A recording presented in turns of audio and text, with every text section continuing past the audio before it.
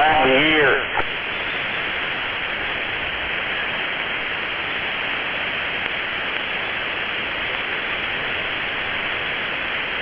Good video.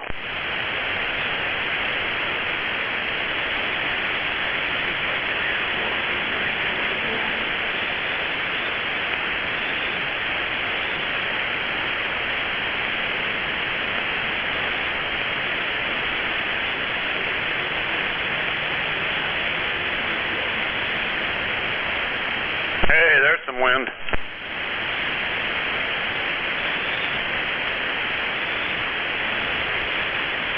Are we having fun yet? We're done. Almost. All right. Getting there is half the battle.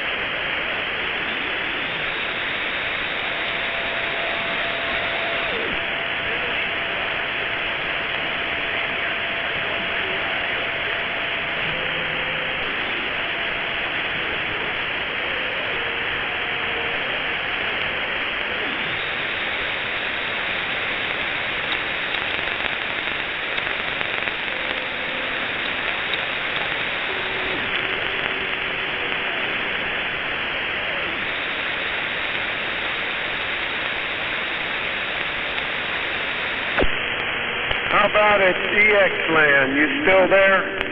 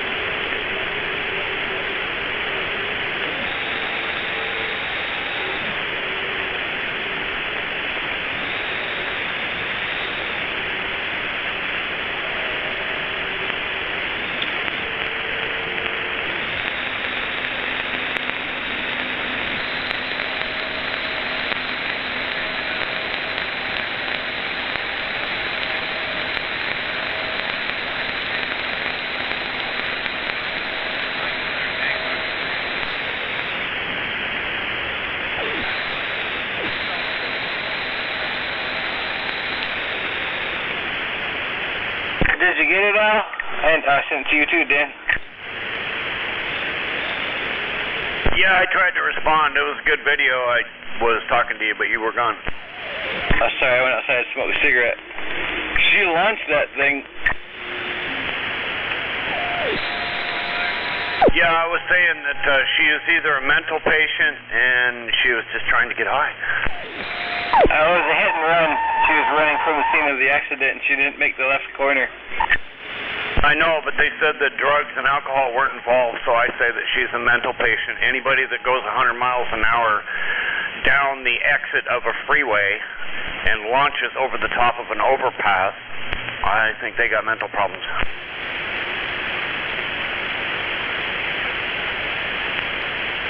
I think she's just a shitty driver.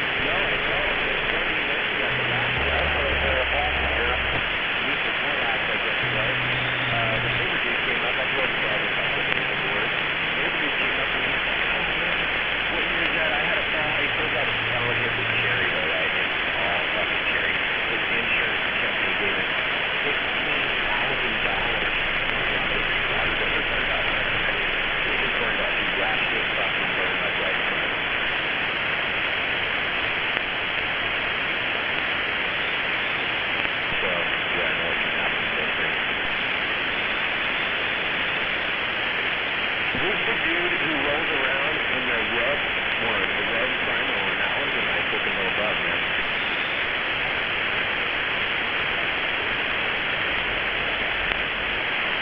No, but I see the guy, his Volkswagen shop is over there by the lumber yards that I use Sherwood Lumber. And, audio check. Audio check.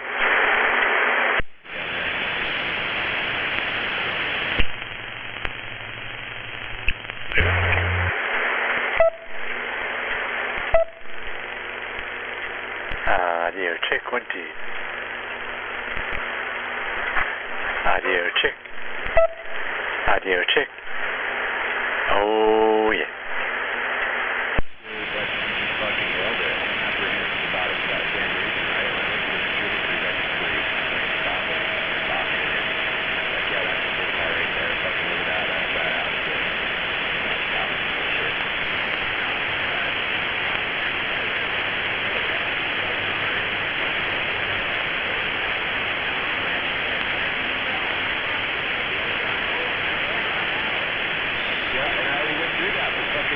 How about it?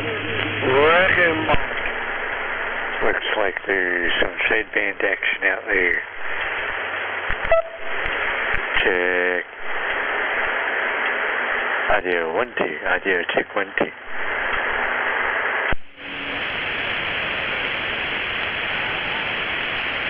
I do like to cruise it, you know, and some of the people were running out the street and trying to take pictures of it, like pointing at it, like all that shit. So that's cool.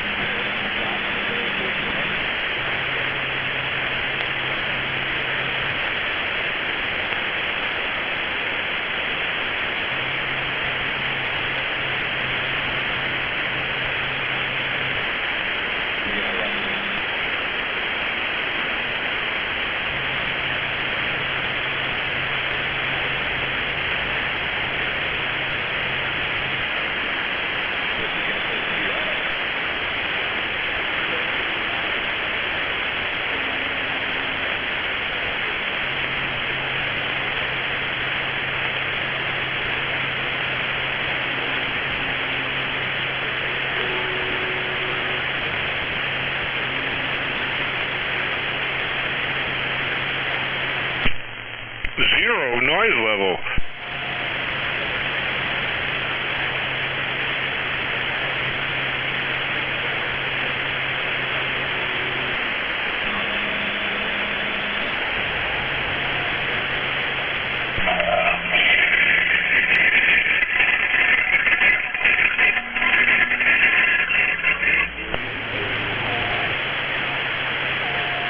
That ought to fix it. Wait, Gonzo. Top of the evening. Hey, Wild Eye just called me. I don't know why he didn't call you about your grounding system on your antenna. What about it? Nobody knows. Nobody knows. The dimensions on the triangle thing and all that were, and I told him he needed to get a hold of you. I thought... Yeah, it ain't nothing fancy. I didn't do no mathematics or nothing like that. I just drove them in the ground as deep as I... Waving there, Dino. Hey, waving there, Tracker. Can you hear my bird? Yeah, I can hear him. Okay. What's up with your audio? What's wrong? I use that, you know, for chain link fencing, that wire. Got somebody talking. I use some of that shit for, I think... Something going on with my audio? How about that? I hear you, but it just seems like you're a little low. Yeah, I'll fix that real quick here. Firewood. Okay. Set one of the rainbirds up. I'm gonna go run through it with kids. I'll be back. See ya.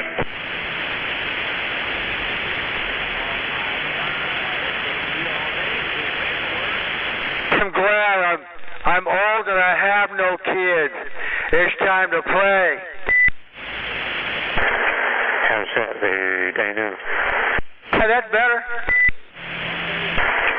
Okay, that's good. I just turned it down because I thought I sounded a little bit on the crunchy side on 45 kilo stream there. So I was trying to fix that. Oh, tempo. Does it sound clear on your end or what?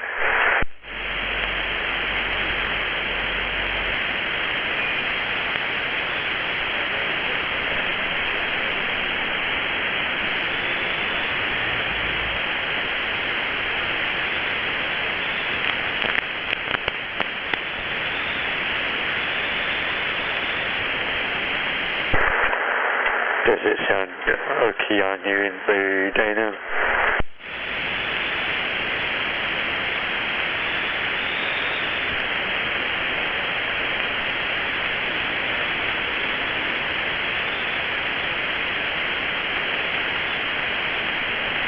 Yeah, green team forget.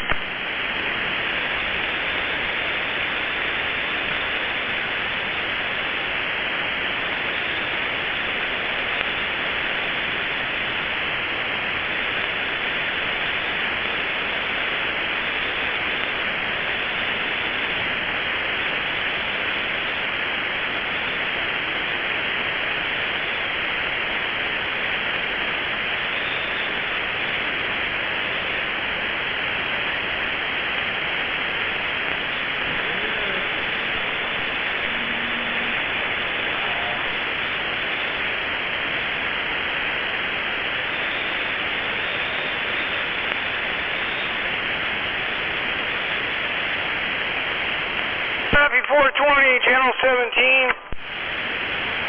Yeah, kid. Waving, Kevy. We're doing it!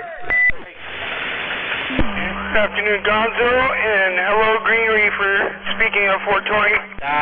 The left-hand side, that's for sure enough real.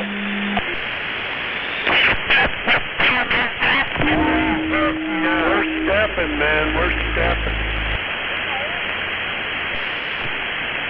How about, oh man, I got this, oh, there he is right now. I got this freaking burrowing rat, and I'm gonna fork him right now with this freaking campfire fork thing. I'm gonna get him. I can see him digging. Demolition Man, rat burgers. Cook 'em up, need 'em. Just kidding, Cappy. Kill that motherfucker. Feed 'em to the crows.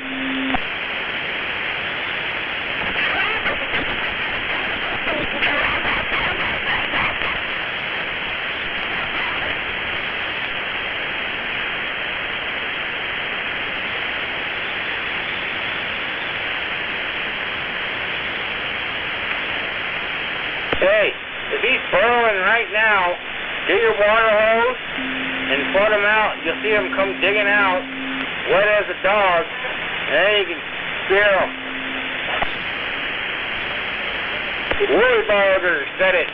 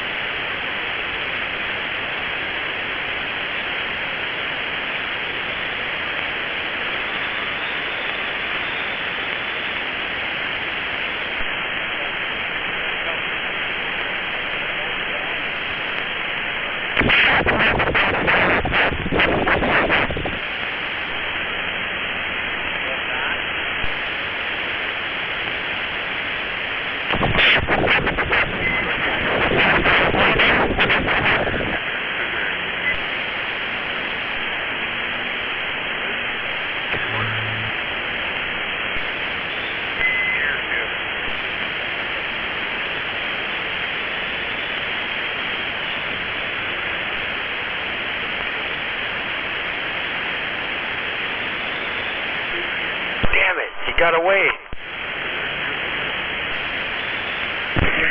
12 gauge next time, that'll remedy that.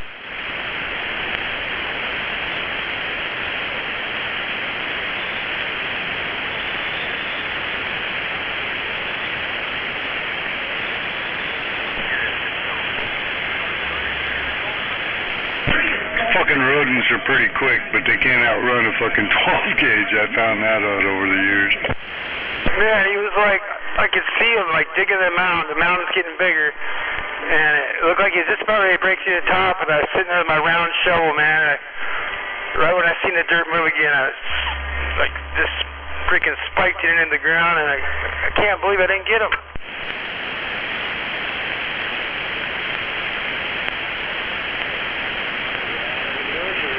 Maybe I should check the claw trap I got down the tunnel. Maybe he ran through that.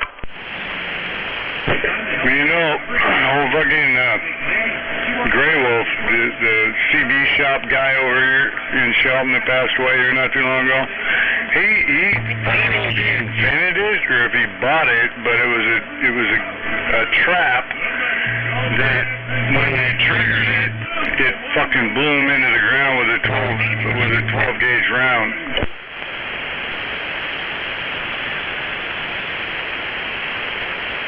So I don't know if it's a buildable thing or if you can buy one or what. I know they don't like you to kill moles nowadays because it's cruel and inhumane, I guess, but I don't know. Evidently, whoever came up with that rule fucking hasn't had them in their yard. Yeah, you think something that kills them instantly would be humane versus somebody with a shovel that might accidentally just take a couple legs off or cut them in half or... if they don't have something like that available, they're just people are gonna use a shovel or something more gruesome, or make their own crazy shit. Go for a hawk. What was that, Cutter? Go for a hawk. Gopher hawk? That's what you need to get rid of gophers. This is a damn freaking burrowing rat, dude. I swear to God, I've seen it. It's a rat. He's freaking doing these shallow tunnels everywhere. Just Google gopher hawk and check it out and watch the video. I have one. I tell you what.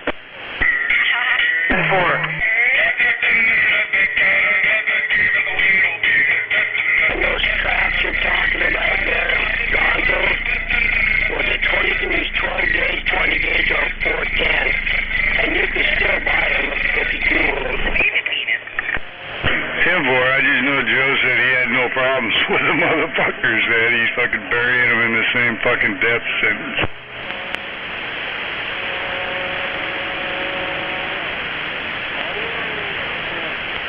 I should say it used to be over by them because I was looking them online. It's hard to see if they're still there. Now, I almost bought a couple, but these gopher hawks, they're the way to go. So describe it to me. Well, I mean, I'll just Google it when I go in the house, I guess. Yeah, that's the best way.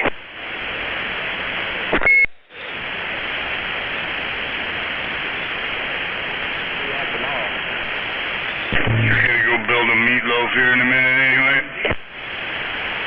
10-4. Garbage.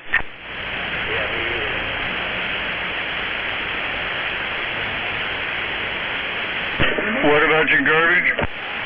Meatloaf, that's garbage. Oh, well, I enjoy it.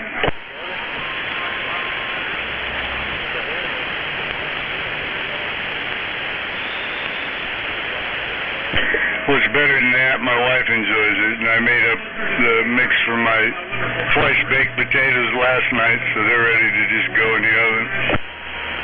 Oh, everyone I know loves meatloaf, but I don't like it.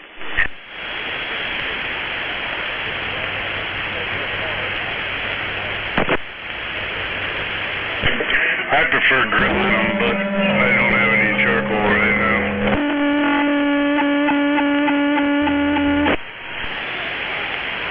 Yeah, I don't feel like making a trek to town.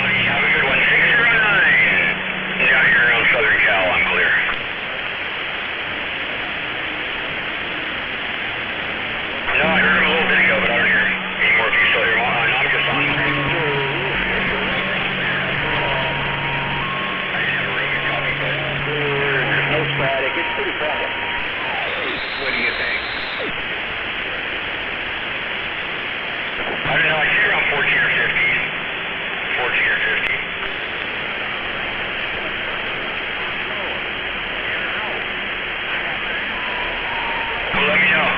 Let me know whatever it is. I know there's some locals here. We have a couple guys with No Life that are locals that always do that kind of stuff. So it doesn't surprise me at all. I actually enjoy it. I've always considered it some sort of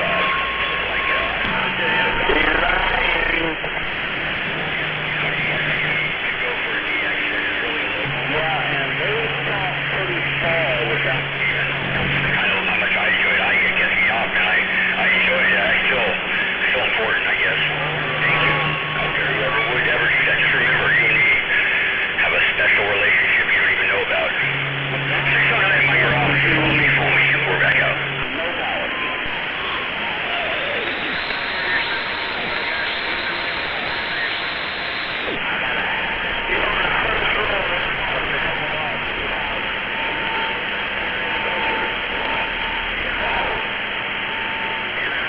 Yeah, the guy that I was listening to was talking there on a Glenwood, and I think he was putting my phone on watch out. And when you're not, you're not. I'm telling you the conjure. I'm telling you the conjure. I wouldn't lie to you. Yeah, I'm down here around San Ysidro. I mean, we're in the middle, but not vertical, horizontally. We're in the middle vertically. Come on. You know, so if you drew a straight on the street,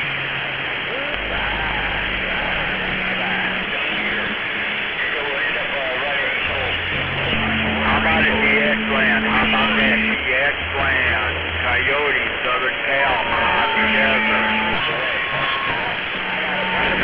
Technologically, topographically, you know, I don't want to say too much here because I could make a fool out of you and me, and I'm afraid that's already happened.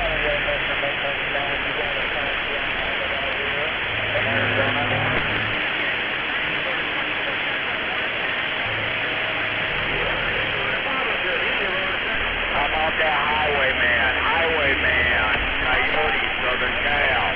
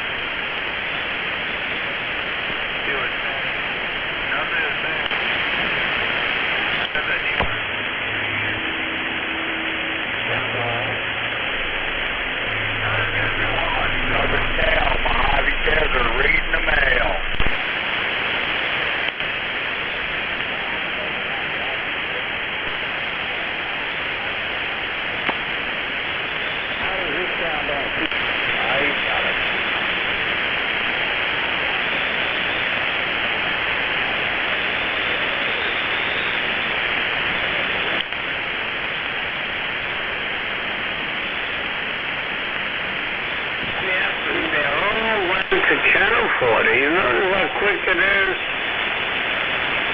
You notice how quick they all ran away to Channel 40?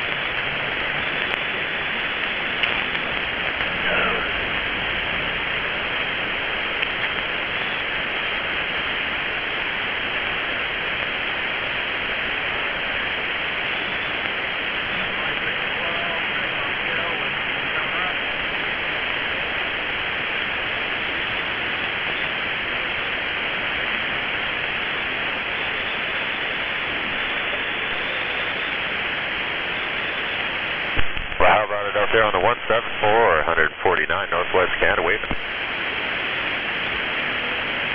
Where are you at? 101 Seattle waving.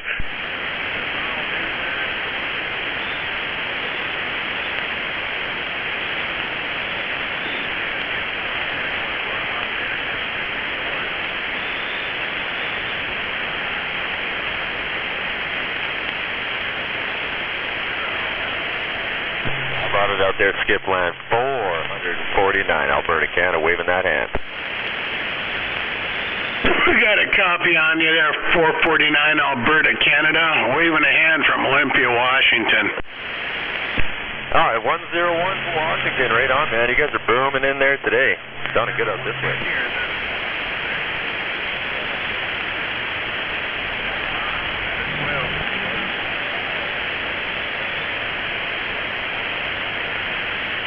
Alberta, eh?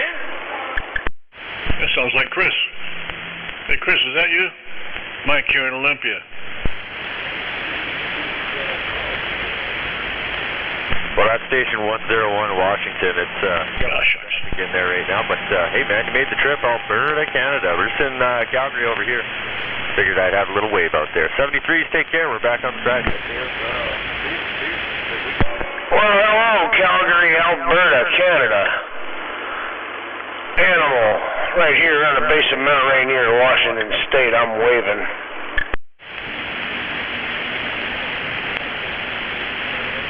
Yes, sir, Washington State. Radio tracker, Washington State, listening. In the northwest corner, no doubt.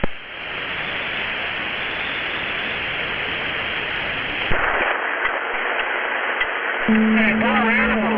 I'm up in northwest corner. OC, SO Seattle, answer right here, waving at Canada. Hey, roger that. I didn't get your call there. RYC, I think you said? Yeah, you got 449, Calgary, Alberta, waving that cowboy hat. Yeah, it's RC, just south of Seattle, 538. A cowboy hat in Canada? Huh. This way, man. Lots of cowboy hats in Canada. I figured it'd be like, what is it, the Royal Canadian Mounted Police? I figure hats like that, maybe. Yeah, Tian. Hello, smuggler. What's going on? I'm just sitting here having me an iced tea with some peach flavored bourbon and some peach tea whiskey in it. It's going down almost too good. But yeah, we're waving a hand at you. Mikey, good afternoon. You better be careful, you rascal. That's where you were from there. I got a lot of rapid fire going on here. 449, try it again.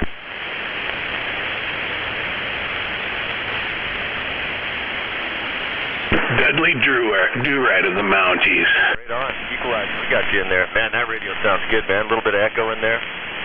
Yeah, conditions are really, they're pretty favorable out here today. So, yeah, we got you in there, man. Right on. Sounds like my friend Chris up there. Almost identical voice. Interesting.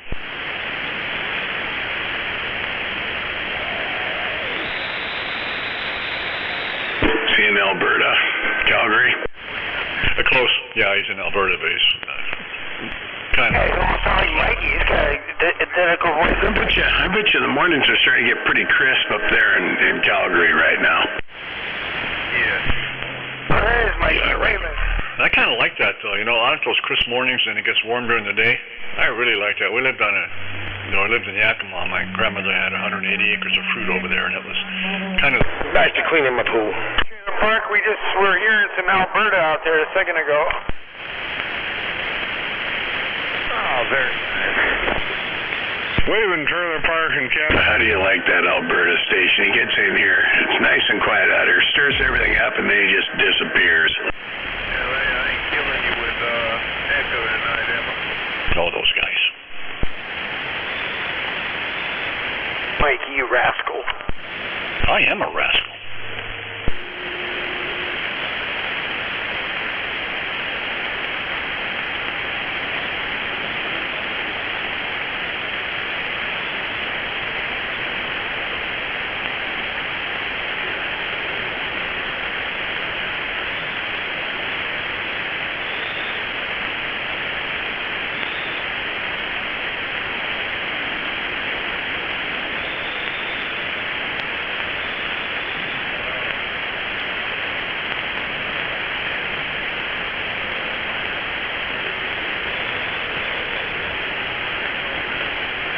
I'm watching another action-packed episode of Chips. That's some good stuff. You're always sure to see a couple good pile-ups.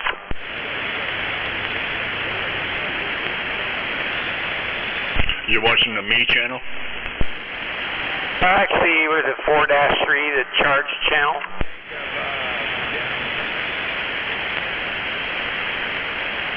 I do watch MeTV a lot.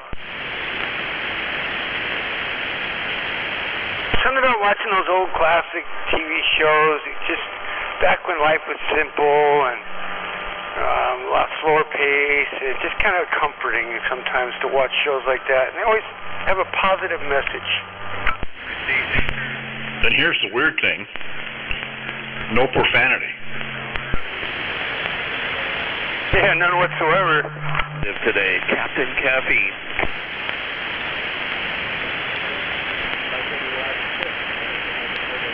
I can't remember what I was watching when Animal... Oh, yeah, I was watching Brady Bunch when Animal came over last time. He's like, why are you watching Brady Bunch?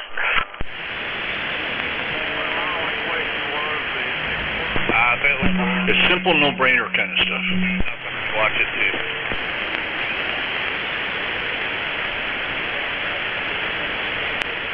Me likes. I say my favorite Brady Bunch episode is when they take the vacation to Hawaii. Oh, God, I got to look that one up again. I remember that, but I can't remember too much about it.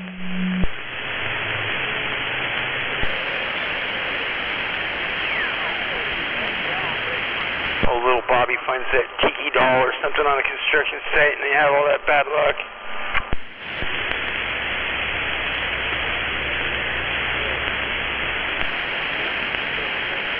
Is that you dead key in Trailer Park? Well, I guess you can't answer if that's you dead key.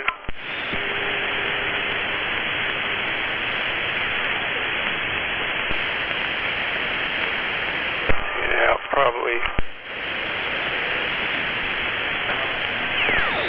So quiet.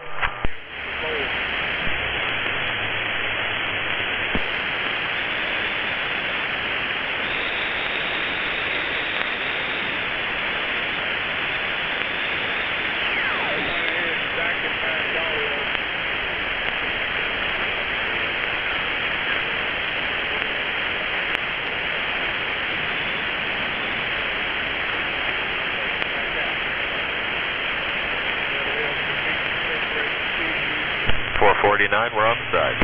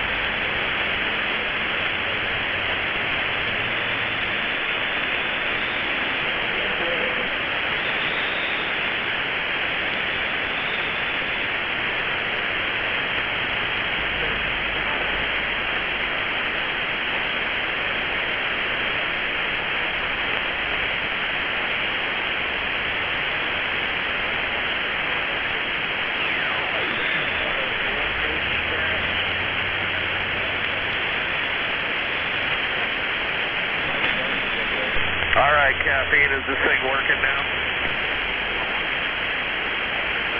Yeah. Alright, I had to get the battery nice and tight in there. Is it still working? Test. Yep. Cool.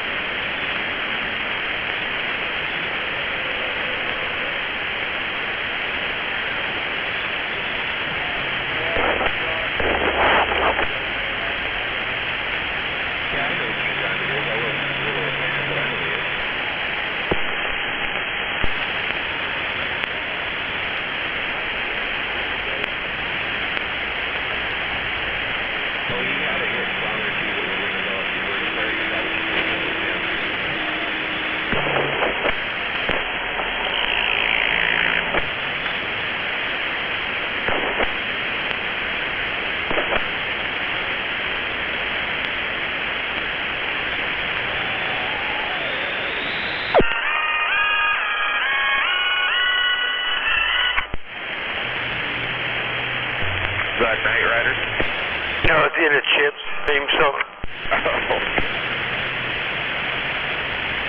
Can you play Night Rider on this channel? I actually might be on next. Still with you, Phil. Yeah, he was good. I checked him out that day. He said he told me about it. Marijuana! Oh, yeah! And I'm waving a hand around the band. Good afternoon, Lost Cause, on this beautiful sunny day. Lord have mercy, I know you're right.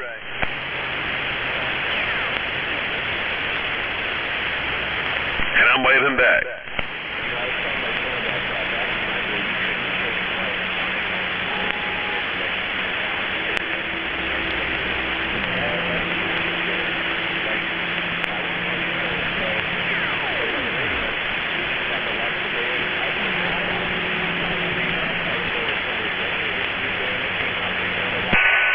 Oh, ta-ta-ta.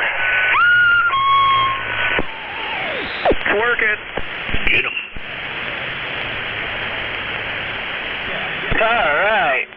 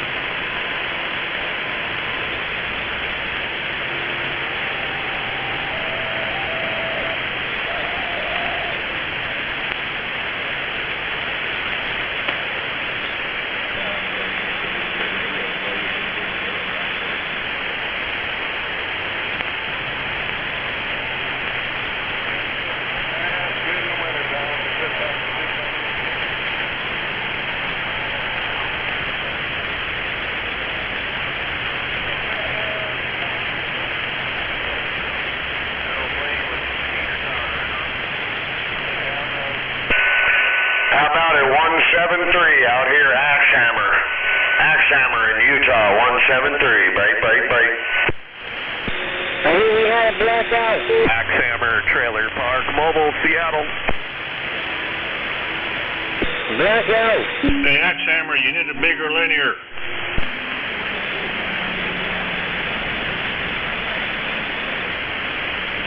Colorado, Mr. Potato Head, we're standing by.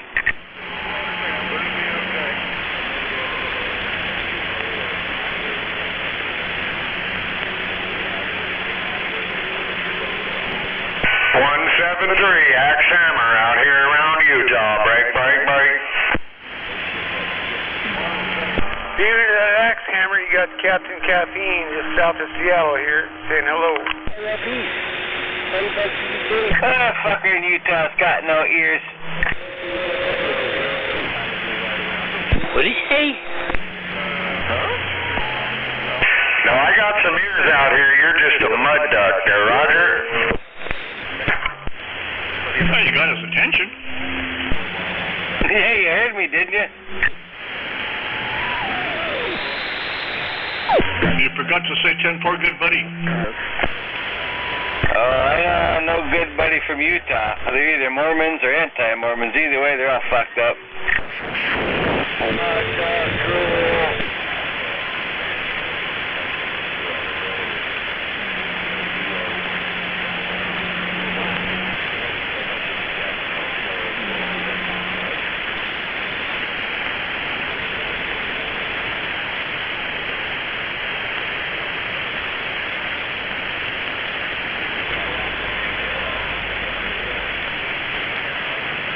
Did you chase Kaz away already, Mikey? Sorry, I walked away. What did you say? Did you chase Last Kaz away already? I'm not quite sure. I didn't hear him, so I must have. All I gotta do is walk by my radio and I bleed on him. I love it. Still psycho after all these years.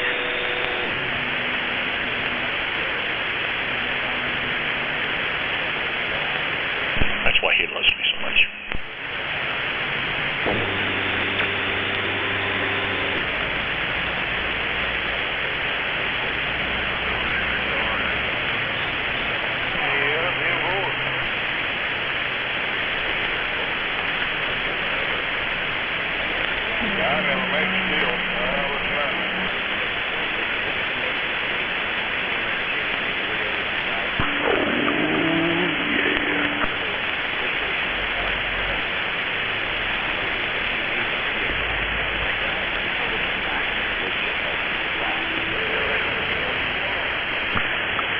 Chad, I heard barefoot fellas out here just tearing the channel up. Well, you blowing smoke up here around Hell's Canyon. Blowing some serious smoke up here around the Hell's Canyon in my portable, I'm saying. I haven't heard barefoot. You what? I haven't heard barefoot. He probably ran out of gas. Heard barefoot son in there. You're right. Your audio. What's going on with your audio, Beavis? I don't know, is it all fuckered up? Yeah.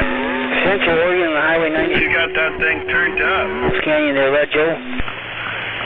You gotta find out where it sounds good and super good so you don't move it. Hey, Beavis, I didn't run him off, apparently. There he is. Hello, Cos. Oh, and Miracle's brother's in there, too. Okay, I'll tell you. You have fun? Oh, you guys. I have a fun when they call me Dog Walker, man, out here at Hell's Canyon, I'm saying. That would explain a lot. Well, that's where I used to run it, at least. Well, I'm here to tell you. Lay it on us there, Cos. It's on 5 o'clock, too. Yeah, man, when you get a belly full of snake, I'm gone. I used to run it right there. Yeah, he's good at it. Get him, Cos. Sounds good now, Clevis.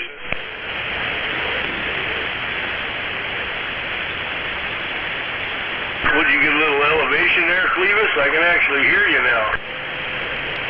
Yeah, Chen, some nice guy helped me out. Yeah, I actually got you in my radio. Now, I couldn't hear you before. I think you need to scoot that antenna down. They should plug that asshole. That's some funny shit right there. Good old prison party. How you doing this afternoon, Richard?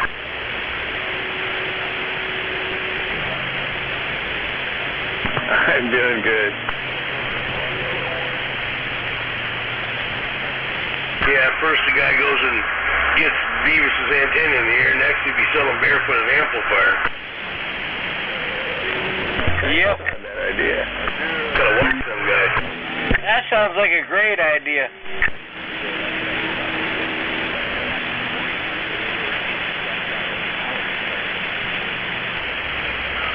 I just sell him an amplifier. He's going to get out well. People are going to fight with him a lot. He's going to fight back, and he's not going to want to leave again.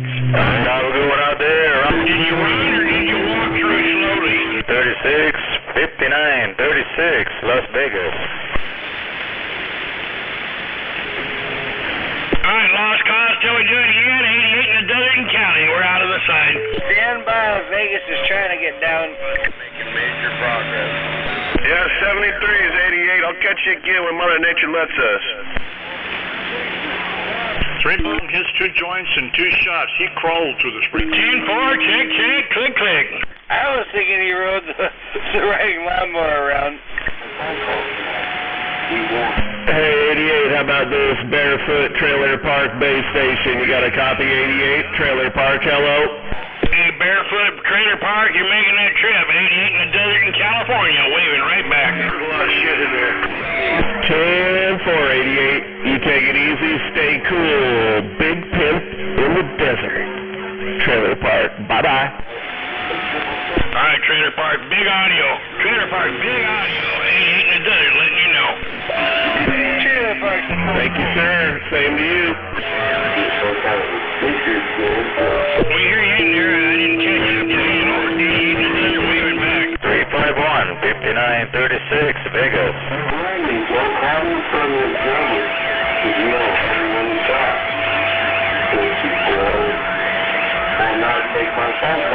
Yeah, 351, you're making it. 351, man, around Washington, your destination. 5936, Las Vegas. How about it? Anybody out there copy RC? RC standing by.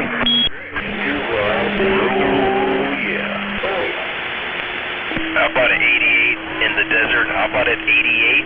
808 Colorado. Alright, I got a little bit. 808 in Colorado. How about break right here, right now? RC standing by. Book July 19th. 88 in the desert, Mojave Desert, 808 with the wave. How about it? Break. RC right here, right now. South of Seattle. RC standing by. 88 in the desert in California, the pimp. We're back on the side.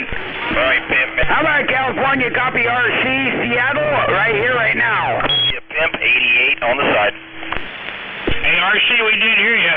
808, I heard you talking to a 131 Mustang the other day. He's my neighbor. Oh, you talking to RC? The Sundays, man, he was barely He heard you, RC. He said, 33 Mavericks. Hey, Trailer Park, long time. Surprise. yeah, waving RC, no doubt. The Big Pimp in the desert heard you, though. He came back to you. Okay, that Big Pimp out in the desert. RC right here, right now. Seattle, we're calling. You say you're from Pocatello, Idaho, Cleveland? Man, the Tater Patch, man. Pocatello, Idaho. I heard that. And RC, I did hear you. Man, everybody's hanging up. RC, you're making that trip. 88, Mojave Desert, California. Letting you know. He's from Pocatello, Idaho. 88, I'll see you in Idaho. I'm writing that down right there. Have a good one, 88, Highwayman, 808, listening. All right, 808, till we do it again. 88 in the desert, we're back in Seattle, waving. Click, I'll see you, 88. Waving right back, Big Bird. You're sounding good in the mobile. I can't hear that Big Bird, but I'm waving, and I'm waving to those brothers over there as well. Waving right back, that lost cause. Good evening. Well, Highwayman, yeah, I got you that time, Bird. I switched it to the beam real quick while you were talking, and I got it pointed more to Southern California. I got to go outside and manually move the beam. I'll see a Highwayman looking good on the beam. 808 ground plane in the Rockies. Lost Cause, Trailer Park, happy Monday. Trailer Park, top of the evening to you. Oh, now Trailer Park's loud. Man, real good contact. I heard Gappy Girl 2 earlier. I couldn't get her. He must have one of them fancy beams.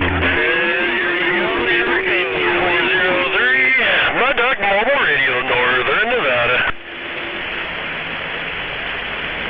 Lots of Nevada. Oh, yeah, fuck you, cuz. Wow, I think I just heard Beavis. Did I just hear Beavis? Ain't that fucking funny? Hey, Clevis, I think somebody's breaking for you up north. Yeah, I heard him. Hey, can you hear him now? We hear you, 403. G-Man up here in the corner. Yeah, when G-Man's not stepping on his neck, I can hear him. Oh, wow, G-Man. Sorry, I'll stand by. 403 G-Man, and I'm back out. You're in the shop. No, it's just Beavis. Go ahead and talk, G-Man. I just wanted to jump in there really quick and wave a howdy do to your direction. Well, I'm waving, no doubt about it. Trailer Park, G-Man, good day. All right, Trailer Park, you have a good day. Yep, no doubt. From the mud. You said you heard Beavis in there? Trailer Park, I told you. He should be able to wash in the red truck.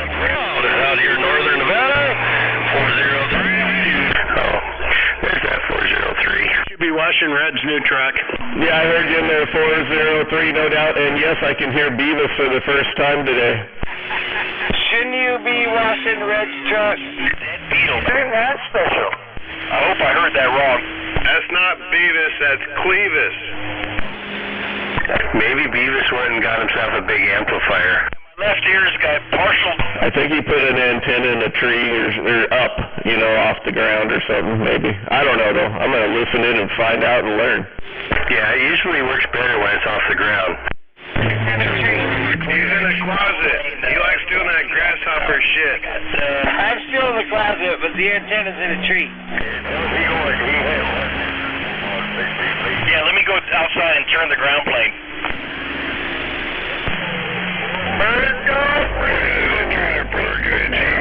Alright, well, I'm back outside with my vice grips turning my antenna.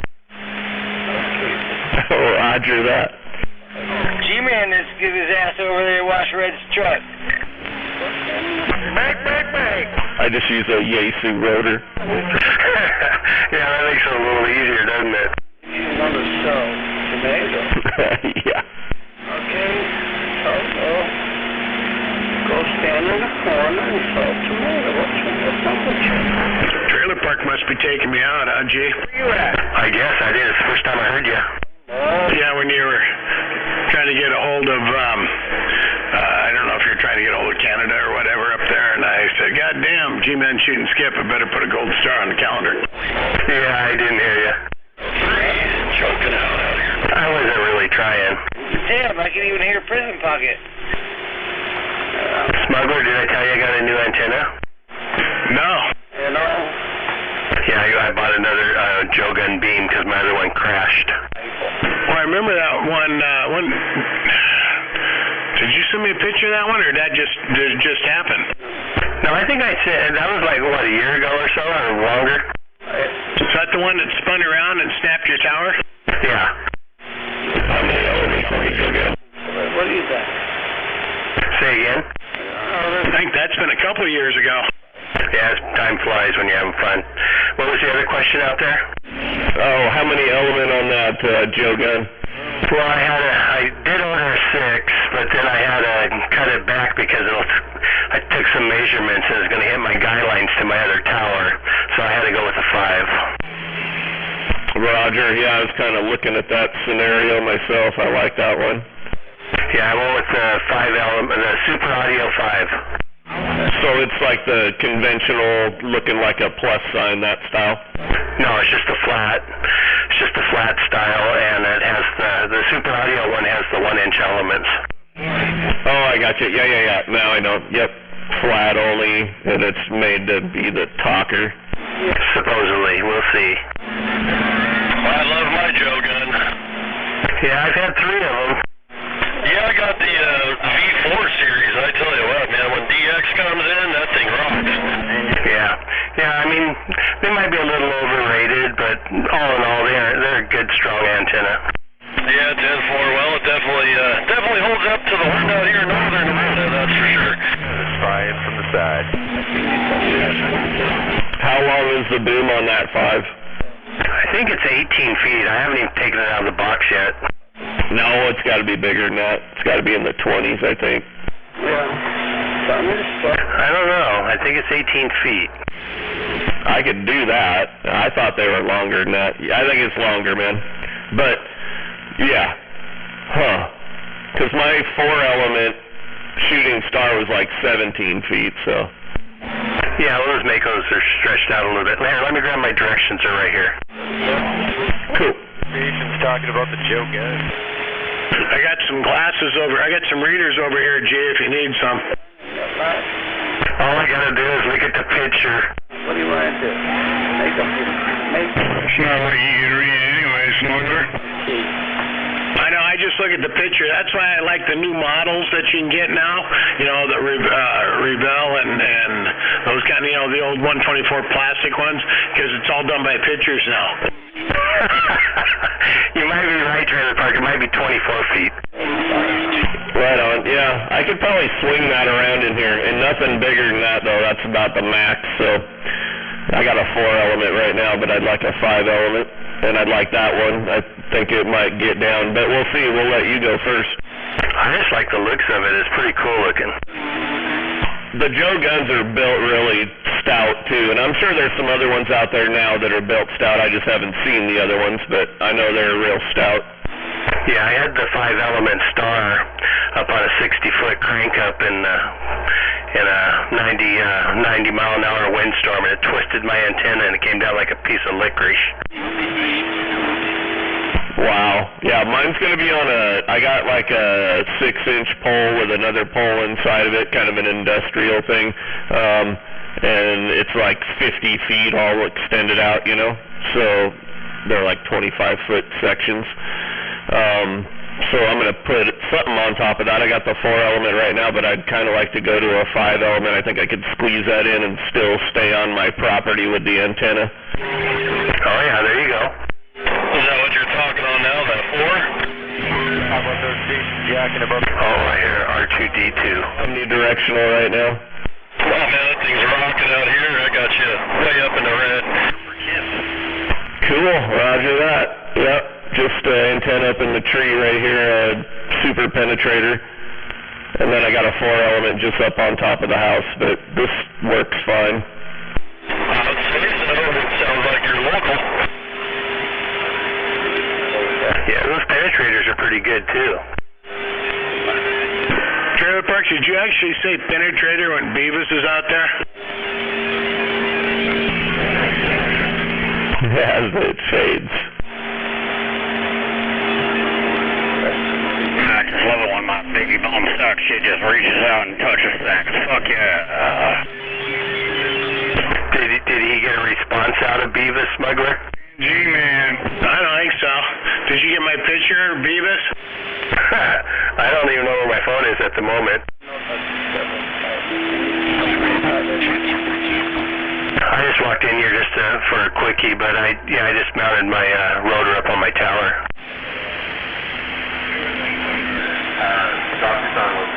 What rotor? Oh, it's a ham 4, what, a tail twister or whatever? Gotcha. Roger. Big one to do some big stuff. Yeah, it should last for a little while, I hope. I got a Yaesu G1000 SDX, so I think that should handle my 4-element flat. Oh, yeah. Yeah, I figured if I get 20 years out of it, it'd be my lifetime. They rebuild easy, too. I've got a used one, and I just took the thing apart and kind of rebuilt it all, you know, looked on the internet and did what they did and rebuilt it and used it, and now MacGyver has it now. He's waiting for him to put it up. It's an old one, though, but they're pretty easy to rebuild. Yeah, I had a box full of 38 caliber ball bearings I used to shoot out of my wrist rocket. I rebuilt one with those. Oh, Roger, yeah, some of those got like 100 of them in it. Yeah, but I still have some to spare. 10-4. Well, shoot, anyways there, boys. Trailer Park. Good to hear you guys in there. I'm pulling up to my water hole. All right, 403, you have a good evening, no doubt about it. Trailer Park, just 20 miles south of Seattle up here. 10-4. Well, I tell you what, you guys are definitely sounding good out here in northern Nevada once again. 403. Drink a couple beers for me there too, 403 G-Man, and I'm standing by. You got it. I'll have one just for you. Weird and eerie. Only one? That's kind of unreasonable right there. Well, I always have a shot of whiskey with a beer, so, you know. 10 Roger, 403 Gonzo 943. Have a good evening. We'll see you. Uncover the secret code. All right, there, 943. Have the evening, boys. Maybe if conditions are still rolling in when I get back to the home 20, I'll fire up the old base and turn the house towards you. Anyway, anyhow, Mud Duck Mole Radio 403 on the side. During this interview, you... And got down, no doubt about it. What right do you demand such royal respect? Make it a good trip for a mobile. 98% of the people of your world do not think... Wouldn't even know it was a mobile unless he said something. Have you proof of your... Oh, 10-4. No, here we go. I'll even hold the microphone out the window. Well, there you go. Yep,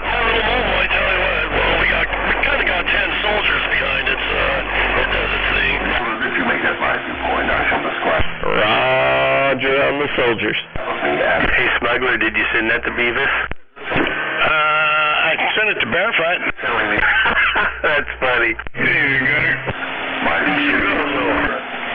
What, my dear Mr. Rothbaum? Tried to wave at Trailer Park, but evidently he's ignoring me tonight. Oh, I hear you there, Gonzo and Waving Gunner. Waving Gonzo. Consist of negative energy, and I live in the minds of people who fear me. Waving to you mud ducks down south that I can't hear. Matter, and every word of mental egg. Okay. You will well understand my nature if I tell you. Waving Gonzo, Gunner.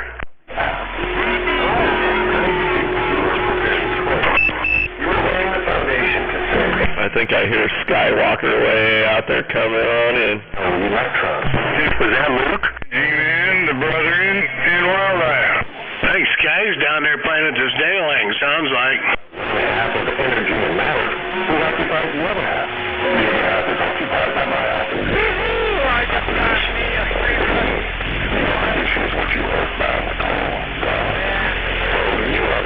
I think my tower's too tall. I think I need to take a section out. I claim. You're like above it, it's like sliding below you. I think so, yeah. I can just barely hear somebody out there. I thought I heard Skywalker kind of fade in there and fade away. Yeah, the tip of my antenna is at 92 feet. The base is like at 70 or so. Well, mine's in the tree at a base at 110, and that's easy 110. It's probably more than that. Well, I guess that's not my problem, man. That's a big old bong hit. I gotta wait to hear. I think he was taking a bubble bath myself. Right, blowing in the chocolate milk with a straw. Must be in Colorado. I'm gonna back out of here for a bit. I'm gonna make another drink. I'll be back. All right, smuggler. We'll talk to you later. Yeah, I'm not having shots. I gotta go up to the house and make it. I'm having iced tea. What? I gotta go spread some Bondo paper for sage or coffee. Go ahead and discuss. There you go.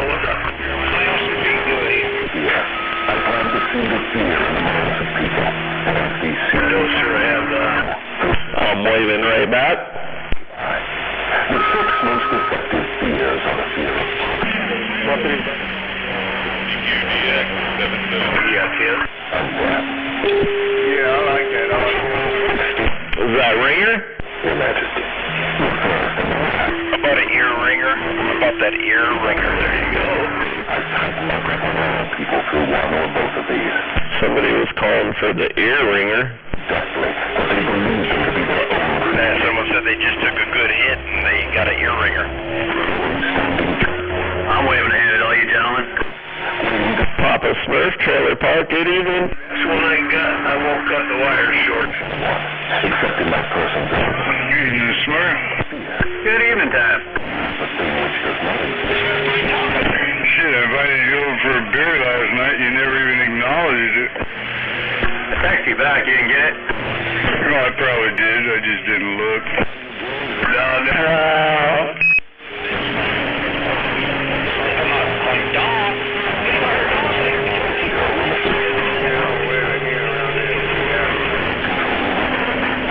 Get you over here for a beer when you feel up to it.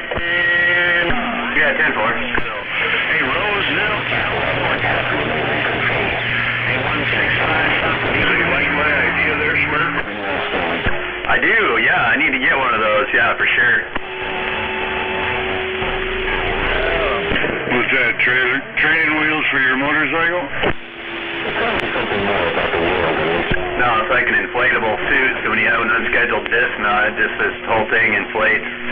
168. Yeah, that's the accessory right there. Yeah, but you gotta wear it. He obviously didn't even think about regular riding gear.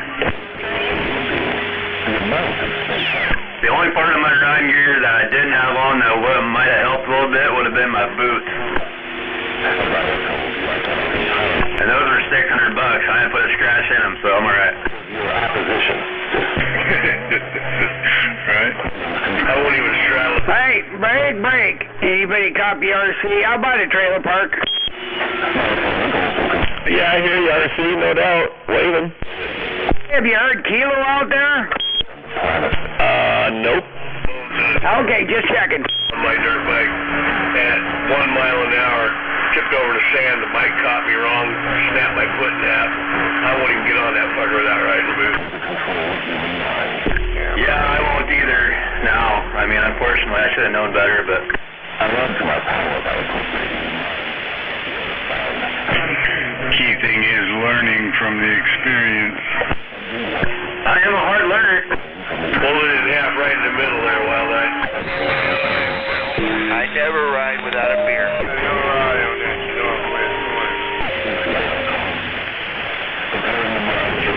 Yeah, snapped all 5 bones right in half. come back to my place. Will you tell me?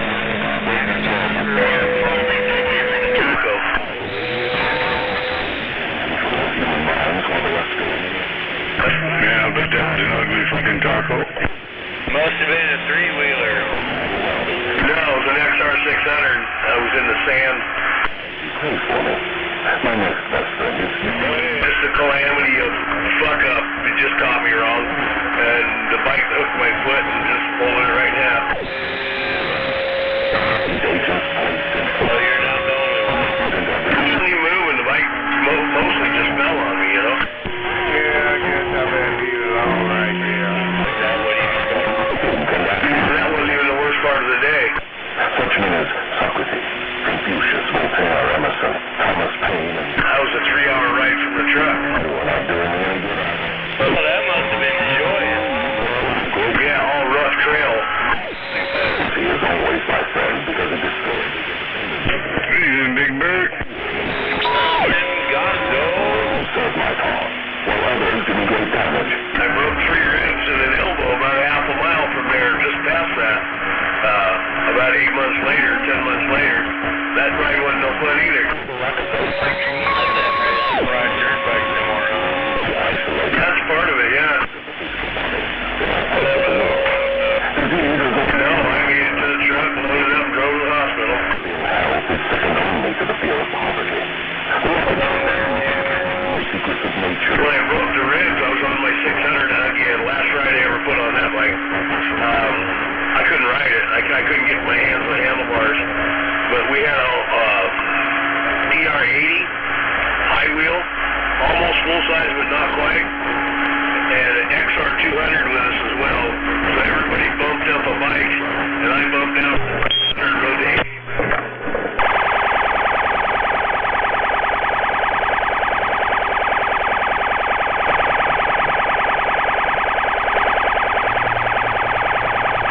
So I couldn't get the one hand on the handlebars, so I couldn't work the clutch. So it was kind of just started up, bashing into gear, and just hold on and cry until I couldn't take it anymore, you know? You say And worst. Yeah. I can. Audio. Hey. Like there. And then. Yeah, I'll give you that.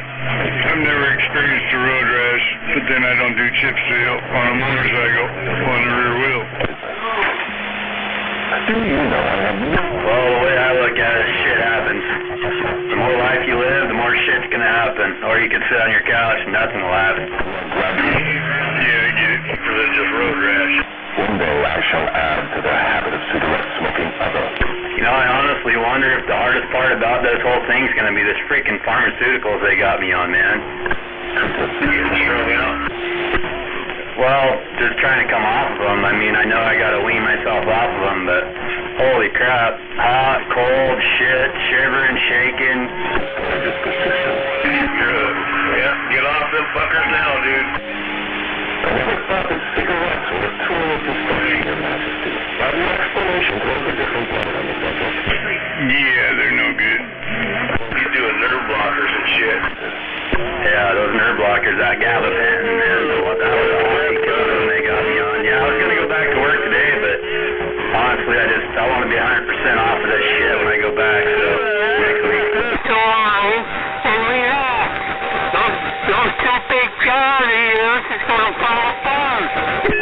got to live with myself, but somebody else had to kill. Human mind. Figure out.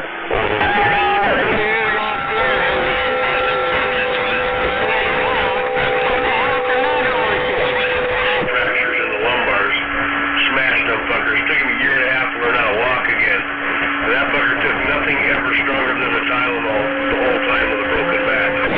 They don't make men like that anymore. I thought you were a fraud and a fake, but I see now that you are quite real and very powerful. Your apologies. He refused to take him because he wouldn't let him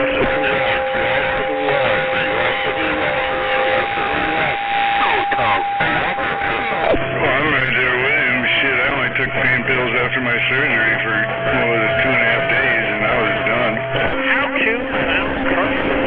I think I got it. Yeah, no, not me. I'm not saying we didn't take him and use him, but he never used him. Yourself in the face again if I did not tell you. Even now, that you are the damnedest fiend ever to be turned loose on innocent people.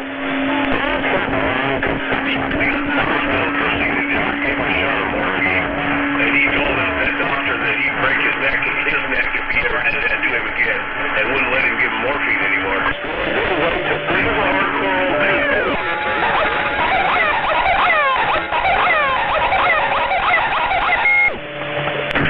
Well, there's so many products out there that are non-narcotic anymore.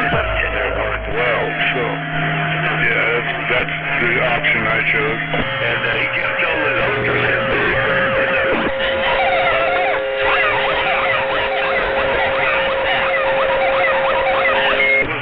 dealing with it.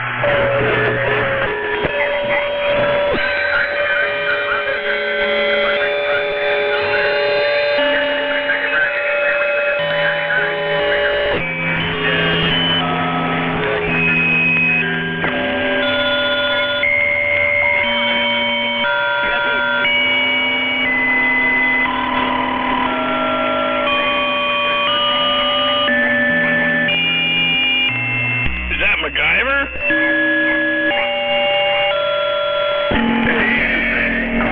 A week after my accident, the pain was so bad that I think you kind of get to a point. Your body gets to a point to where the pain honestly couldn't get any worse.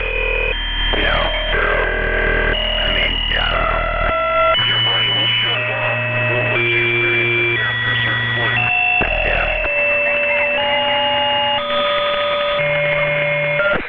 You'd have to be 70 years old and everything hurts. 10-4-88, Gonzo 943. I know you're right. Gonzo, yeah, you know what I'm talking about. You get up in the morning, what's going to hurt me today? Because everything already hurts. Yep, then you just pull a shovel out and pre-dig a hole. That wasn't getting up too fast.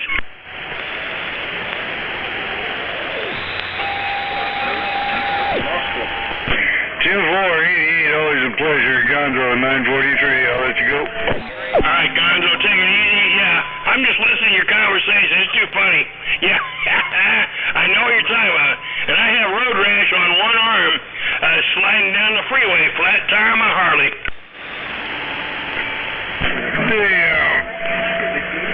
The individual we're talking about brought it up into fifth gear on the rear wheel and hit a truck on chip seal.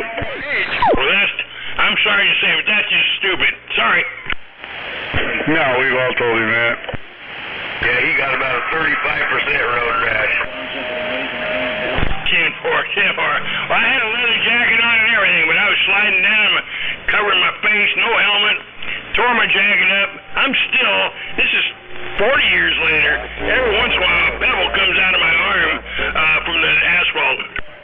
You guys have a good evening, Big Bird, and I'm back quiet. Have a good one, Big Bird. See you, Big Bird. Have a good evening, Bird.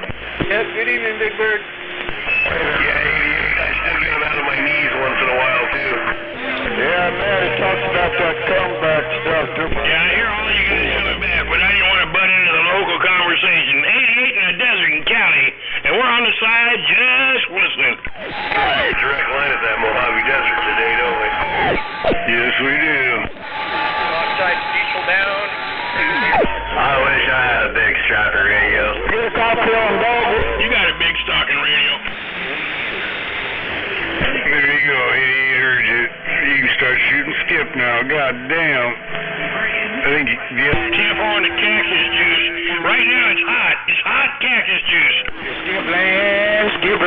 Arizona reading your mail. Your live wire down there in Kingman.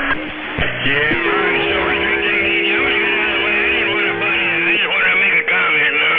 On the side, listening. You still kicking? I don't know, man, but fuck, we used to carry on hours of conversations with them. Yeah, I bought my dad from that guy.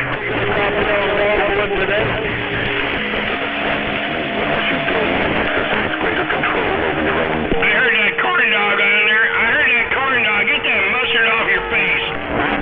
Not to discuss myself. We're about a Silver Street. About the Silver Street.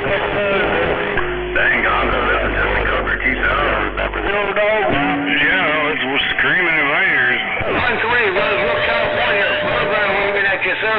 Hope you have a good afternoon. Definitely doing something right. Big giant receiver, I heard that. Yeah. Bobby Desert waving. 10 over. Hey, Camp 4, I just got home and I broke the customer. You better believe it. There we go. Super K Mobile. 1088 comes in there. Fuck out you. 11111. 88 Mojave Desert. Break. Bird Dog Radio, reading the mail, Central Cal. Bird Dog Radio, Central Cal. We're trying to make some noise out there. Come on. Hey, Bird Dog, Gonzo, nothing century. We're hearing you up here in the corner, Bird. Swatter, that corn dog slipped off to get some ice water. I told him he couldn't do it. He's all over his face. Until 88 keys up, Bird. Talk to the antenna for a minute. Hey, North side, 278 Southern Cal. 278 South Riverside, California. Hey, Tim Horn is sweating and profusely.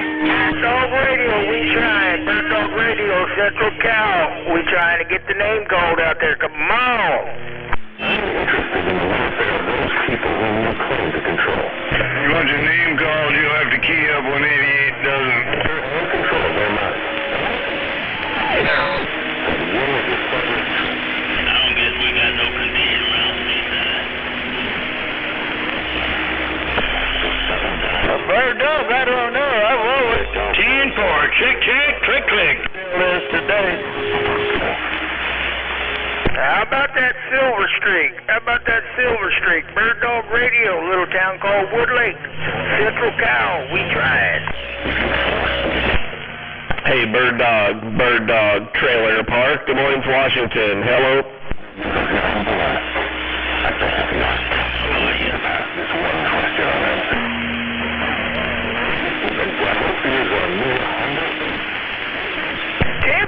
Silver Streak, yeah, we got another Bird Dog over here. I've been doing that for years, so they call me Bird Dog.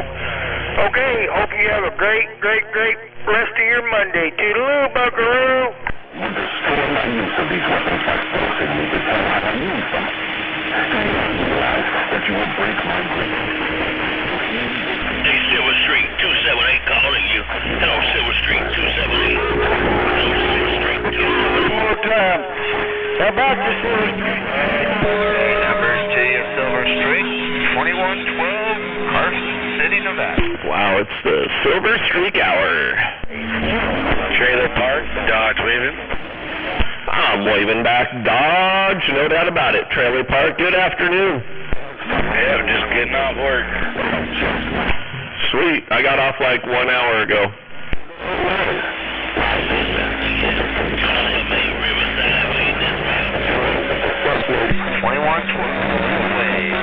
City, Nevada. One more time. How about you?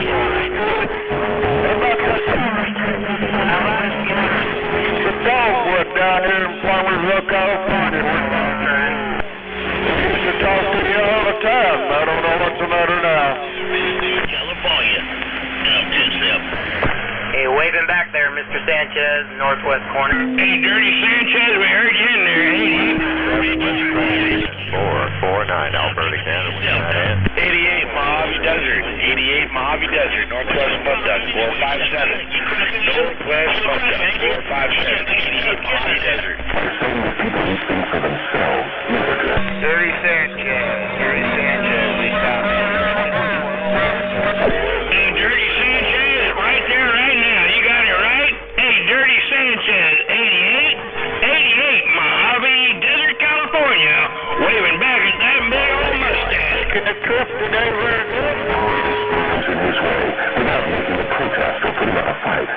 He doesn't know what he wants from life and spends all of his time doing just that. A drifter is once in a All right, Dirty Sanchez, take it easy. Dirty California. Hey, 88. Hey, 88. Animal up here in the corner. I'm waving. Hey, Animal, I saw you on the band. Hey, Animal, I saw you playing in a little band in the garage. Yeah, that was me and Captain Caffeine screwing around here in the party barn. Gotta get some more players over here and tear it up. Hey, 88. How you doing this afternoon, Animal? In the corner, we're cruising. Hey, Animal, you guys sounded good, man. I was watching that. Yeah, you need some other old beer since you're going to play with you. I can't even carry a bucket of tunes. Not even a bucket of water. You don't need to carry a tune when you're big pimping. No need to carry a tune if you're big pimping. 88. Good afternoon, Animal in the corner stepping. All right, Animal, take it easy. Thanks for that time. Don't wait on 88, dude. I just got turned dog up and over. That 21, man. Back at you, Animal, back in the crowd, dog. Hey, Animal, you got a couple of them running loose down here, man. I'm trying to tell you, yeah, man. That's Silver Street. Number 10. You got a couple of animals loose down here, don't you? Hello, Animal 2 cell, mate. Hello, Animal 2 cell, mate. West side, mate.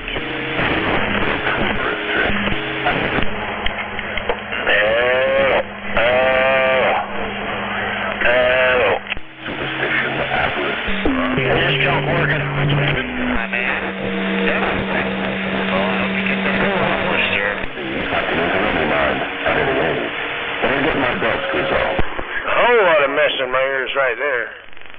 By golly, everybody trying to sneak on up in here. I forgot. About it now.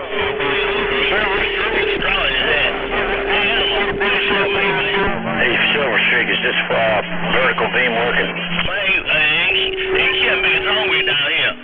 Man, 30 that 21, man. You better do that, can't make it. Mate, put on your later, can't make it. Show did. I am 2 cell, mate. Show did. Hey, Animal, put on your later, man. 2 cell, mate, gone. Well, I heard you that time, 278. I heard you that time. Hey, 278. When the mess settles down in my ears, I hear you just fine, but boy, golly, it's a mess up here. Hey, 278, Animal up here around the base of Mount Rainier saying good afternoon.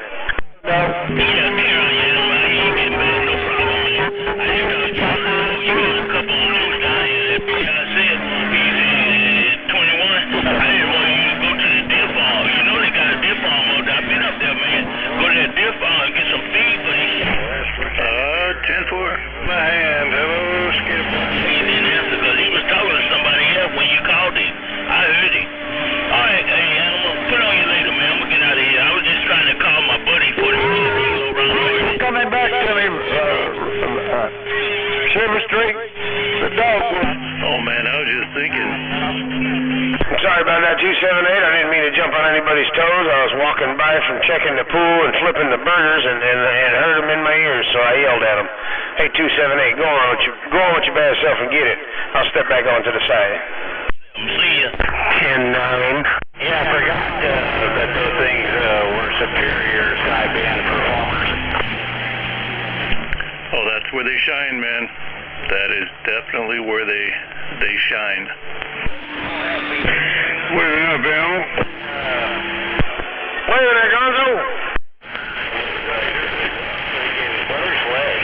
I forget what he was talking on that one.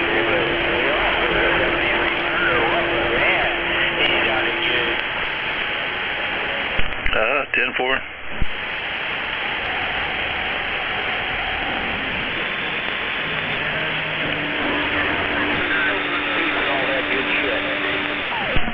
Hey, where'd you go, DX Land? How about that DX Land? You got a copy on this northwest corner up here? Hello, radio.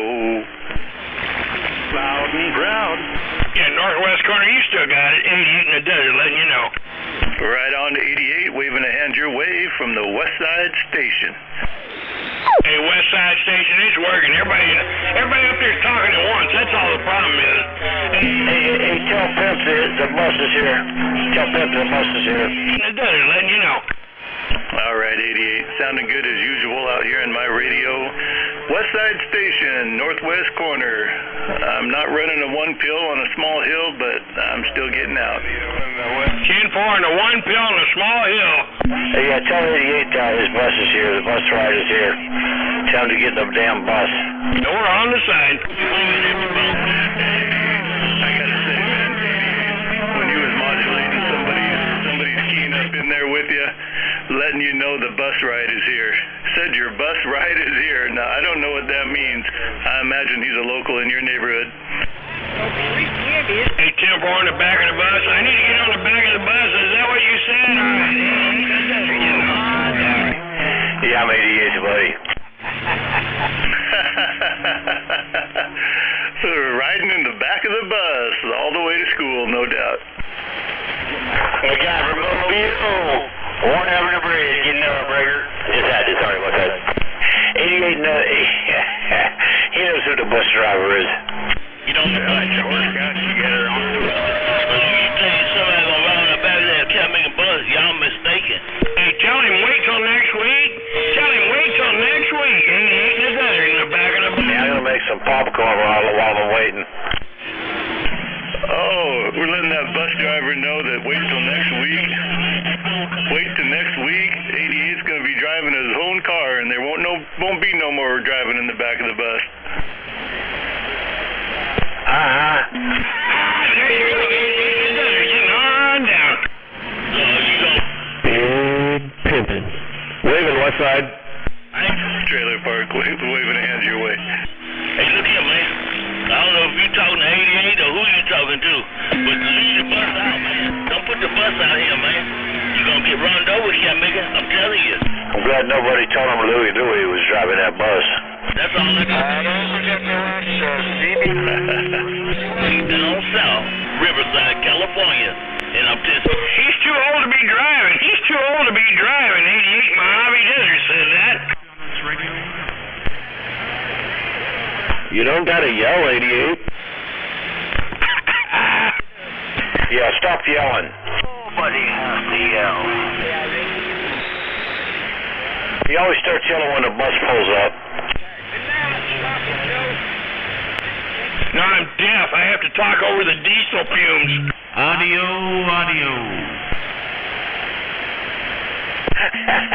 Hey, what's up, Pimp? 278. Hey, not much. 7 for sure.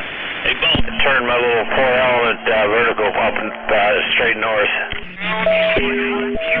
Uh-oh. Bone collector. Leave that 4-element. It's working good here in Des Moines, Washington. Trailer Park said that.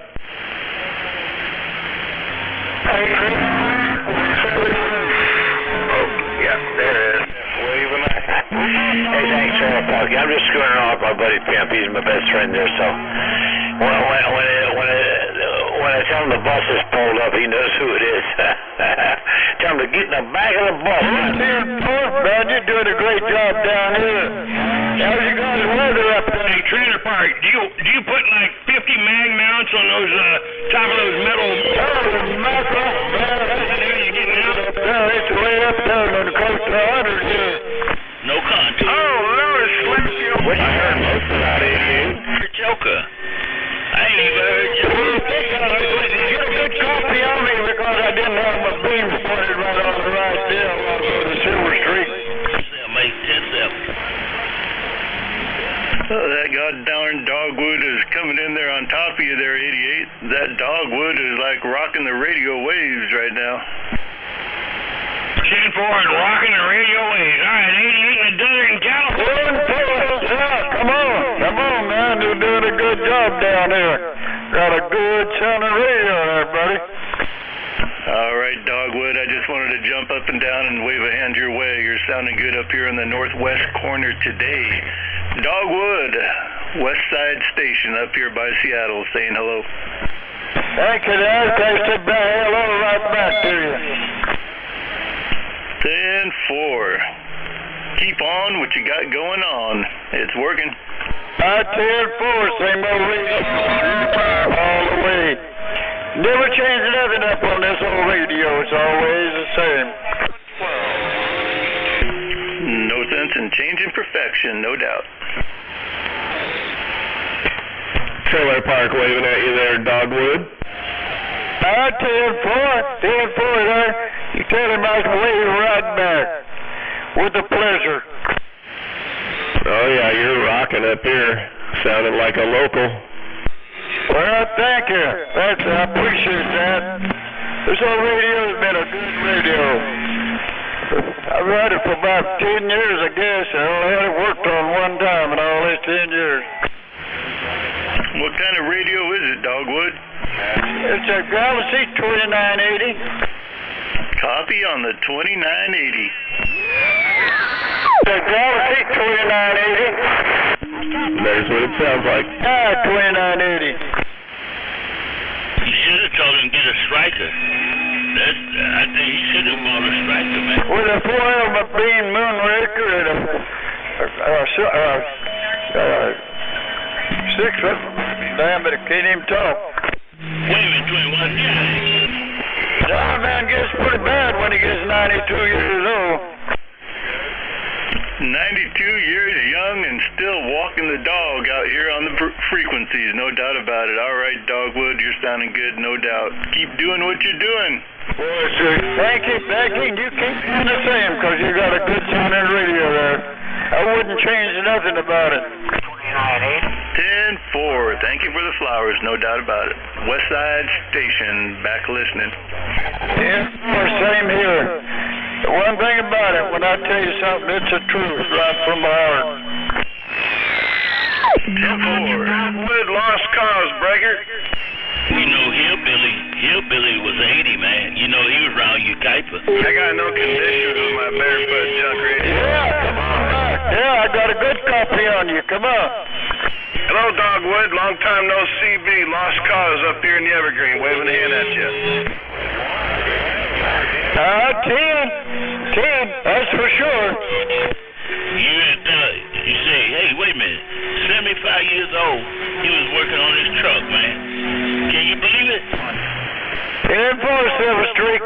Good to hear you again. Good to talk and modulate with you. God bless you and your family, and you have a good one. You gotta pump it up, LC. Finish what he was doing to it. At 80 is when he passed. We'll get all straight. Park school, pick it up. 10-4, Silver Streak. Hey, man, the dog.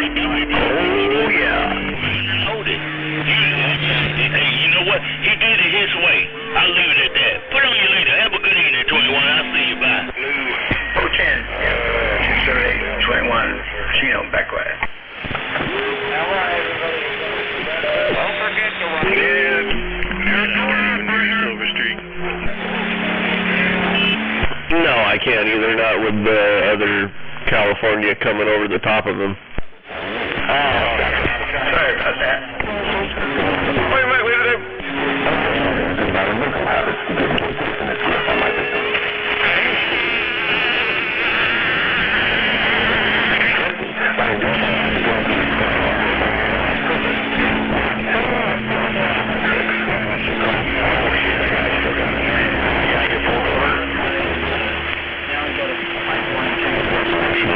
Yep, you don't want to drive past that fat white line. Goodness. Hey, cheers to you, Silver Streak. It's great to talk to you. I know you're at it. Praise to you. Hope you got some of that good sunshine on your hide today there, Smurf. I did. Yeah, I had my outside today. Good. That's good to hear. It will be hidden from children by their parents. Hope they don't like you when you cross over that? Or when you go to all the way to the end? Streak, have a good evening, man. I'm finished. Get out. Hey, Silver Streak. Mark 10-4. I like this.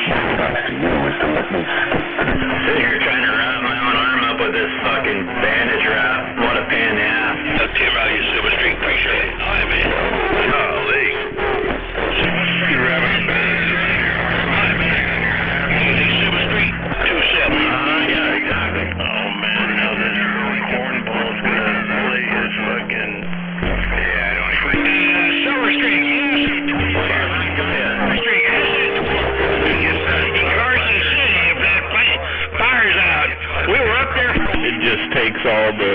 people out. He does it. We want to know. My second best ticket is first.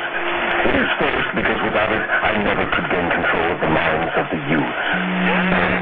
School teachers were able Just think what the people that live around him feel like. to destroy your children. Oh, yeah, that'd be terrible, man. Absolutely terrible. And what they are doing to the minds of children. Hey, Jeff, we just spent a week up there, one of my good friends. A beautiful country. And we got home, and they found out they'd started a fire. It's horrible. All right, we're out of the way.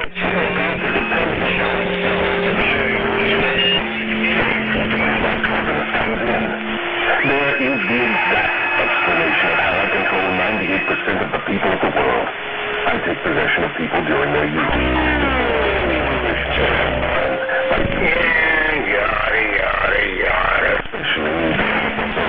Is all you guys up there all living pretty close together, or are you a long ways apart? Check 1 2, check 1 2.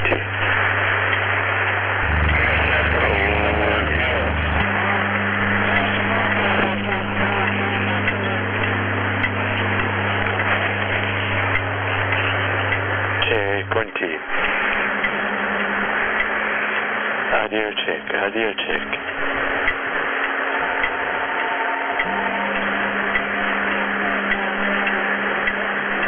Sounds good right about later. Check, audio check.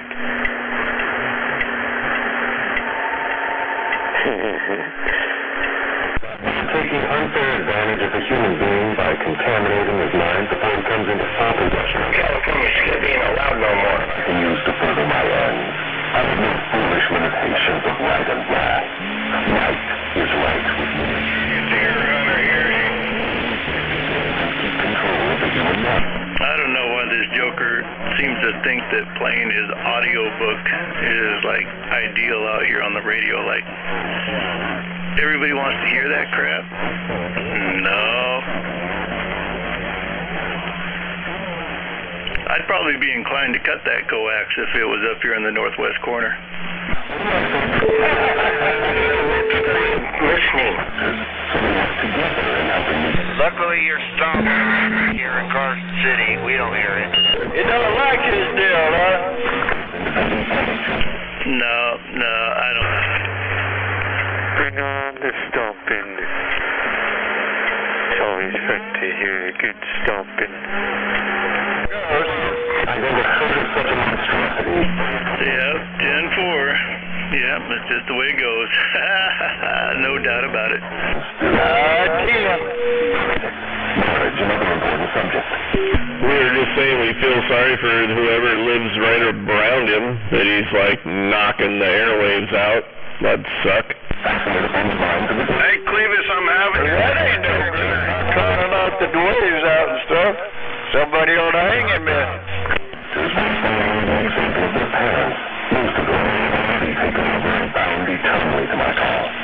In some parts of the world, I gain mastery over children's minds and subdue their willpower in exactly the same way that men break and subdue animals. I'm 92 years old. I've been talking on this thing ever since 72, or not on this radio, but on different radios since 1972, and I'd like to talk on it a long time longer. It seems that you got 10-4 Dogwood. Well, yeah, you just keep doing your thing, no doubt about it. You got many years ahead of you yet to talk on this here CB radio. in terms of fear, hopelessness, and destructiveness. Need to point that in a different direction. Courage, hope, and definiteness of purpose. Immediately. Yeah, I'm going to keep it doing it as long as I can. You got a little help going on there behind that 2980, or are you just running barefoot? No, I got a Cobra, I mean, 4-element beam Moonraker, well, I couldn't even say it a while ago, I can't say it now. Cobra 29, no, damn, so excuse me. Anyway, 600 watts. Box, it was 500, and the guy that works on radio down here put it on up to 600 watts. So 4-element beam Moonraker, this way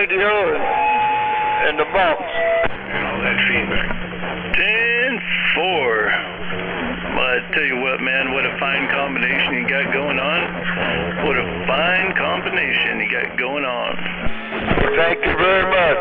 Thank you for the roses, I tell you that for sure. I was under the impression that the purpose of the schooling... Oh, it's a Texas Star. I finally thought about it. Texas Star 500, and he put it up to 600. It does not carry out. Every little bit counts. Weapon use their own minds, but to adapt and use the thoughts of others. This sort of schooling destroys the capacity for independent thought, except in a few rare cases. You know, it's kind of simple, though. It had 2 fuses, and I was having a problem with fuses all the time, so he said, I can take care of that. I take the fuses out of it, switch the wiring over, and it'll either raise it for 50 watts or 100 watts more. And I said, do it. And that's what you're doing. You went 100 watts more. That's right. Drive it hard till she lets out the magic smoke. Is that a tube box or a transistor box? Transistor. Oh, Roger. Hand over there to the Gonzo station and say hello. Virtues of my opposition. They generally do so by frightening them with my name.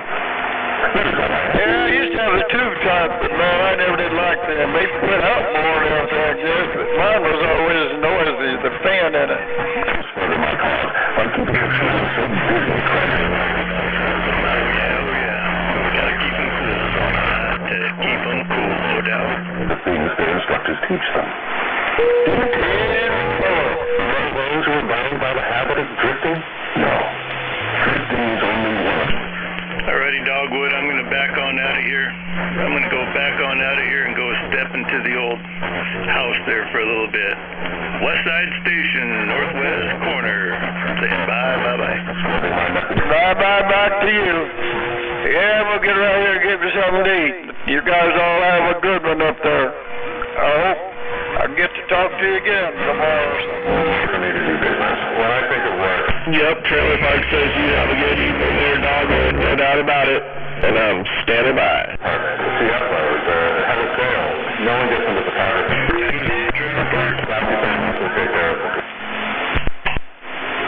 What's that, Gonzo? Dogwood down in California. Oh, Tim, I never caught his handle. He's loud as shit. Yeah, roger that. Shut up, stupid.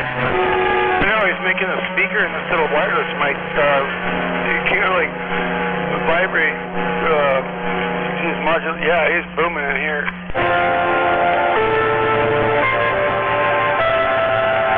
Never heard this mic, speaker and this mic do that before.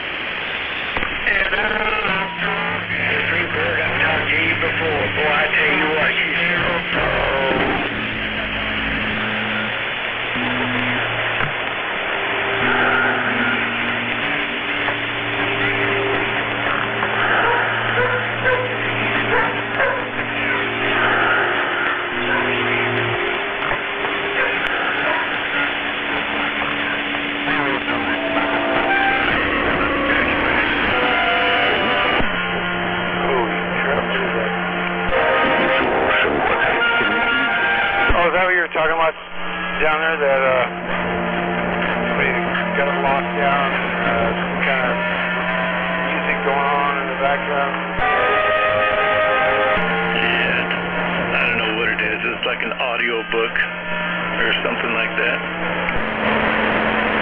God, and it swings with modulation like it's going through some audio processors and shit.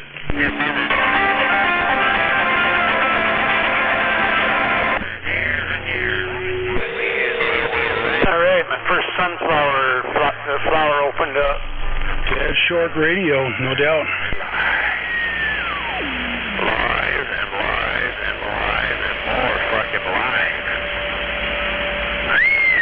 Was that 305 Trailer Park waving? Hello, Trailer Park 305. Yep, I'm waving. Sounding good up here, no doubt about it. 305 Trailer Park, just 20 miles south of Seattle in Des Moines, Washington. I got a... Sounding good as always. No doubt about it. Well, I was going to go eat, but I don't think I talked. Yeah, it's French cooler coming now.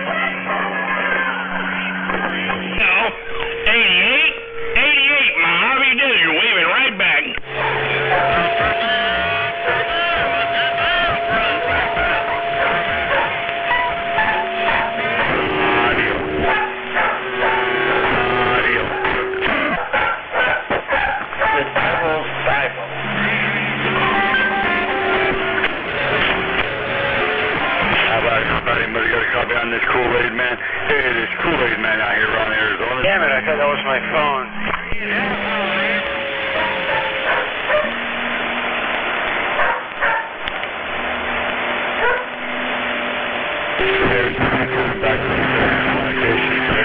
Every time I hear thunderstruck, I look for my phone.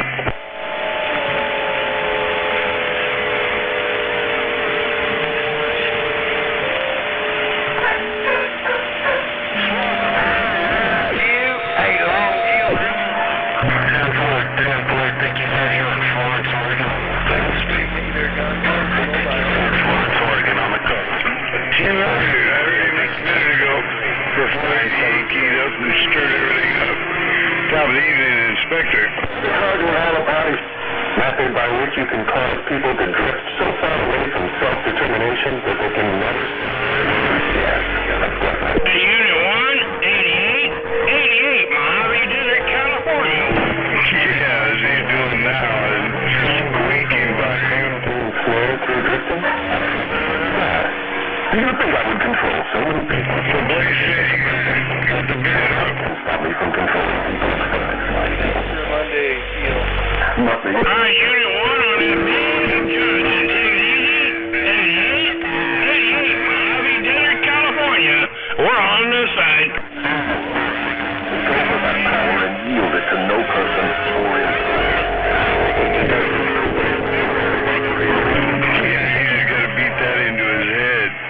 people to drift on every subject through which I can control I rebuilt the cutting deck for that Kubota, what was it, Saturday, and I turned it upside down because I had to replace the rollers underneath it.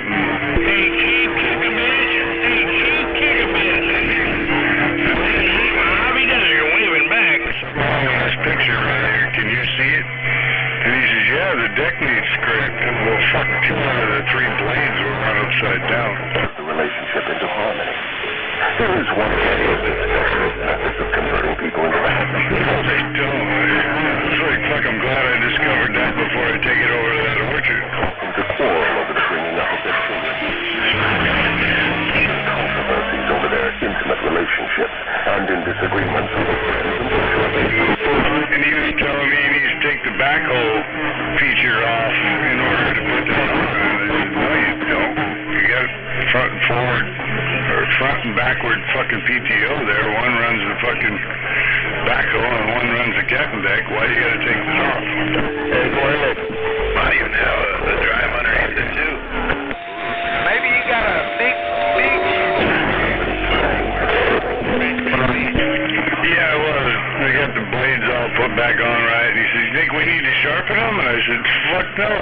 They've been running backwards for fucking how long? Yeah, just well, technically, that's a flail blade. Yeah, flail blade. He's lucky he didn't flail off into the yard somewhere. relatives and acquaintances. Loud, man. Loud and proud. Can they get a better lift of that, like the hovercraft? Into the habit of thinking negative thoughts. Just probably blowing the damn grass down instead of pulling it up. Had to have been, I don't know, man. But, yeah, we got it all squared away now. I'm just looking forward to getting it on there so I can go do that fucking walnut orchard so we can get in there and get some walnut. Yeah, I'm gonna drag my tractor over with that implement that I bought from him here in a couple days. And close people to it. Still going over the hill.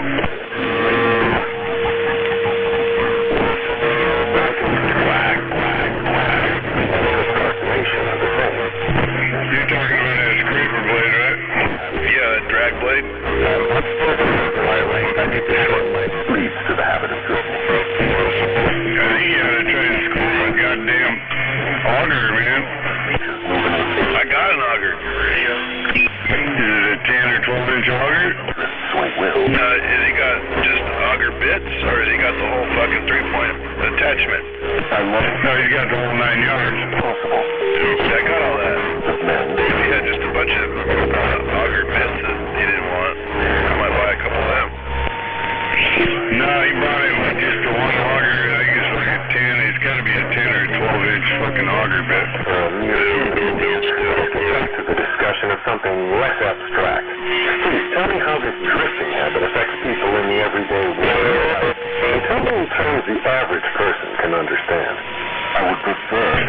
Yeah, he was trying to sell that fucking, was it 3.5 foot fucking rototiller thing he was dragging behind it for years, and he bought all these other little bitty fucking rototillers that Troy built that's a little bit bigger, but a bunch of those little ones. I said, dude, why are you beating the shit out of yourself? Why aren't you just fucking hooking that thing up and running it? I'm creeping. I'm creeping up. But with being a one-person job, dismounting the backhoe attachment and putting that back on, I think he just doesn't remember how it's done, is what the deal is. Oh, but you don't hear me, though. It's only a pain in the ass sometimes to do that shit by yourself, speaking from personal experience. Yeah, I could see that, because I wouldn't know the first. I'd have to get a old Volvo down there at Ace Hardware and say, hey, help me out here.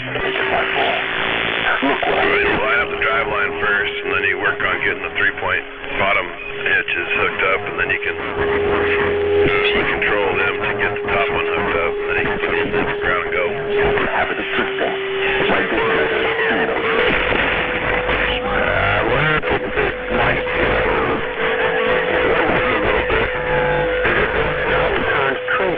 That's how I do my 5-foot box.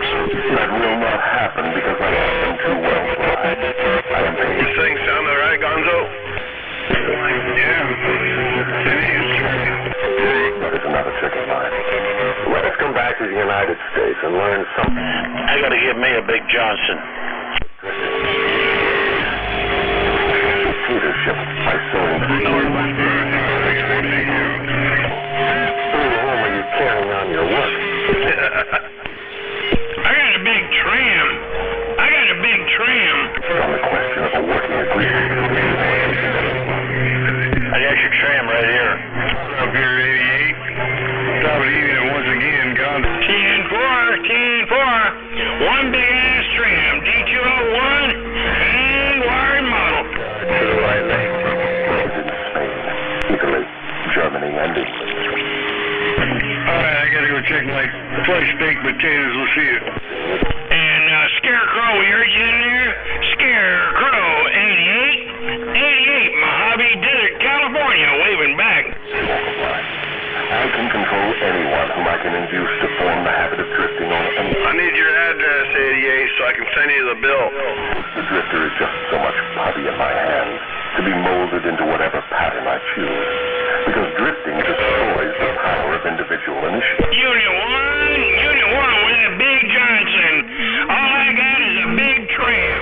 88 Mojave Desert, letting you know. I was messing with those two, the screws. is exactly the way that like physical illness. As low as you can, and it's going to be the coax. Determined to get just that.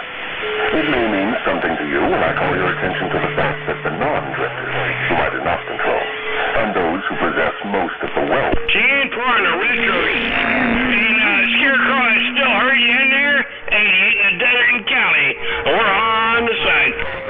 While the wealthy would pass into your hands. What have you to say at that point? I ran some wire, made a separate.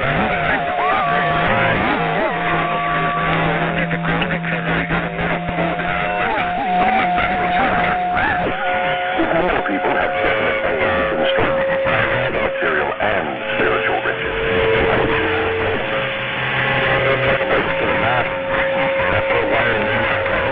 With the industrial leaders, evidently they are not friends of yours? Friends of mine. I'll tell you what sort of friends of mine they are. They have belted the entire country with good roads.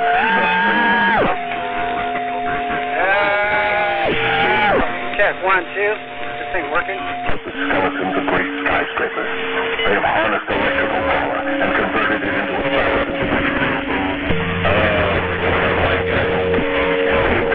The automobile, personal transportation to the homeless citizen.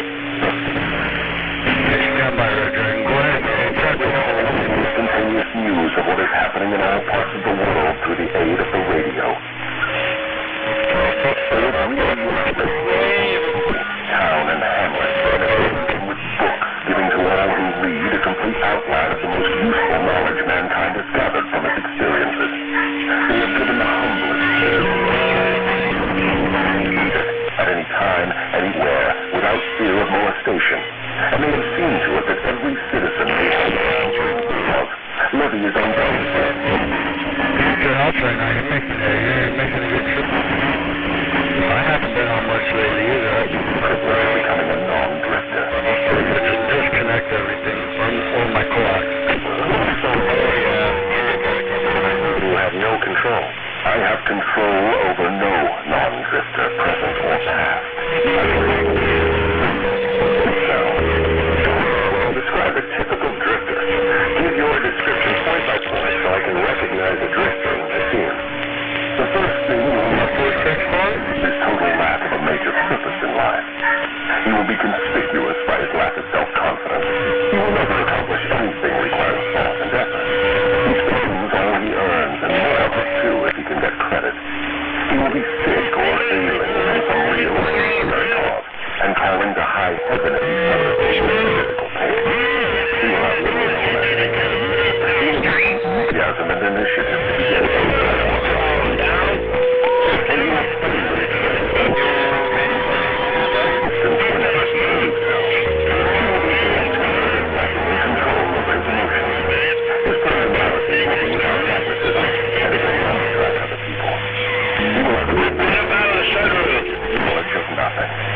He may be jack of all trades, but good at none.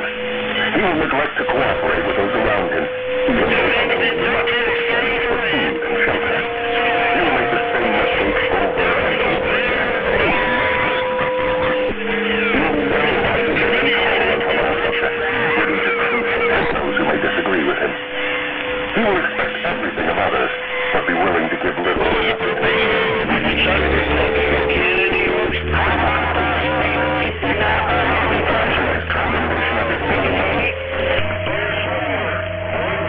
Holy smokes, I tell you what, man, this combination I currently got going just like rocks the boat on sideband.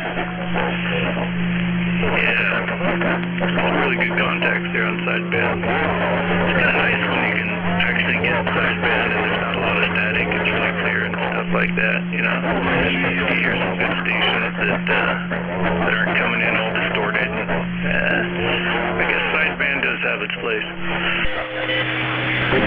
Others, you will criticize them to their faces and flatter them to their faces. Description of the drifter.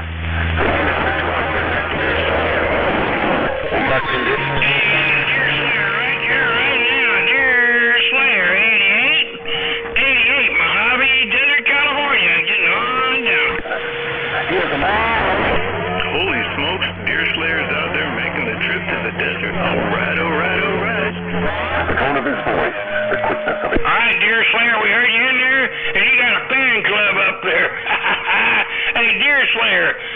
Oregon. West Side Station said, holy smoke, you're making a trip. 88 in the desert, letting you know.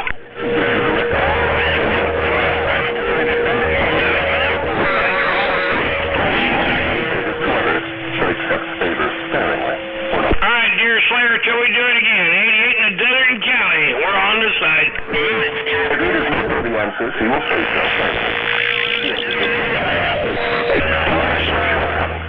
He never blames others for his mistakes, no matter if they deserve the blame.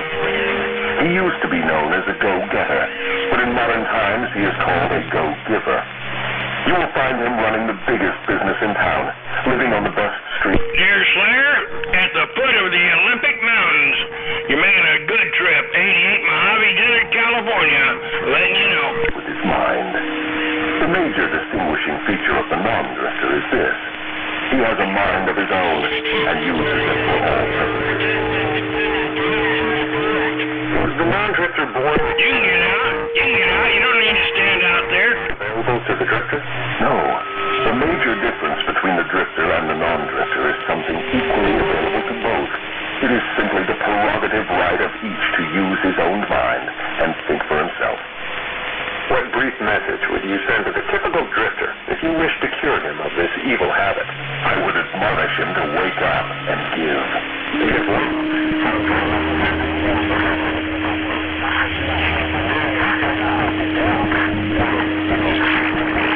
He must give before he gets. Some people think that you exist.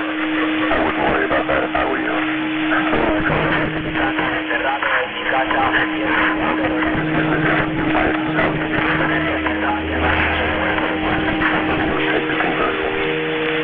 Why do you not try?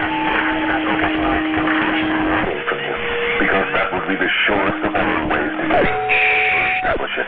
I have a better plan than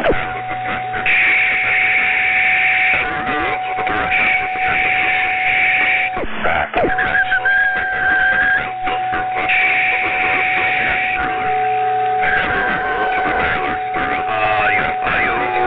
For me. See if they don't. If this can would be found, but fortunately for millions of you, will continue. By which you restrain from domination.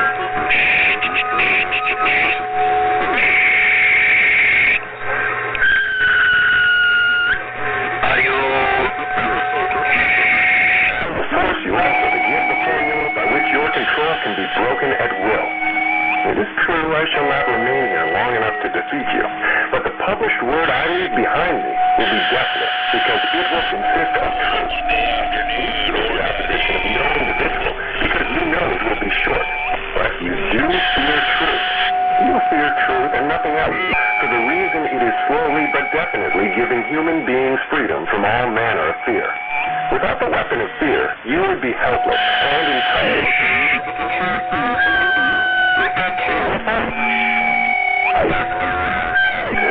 But to admit that. Now that we understand each other, let us go ahead with your confession. But before we continue, I may as well take time out to do a little boxing on my own account, now that you have had your swing at it. I'll confine myself to one question, the answer to which will give me all the satisfaction I want. Is it not true that you control habit to be fixed upon them? Yes, that is true. I have already admitted this truth in a dozen or more different ways. Why do you paralyze me by refusing to take my car? I'm forcing you to repeat the highlights of your confession in as many different ways as possible, so your victims may check this interview and determine its soundness by their own experiences with you. That is what I want. Setting a trap only for the purpose of doing some more boasting, could you?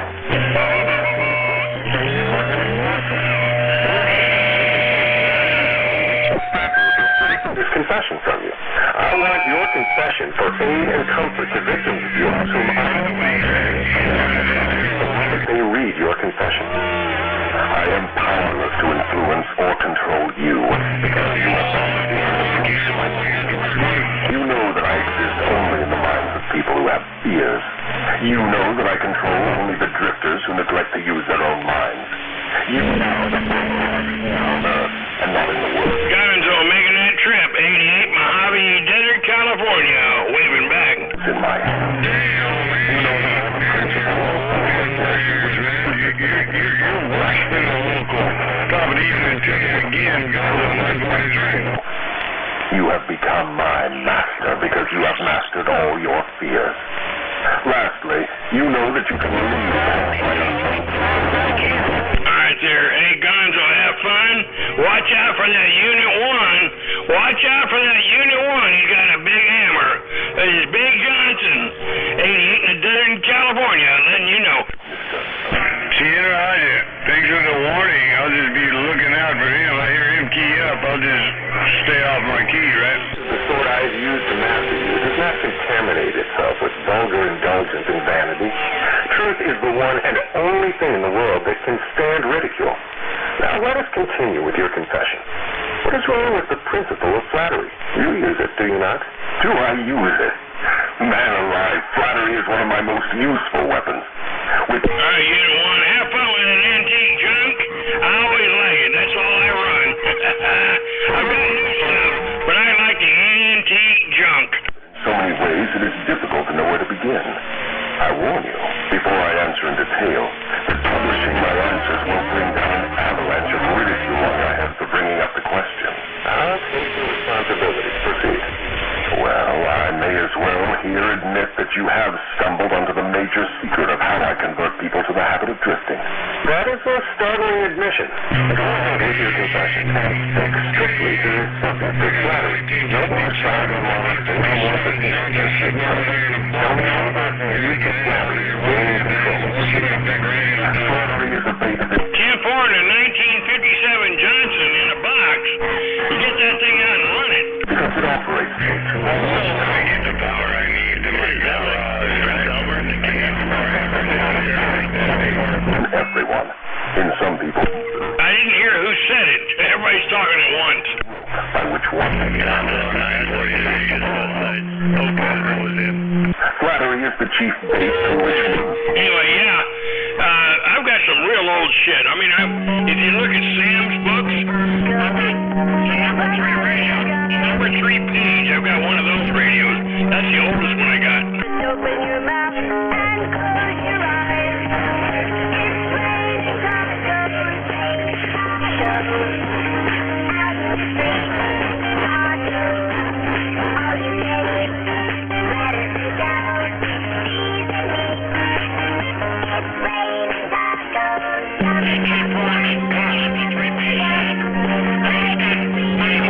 Newest one, meaning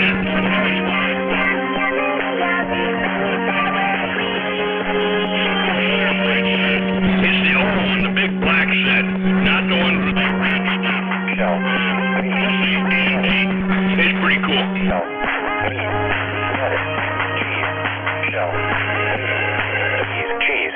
Cheese. It's raining tacos. Raining tacos. Raining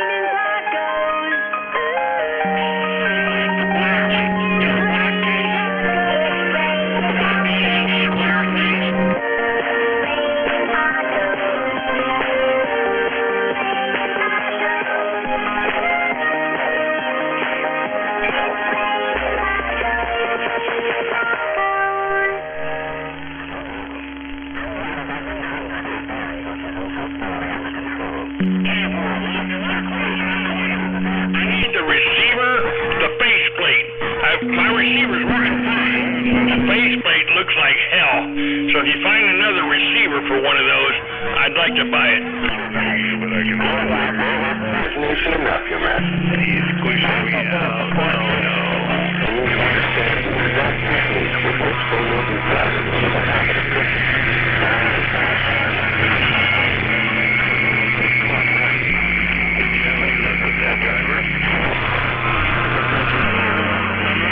Yeah, they're all talking at once. All right. Hey, Unit 1, if you run across one, let me know. Yeah, I've got the whole system, and I've got extra parts of the satellite, several extra... Into their voices. All that shit. I've got another transmitter, but I need a good receiver, the faceplate. I don't even need the whole thing, but I'll buy the like a regular old satellite, super satellite, if you could run across one. Uses as a lure. Alrighty, well, I'm going to end up watching a couple more of those YouTube videos to find out what I'm missing, and we'll see if we can figure it out. Is that all that women use when they wish to flatter men? Alright. The most effective thing they use. It works when sex appeal fails. Yeah, try it out. I got 3 of those modulators. I use one on 2 different radios, and it really does boost it up, those old shit.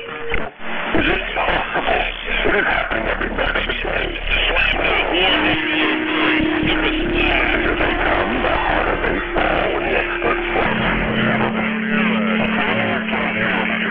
File that's on that SD, and yeah. That's exactly what I'm talking about right now. D104 stock, not amplified, on this trim D201.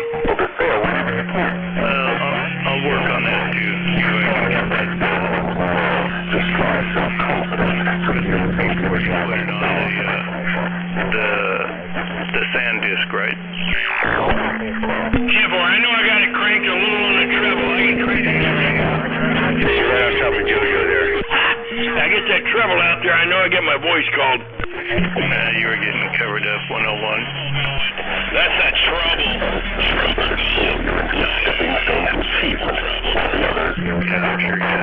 Not producing results. Is the capacity to surmount failure with a... Yeah, well, this one's a hand-wired model. I've also got the box. I can actually key the mic down and just walk by and talk, but I got too much noise in the Hey, the fuck over here on the north side, though. That's where I'm at. Yeah, if I had a computer, I'd check to see if the file I have is still compressed. Otherwise... Yeah, this is the oldest model. If you ever see one, it's got the orange diamond under the tram name. Compressed version, and see if you can uncompress it somehow.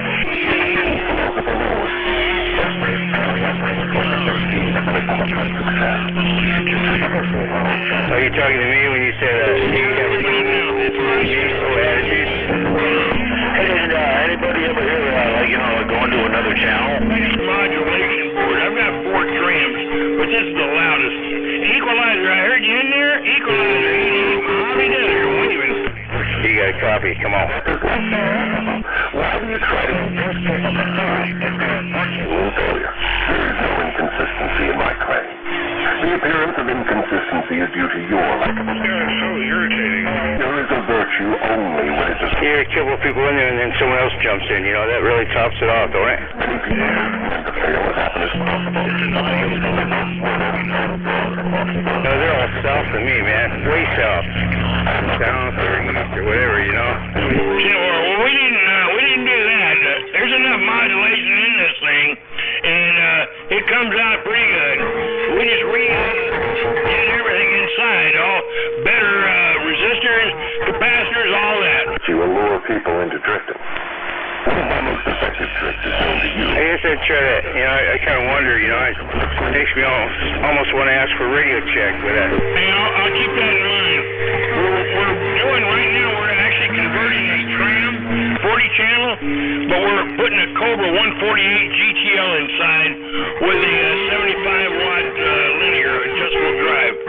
I thought I heard him out there. I see that it enters every home where there is a radio. I inject it into billboard, newspaper, and radio advertising. I spread it in every place of business where people work.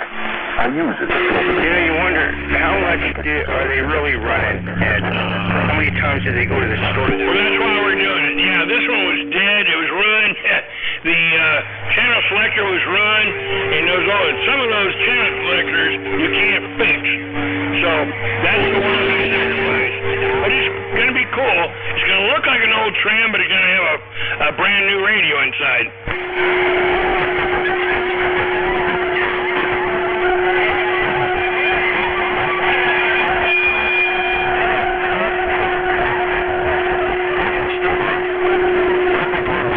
Any device, plan, or method.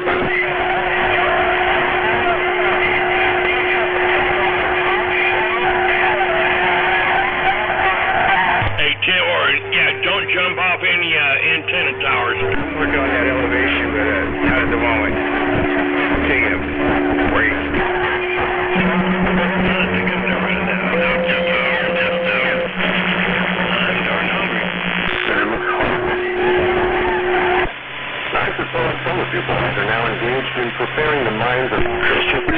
Break for a quickie. I give my beam up, man. That's just gonna piss people off. Some of them. Not many, but some. You know, jumping in there like I do. It's arrived. My best boys are working through politics and labor organization. We intend to take over the country with ballots instead of bullets. I appreciate the quickie, I'm out. They would never stand the shock of seeing their form of government changed with the aid of machine guns and tank cars.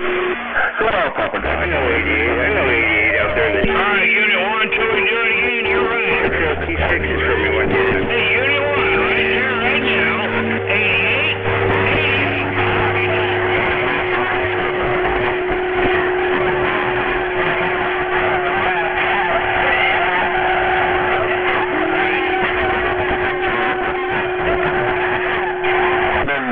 Are filled. All depends on where they point their antenna, you know what I'm saying?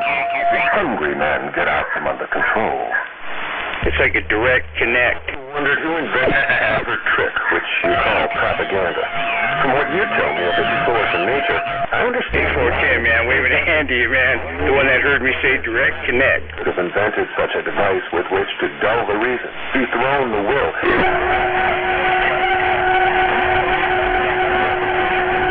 Control of your hey, well, that Johnson sounded good over here, man. Let me tell you, my DX88 Galaxy mobile radio they're breaking.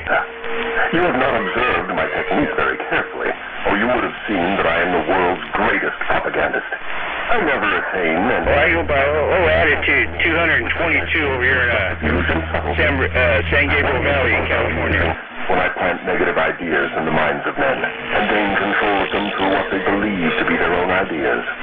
What would you call that, except the cleverest of all forms of propaganda? Surely you are not going to tell me that you destroy people through their own help without their realizing what you are doing. That is exactly what I wish you to understand. 410, Unit 1, man. I heard you talking to 88 out there in the desert. Is that correct? Exactly how do you convert human beings into propagandists and lure them into self-imprisonment? Give me the story with all its... Well, I met him through a guy named J.R. He just wears his pants a little high. With ignorance to gain control of your secret. A handful of 6LQ6s. It was some time ago, though, man. I don't think he'd remember, but if he did, man, I'm waving to him. Don't worry about the skip walking on you. You're making a trip. I saw you. It is little wonder you're hedging about answering.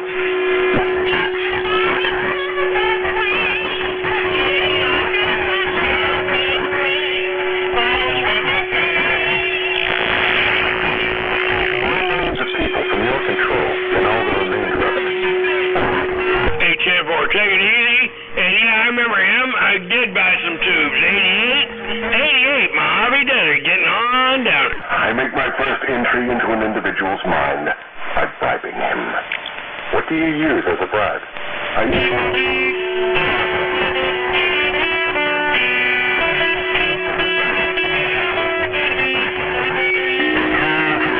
For bribes, the things people most want. My best bribes are these. Well,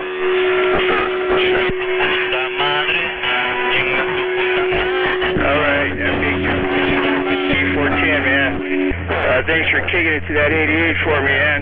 If you don't remember me, you might remember JR, man. But I heard you say Mojave Desert, 88, Mojave Desert, getting on down. From Attitude from Southern Cal.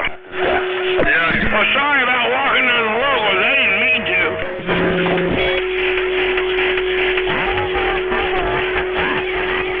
Do you use others?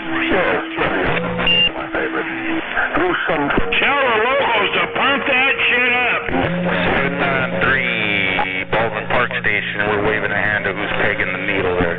You can silently unlock the door to any mind you choose. That is exactly what I mean, and I can... Leave me alone, 88. Guys, they better pump that shit up. Hello, somebody. You got some things. Tell them to go to the Moore store. Potential drifter. Yeah, tell them to go to the Moore store. 88 in the desert, getting on down. I can hear you. 10-4. All right, take it easy. 88 in the desert in California. We're back on the side. All right, man.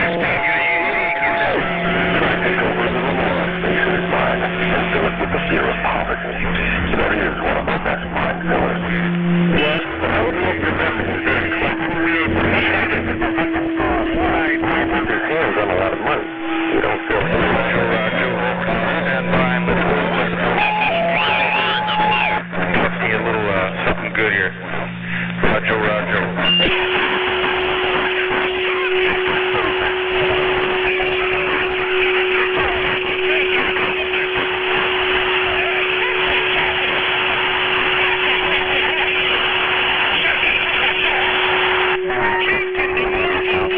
Through the surplus food he eats. That also slows down his thinking and gets him nasty. What other follies can you induce him to take on?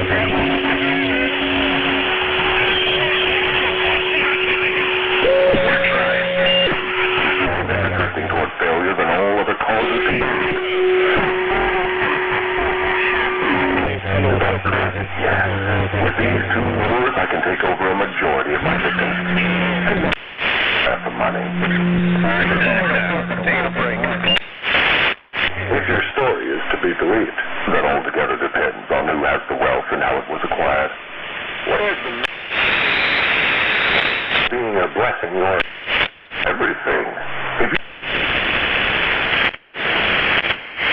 without time to get wisdom and observe how they use it. Why do you suppose rich men's sons seldom equal the achievements of their fathers? I'll tell you why.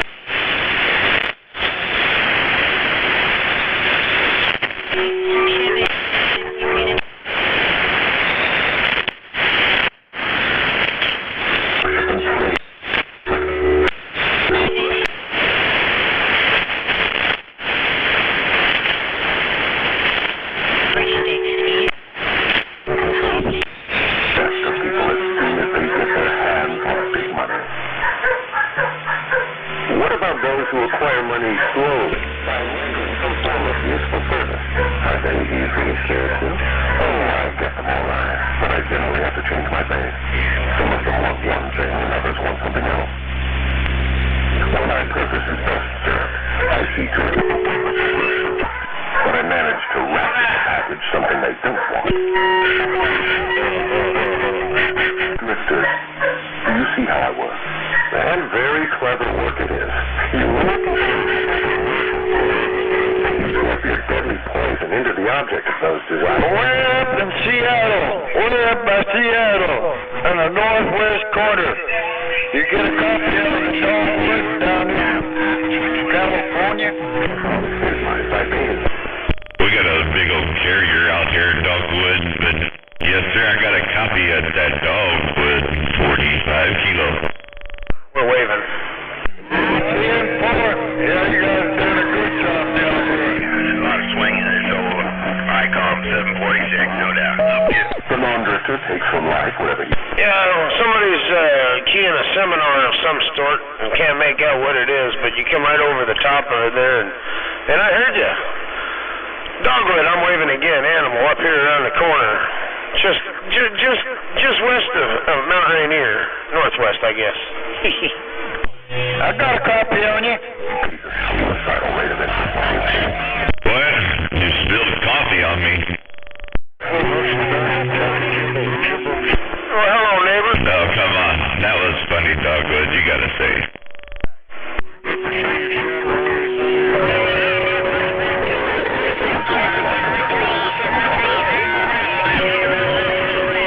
Evening time there, animal. We cannot avoid it because there is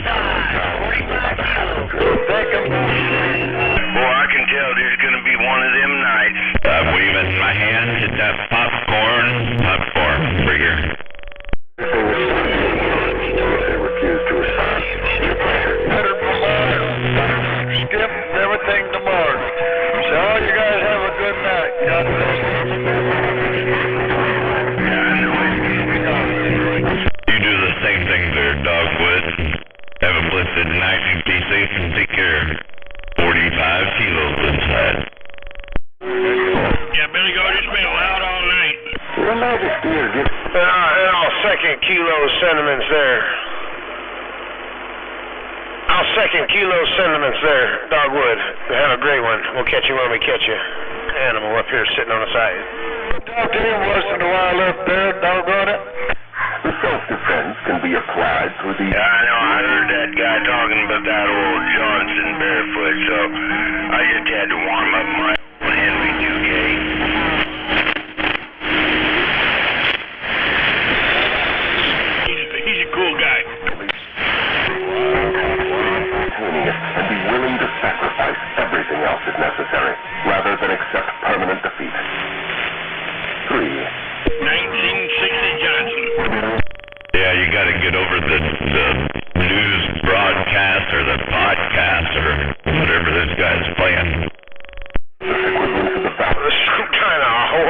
seminar.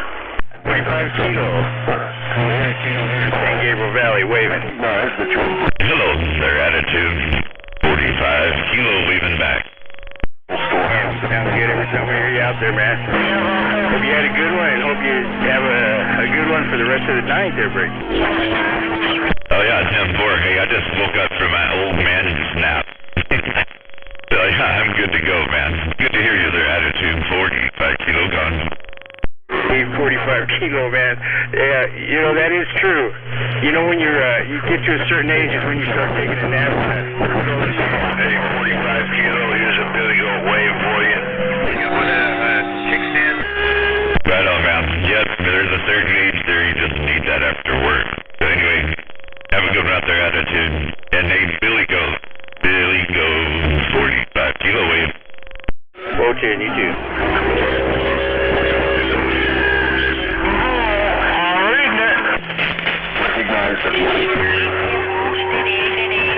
Hey, what was that, Bolt? Hey, Bolt Sniper. You said you heard some hot carnage? You do not want it temporarily forced upon you. You can refuse in your own mind to accept it, and it will make way for the things you do want. 10. Lastly, remember that your dominating thoughts of truth. Got that thing up there? Well, I think I'm going to go put my swim trunks on and take me a dip in the pool. Counterpart. What do you need swimming trunks for? You got visitors? That list looks imposing. Give me a Good point. 10 points. If you had to combine all 10 in one. No, the brother-in-law is around, though. Definite in everything you do. Oh, yeah, 10. He actually made it up and over the ladder yesterday. He got in the freaking pool yesterday. Willie and I stabilized the ladder so he can get up and over, and holy hell, it held him. That's very cool. That's good news, too. That means he can relax when it's all hot out there. Hey, I did the water breeze up about 6 inches when he got in. Splashed a bit over. Yeah, 10. All right, man, you guys have fun over there. Here? Oh.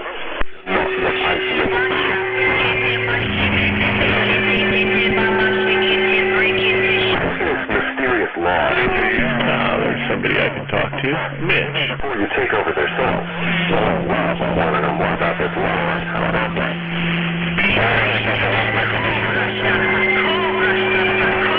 It's not a criticism. No, you just can't understand what everybody's saying because there's some kind of podcast playing. But I think that was 44. I just couldn't tell. That was you, 44? 45 kilo waving. I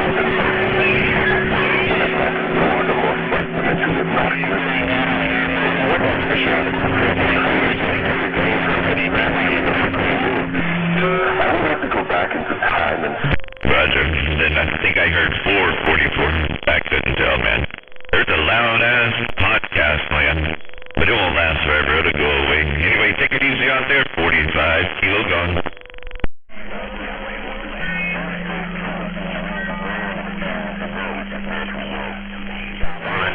Definitely gonna. There you go. So it's so they're gonna like 3D image it and then make it into a boat or something, or actually use the boat. I thought I heard me an outlaw. I couldn't swear to it, outlaw. I did hear something in there. It sounded like your voice, though. Outlaw Central Cal, 45 kilo wave.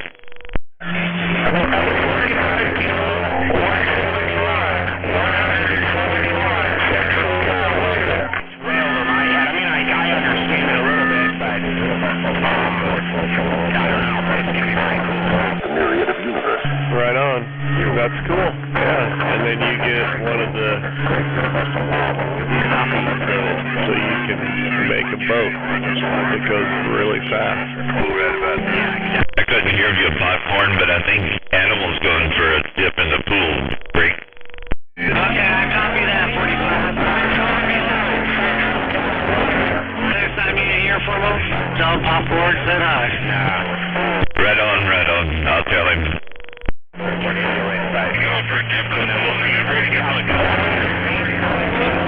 Never go get the smell out of that pool.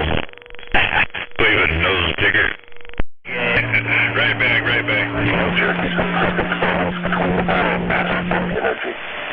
Yeah, Roger. Oh no, you'll get your 3 going, and then if anybody else wants them, you should be able to just pop those bad boys out. Upcore. Mr. Picker, how's it going? Yeah, good. Saw your message. Tell Nosepicker keep his finger out of his nose. That's nasty. Probably about 20 minutes ago. 88 over there in that desert, 45 kilo waving. You said to tell Nosepicker to get his finger out of his nose, but that's nasty? Oh, man. 10-4.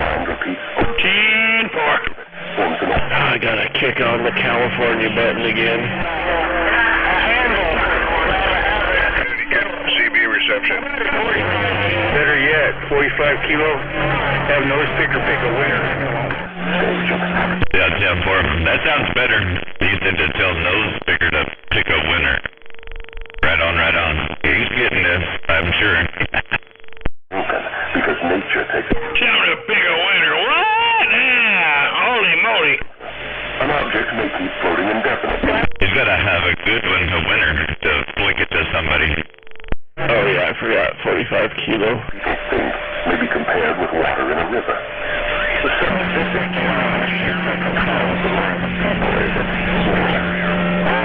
to do to gain control over any mind. Yeah, if I had switched over that, I could hear more. Hey, Unit 1, 45 kilos got my ears right now. 88 in the desert and counting, letting you know. Hey, you guys go ahead, man. I'm going to take a stood by out here. 88, catch you later. 45 kilos this side. I think I'm going to build a booger catapult. All the audio in the world, 45 kilos, you got it going on. Maintaining control over his own Why not, Jack, man? We're going with a booger catapult. Forget that flicking stuff. We're chucking them in the air. Those who control and use their minds escape my web. I get all the others as naturally as the sun sets in the west. Is that all there is to the Unit 171. I'm just going to flip over here real quick and say hello, trailer park. Waving 45. I said, thank God you're on the horizontal. All right, Unit 1. How many minutes trailer park crash time? Oh yeah, trailer park trash. That's on Monday. Yep. being with the privilege of using his own mind. If you use that power by maintaining control over your own mind, you become a part of it when you give up your physical body. Where's the little radio? They have the privilege of taking advantage of I wish this little sermon was on the flat so we wouldn't have to hear it. When you gain control of him, everything that is left after he... Probably is on the flat. In other words, when you gain control... Yeah, it's way down low on the flat though. Unit 1, 171 Central California. That is how I operate. What do you do when people need control before that? On my flat, you know. That's louder on mine. Propaganda.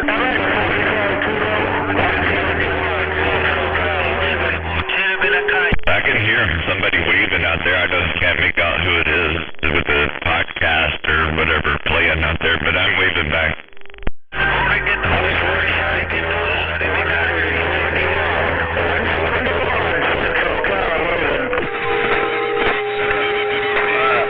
And 45 kilo, you got a copy on drive-by radio here in Central California waving.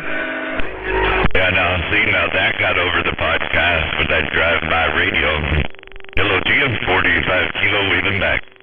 I don't hear no stinking podcast. Why is the fear of death your favorite weapon? Because no... 10-4-45. We don't need no stinking podcast. Definitely what happens after death. This uncertainty. The podcast needs to go to the bathroom and drop a load. Give over their I heard somebody yell at that one. Go ahead, Unit 1. Central California. CB radio. What a moron. That's that Giuseppe. Radio tracker, Washington State, listening. That's what Giuseppe, what's that? Jojo or something? who are influenced by it.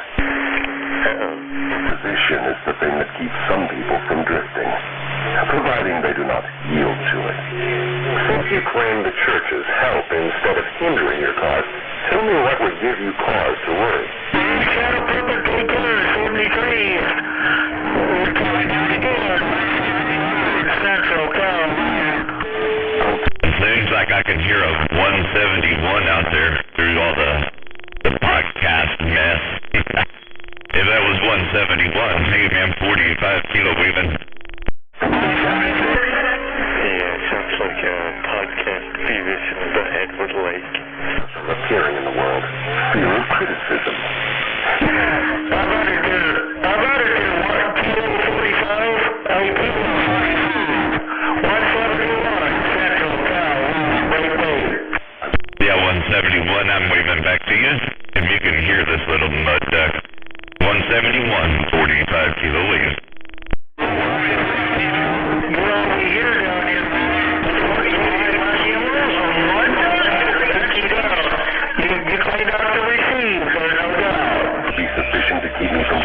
Right on. Glad we could communicate, no doubt about it. A171, be safe, have fun, 45 kilos this side.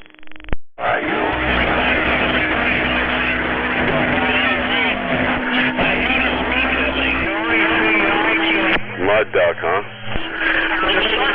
Uh-huh. You would become a social outcast. How you doing? It's Jason. Life would treat you. Hello, Jason. How you doing? Oh, not too bad. Just, enjoying the sunshine.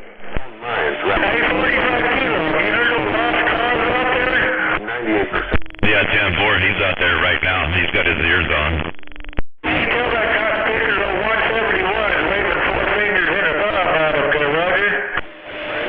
Yeah, 10-4, I better do that on the vertical side here. He lost cause. 171 said he's waving 4 fingers and a thumb to you.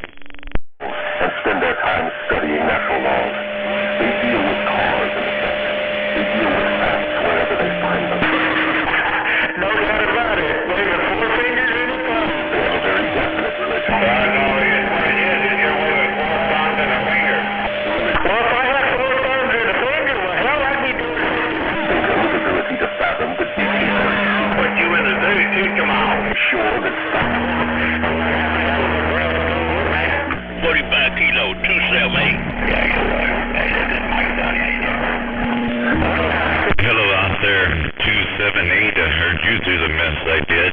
278. Good to hear you. 45 kilo wave. Hey, wave it right back, man. Hey, 45 kilo, wave it right back. Roger. Have a good one out there. Be safe, have fun. 278, 45 kilo gone.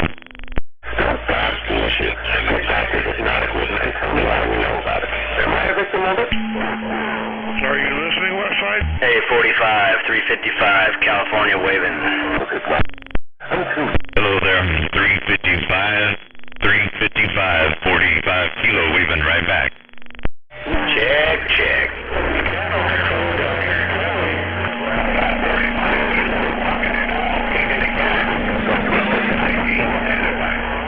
That little bit of red. So I heard walking the dog and kicking the cat, and that was about all I got out of that. But I did hear that part. Walking the dog, kicking the cat. 45 kilo this side. Hey, 45 kilos, 1119 said he's walking. Loading the booger catapult. Yeah, Tim, is that 1190? Is that what you said? 1190?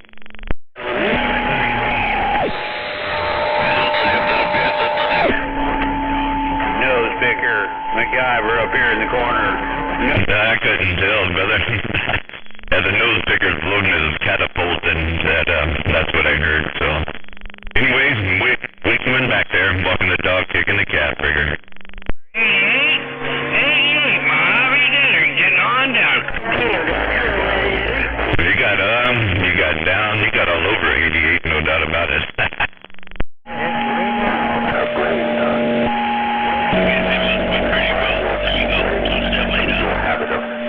Shadow traffic, I think he said, but I heard MacGyver in there, 88 in the desert, and 45 kilo. Let your people go. Let them go, let them go. Let the corner rock and roll. 45 kilo on the side.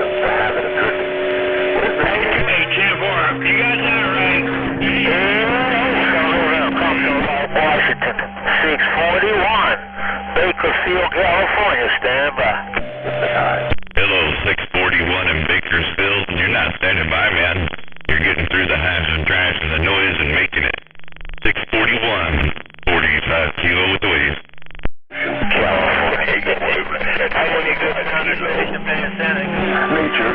Hey, Tim Horn, hurricanes and everything. Dang, with the Kilo over here it is California Eagle. We're waving.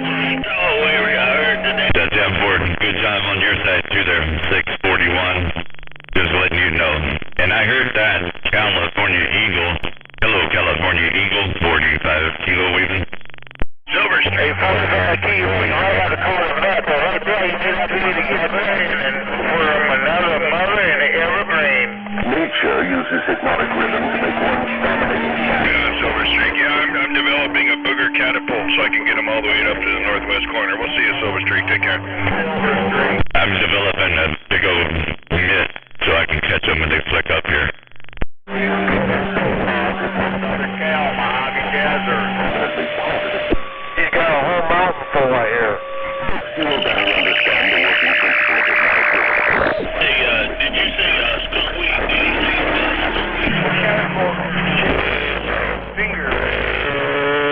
Skunkweed. Huh? 1, 2. Outlaw, Central Cal, keep it now. The Bluetooth wireless coax is the wave of the future. I've got it out there.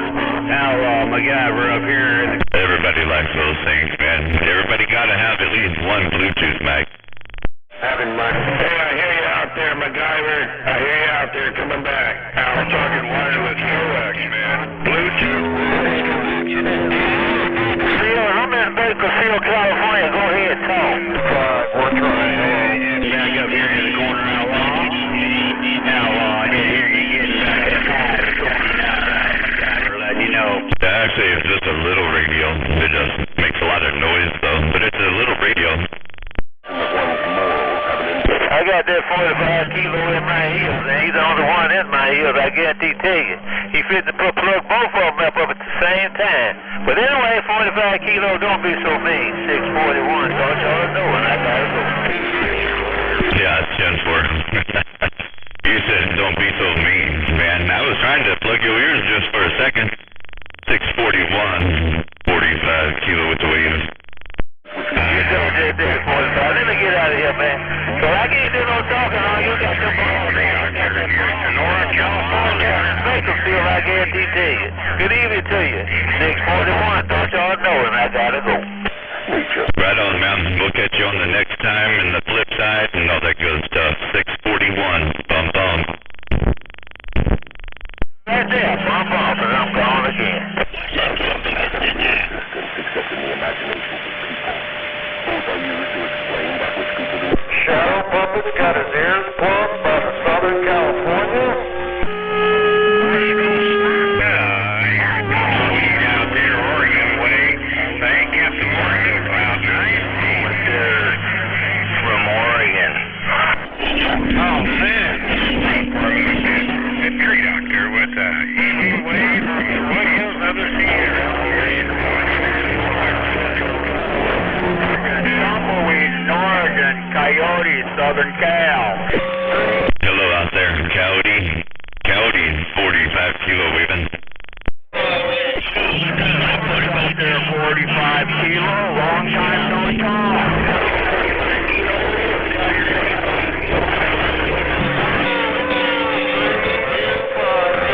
After that, you have a good one out there, Coyote. Be safe. Have fun. Coyote, 45 Kilo gone.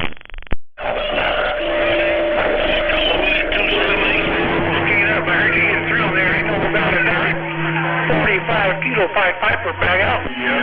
Hello there, Pied Piper. Good to hear you again, Pied Piper. 45 Kilo saying hello, waving. Right back, man. Hi-Fi radio blowing smoke in my receive. I'm going to pull straight back, stand on by your others out there trying to make the trip. Back out reading the mail. You're on reading the mail. All right there, Pied Piper. Check you. The antithesis of justice. Hey, Tumbleweed. Tumbleweed.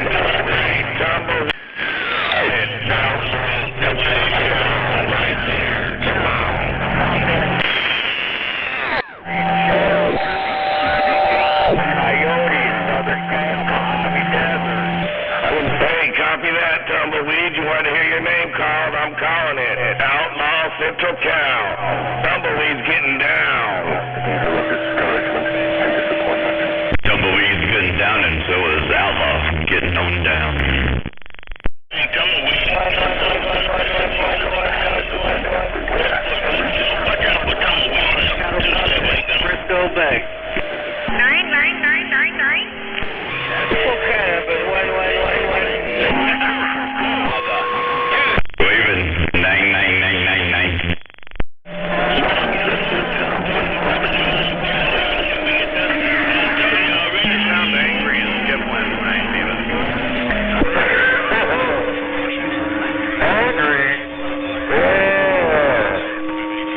too much competition. I'm going to cry. I got to go to the Dow. Give me the Dow.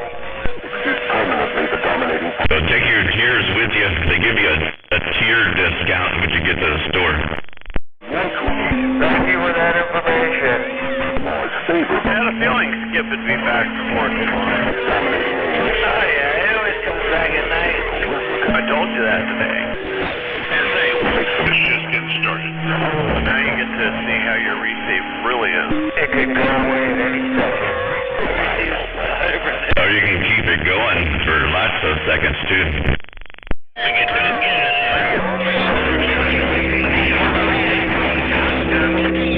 Tommy, we 88, Mom. I hear you at Bakersfield, sure do. Tell me we at 641, said we hear you at Bakersfield, go ahead. Popcorn, and more popcorn. 45 kilo waves. Must be ambidextrous. Are there really people in Bakersfield? Ambidextrous? What?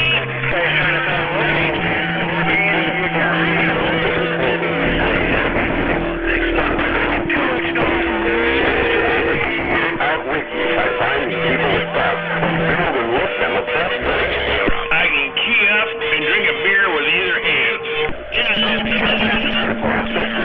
That's my opposition. Or drink a beer with either hand. You control people by making 7-8. Are you looking out there in the desert tonight?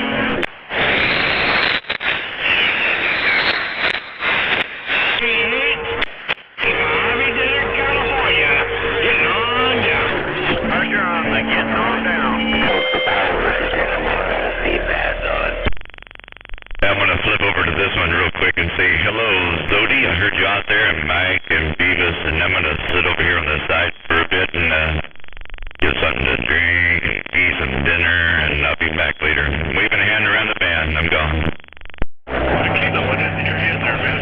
Stop the English. 5 kilos? We have some kind of a pickled snack and some sardines. Yes. They're always beaming it. Prove it for yourself. The devil's word is not worth much among your earth-bound sinners. Neither is God's word. You fear the devil and refuse to trust your God.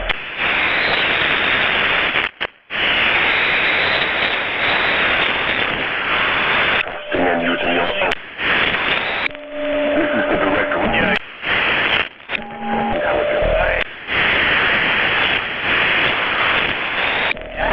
I'll take it. I knew you would. I even got a jumper for you. Imagine that. And you don't have to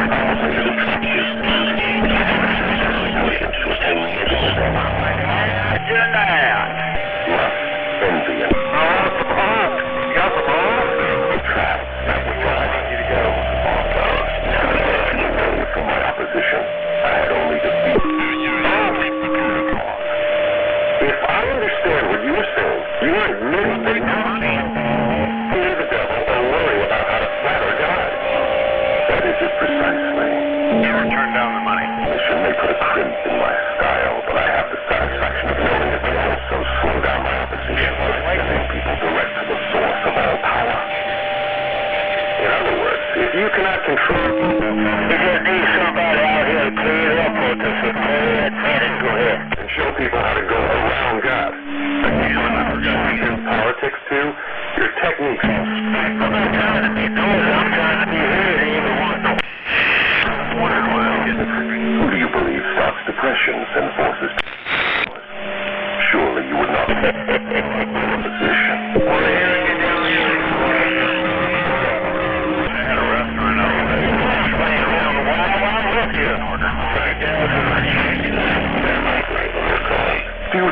No. Great. More 3 blocks away. We appreciate it, but you save some of the flowers what you sell for me. You know what I mean? Bakersfield, California. Sometimes called a little bit of honey.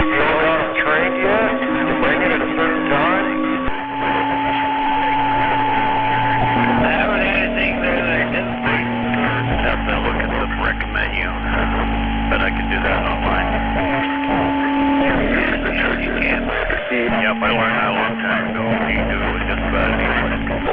These nexus features Works good for fast food. That way you can tell when you want to go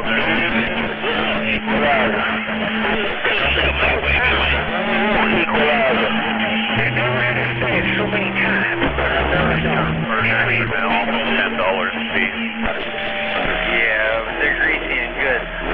Yeah, they're losing they're good. They started losing it about 10 years ago when after my friend Tom died, they really started losing it. operates automatically.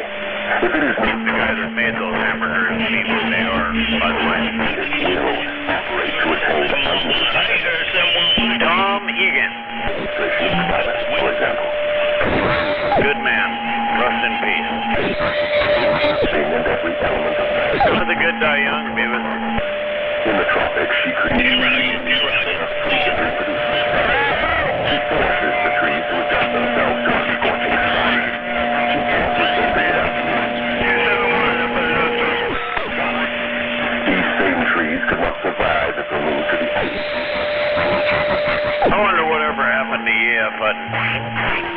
So, Pip, how'd your day? This is surviving. How about that 13 in Wyoming? You got a top-down outlaw in Central Cal. Ain't no conditions for you. It's actually pretty fun to listen to him tell everybody that everybody listens when he dies. Nature forces upon the minds of men the influences of their environment.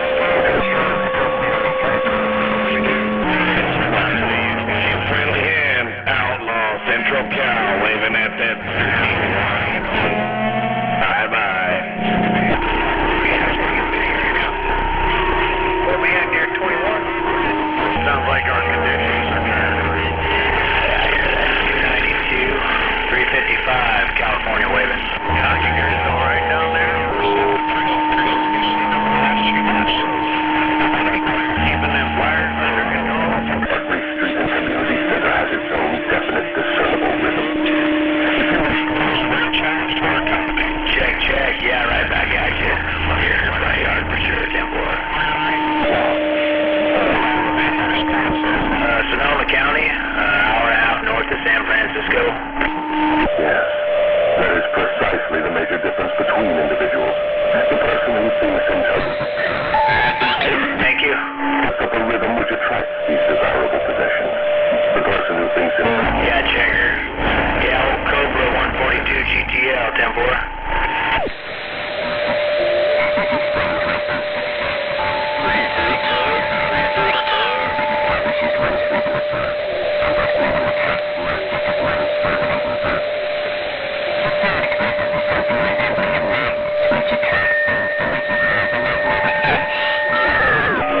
That is why the poverty-stricken herd themselves into the same communities. It explains the old saying, misery loves you. Thank you. Yeah, you're sounding top shelf yourself, Temple. In any other.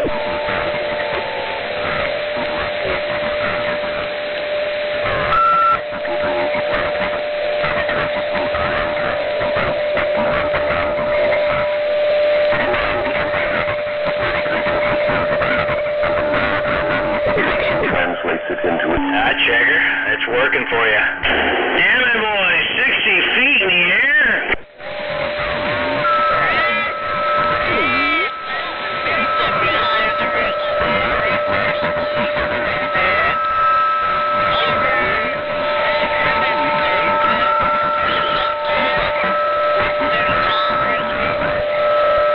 Well, Mother Nature is smiling on you.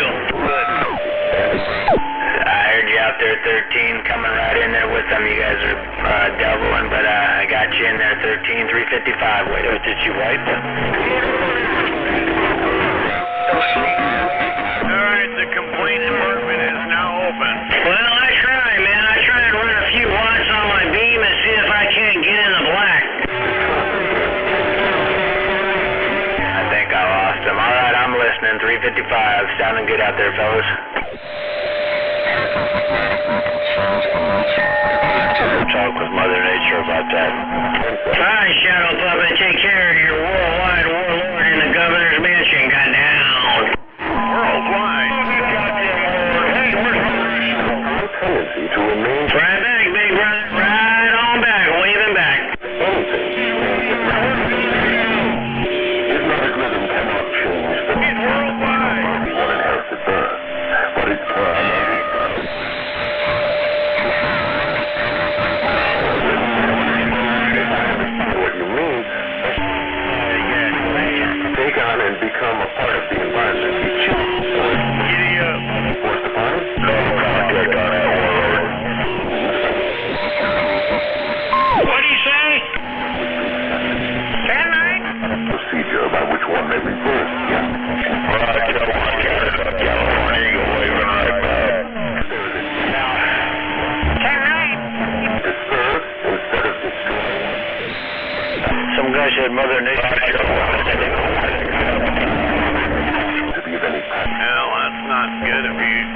70 Sherman, you can't wave. Where's my radio? I should have cranked up his mic gain some more. How many PM? See what you said? Yeah, he ain't overdriving it enough yet.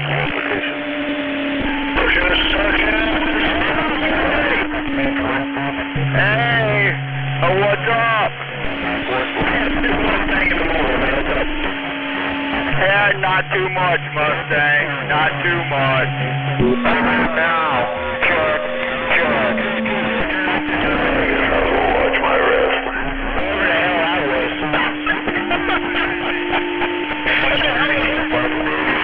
There's ship everywhere, Mustang. Ship is everywhere today. Yeah, that's right. Well, they know your schedule. They know your schedule and they shut it down. 10-4, I'm back on this side.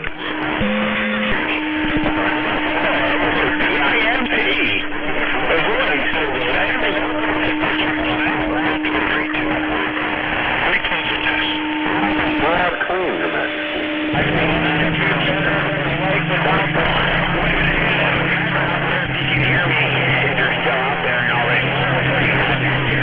MacGyver waving a hand from Vashon Island. You got a copy on popcorn?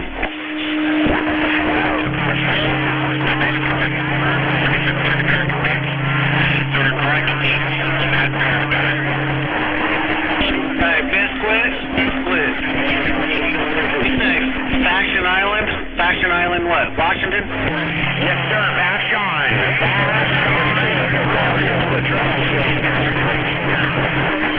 Okay, roger that. You got first floor, San Francisco Tech.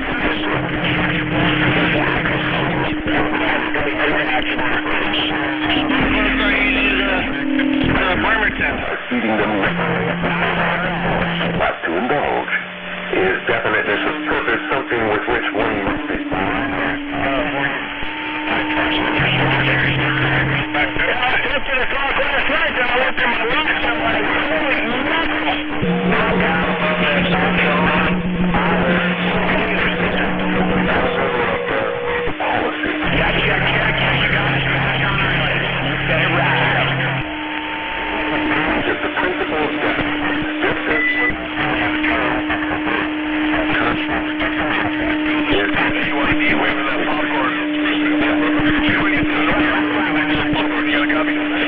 Who's that calling for popcorn? See, I did that. See, I got a microphone and 11 acres and disappears. All I heard was QID. Yeah, it's JYD, short for Junkyard Dog. Okay, copy that. Junkyard Dog, popcorn, San Francisco Bay. So whereabouts are you then? I'm east of San Francisco. Right on.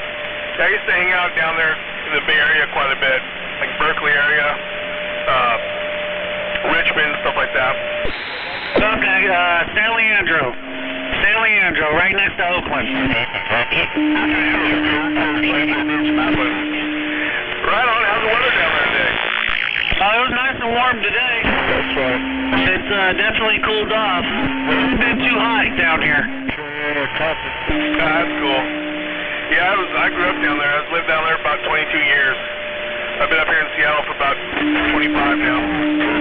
Oh, okay. That's cool. Yeah, I had family over in Bremerton, so I know that area kind of somewhat. Well, right on there. Yeah, so this is popcorn, right? You'll apply. Say no now. Hope you have a good evening there, Junkyard Dog. Brother, popcorn, you too, brother. JYD on the side.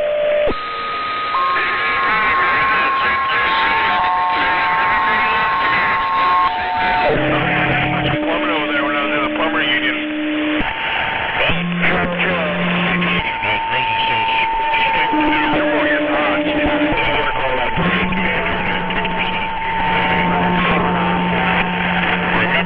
He's always on the other side of the hill in the Bay Area there.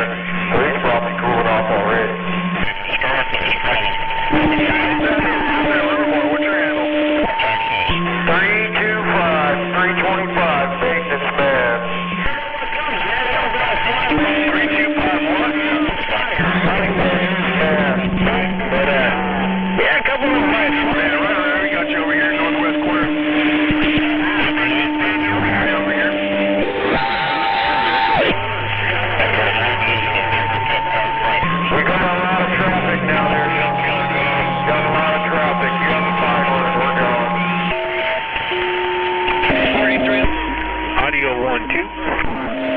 Audio 3-4. How's this radio sounding? Sounds pretty good.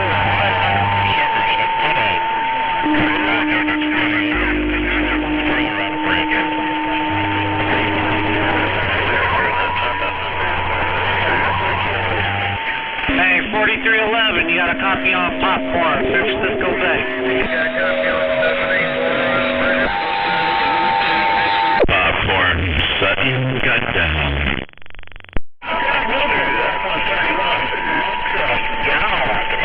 271.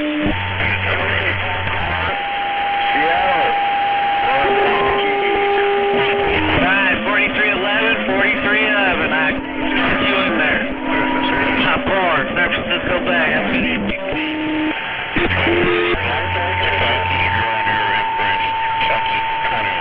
Hey, Digest here, Kilo 45 out there.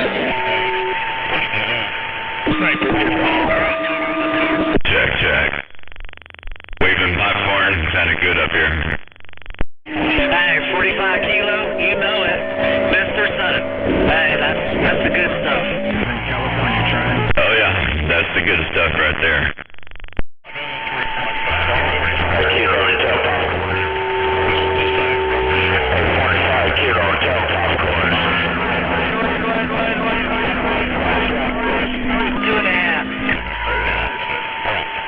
I heard something out there. Was that you? 6 1/4? A 6 1/4, 45 kilos looking. 131 cookout, try.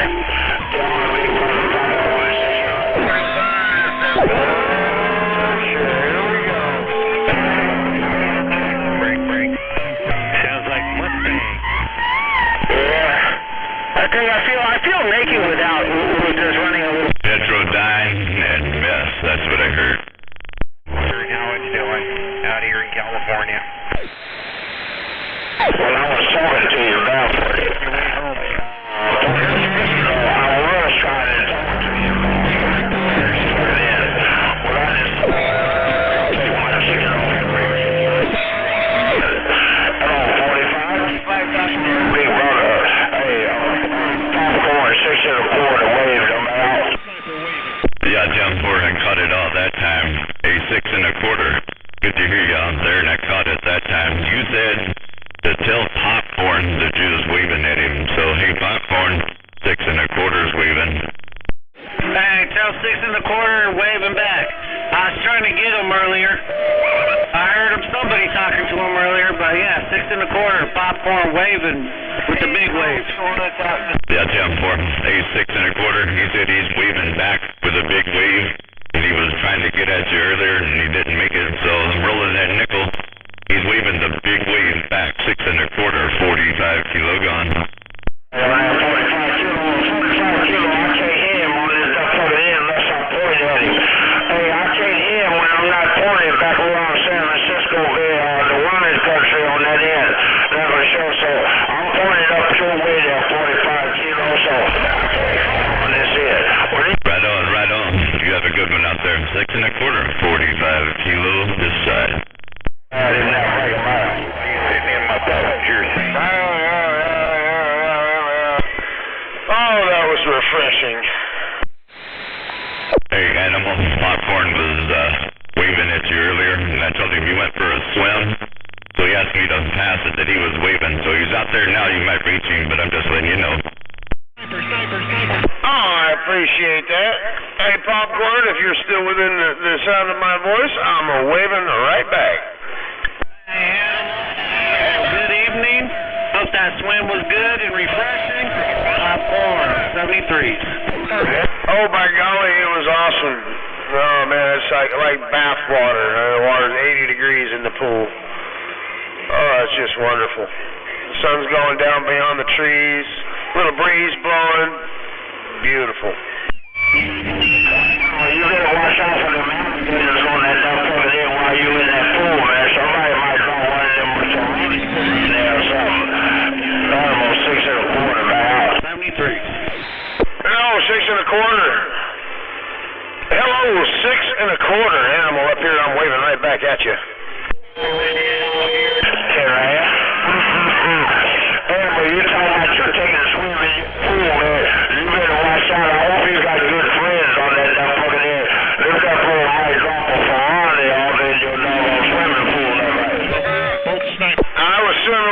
Mama Bear. Ain't nobody getting near the pool with the piranhas. Come on. Sure, are ya? I know you was on that popcorn. That'd be my long-time friend on that dump over there. So now, well, take care. I'm gonna put this chicken back on this bus stop on back. Pacific Northwest got down. 10-4 there, 6 1/4. Wrangle up them chickens. Have yourself a great evening. We're gonna slide here on the side. Maybe set a little something on fire. 6 1/4, an animal up here around the base of Mount Rainier, and I'm sitting back. Where I am, I'll put it on your lid. I'm on this bus stop having my hard life. I'm back raising this. Hey, 6 1/4, 6 1/4, Trailer Park with the good evening wave. Hello, trailer, Park. How you doing this afternoon there, Mega Man? Oh, we're doing fantastic up here. It's about 75 degrees. Feels good. Nice and cool. I like it. Hopefully you're staying cool there too. 6 1/4, Trailer Park, and I'm standing by. Yeah, sir, on that Trailer Park, I got thunderstorms coming through, man. They're going to be up in these mountains, man. Hey, but lightning going on and everything else. But like, they're a little bit higher than I am, so it ain't bothering me right now there, are you? Oh, 10-4, will you stay safe from those storms? You hear? And we'll be listening for you. Okay, put it on you later. Hey, Trailer Park, 6 1/4, about 7,000 feet. I'll see you. Bye-bye. All right, 6 1/4, Trailer Park, and I'm standing by. Bye-bye. From the hills above Nottawcom Creek in the valley of No Receive, reality a little left to center with the best confusion. This is Western Washington 169 sitting by. Jumping up and down, Hello, sniper out there looking around. A bolt sniper out there looking around 45 kilo wave. Trailer Park, here's a Billy Go wave for you. Kilo 781. Duck it down, I guess. Trying to reach out, Burger. 10-4 there, 781 trying to reach out. Well, you reached it out as far as it'll go. I gotta say 781, 45 kilo wave. It's just a little bitty radio.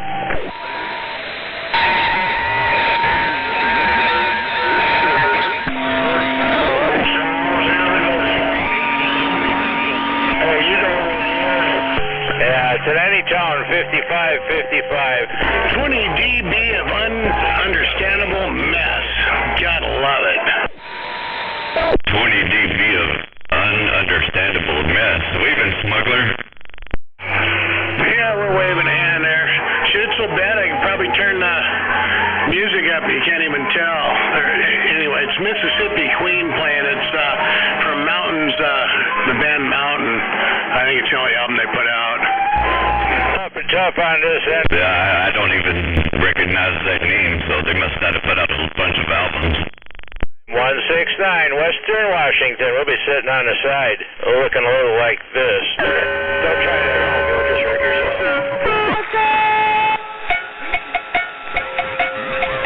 Audio. What your mother told you is true. If you do this with your face out, it stays like this.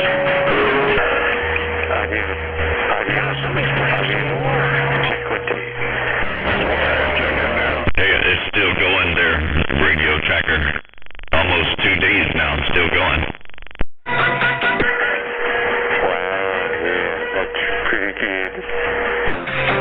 I just flipped it on there to see if it was still echoing after 2 days and listen. Audio. Still going.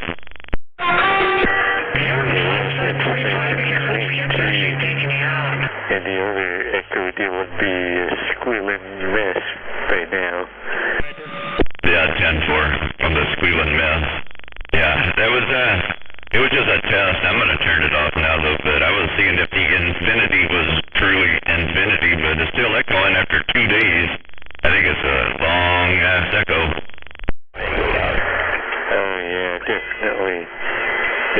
Infinity feature through the mixer or something else? As well as Lexicon MX200. I'll be back in there in a few minutes. Hello there. 200 at the Golden Gate, I heard you. I did. 45 kilo waving back to that 200.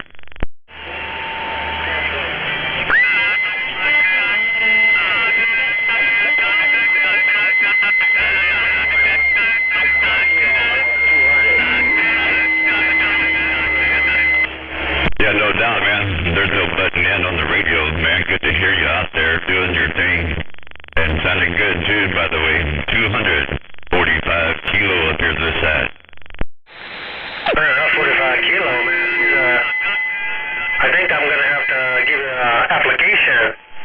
At 45 kilo, I'm going to have to give you an application and put you on the payroll. Mr. 45 kilo wrecking ball waving a hand, and I'm back out. Oh, man. Hey, Wrecking Ball, I suck at applications. It's almost like a test.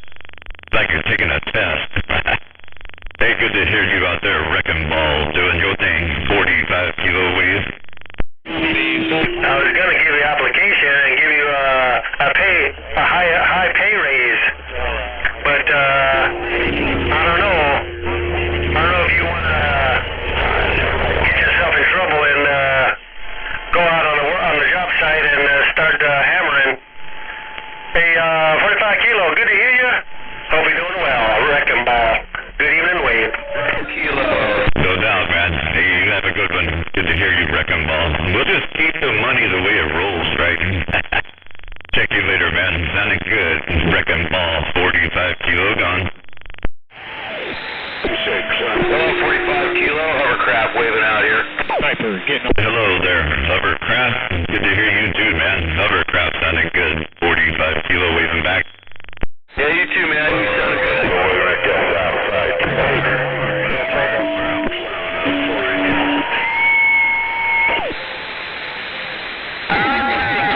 I'm gonna slide in there real quick. I heard that wrecking ball and that hovercraft animal up here in the corner. I'm waving. Animal. Hey, animal, sounding good over here too. Hey, I just want to spike the mic and wave my hand real quick. Animal, wrecking ball. Heard your station, Mr. Animal, wrecking ball. Good evening, Wade. Copy. I'm over here in LA, California, Los Angeles, California. I got that wrecking ball through that mess. I got you back in there through that mess. I heard you had to jump in here. Hey, wrecking ball, animal. Just chilling. Sniper, more sniper. Copy that.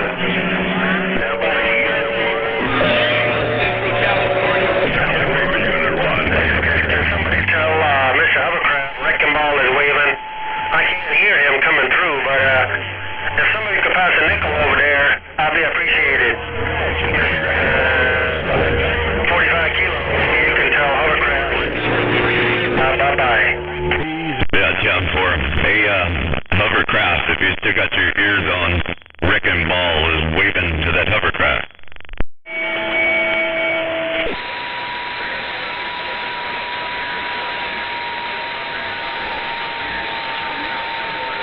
No get back on the hovercraft. Hello, Brigger.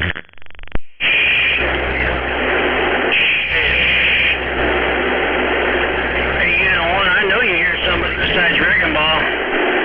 Hey, Unit 1, I know you hear more people than Wrecking Ball because Warlord got down.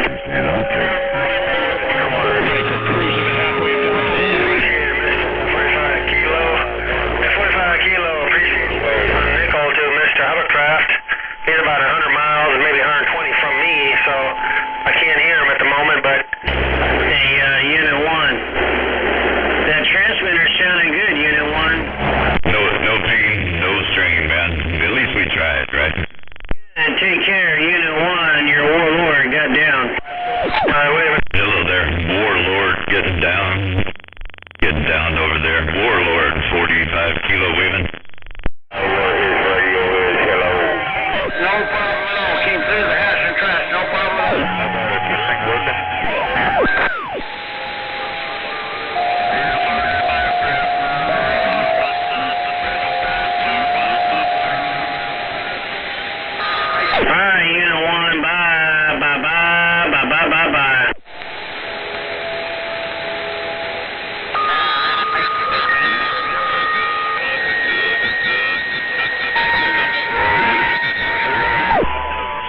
There's a California sniper out there.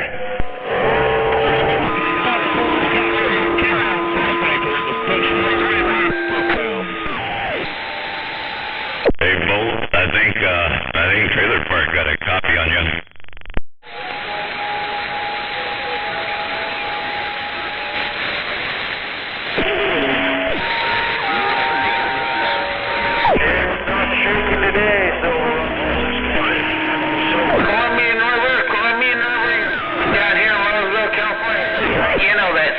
Roseville, California. Hello there, Road Runner. Hello, Road Runner. 45 kilo waving. Silverado. Old Billy Goat 338 down here in Mojave Desert. World waving. Hello, Silverado. Hey, Silverado around the Columbia River. Hello, Silverado. Sounding good. Sacramento. Good evening. Silverado, 45% cruise. Silverado, wrecking ball, waving a hand. And I'm going now. 325. Bull Sniper got down. It's Wiley Coyote out there, G45. Sacramento Valley. Waving a hand, standing by. Hello there, 015. Good to hear you once again. 015, 45 kilo waving. 45 kilo rocket.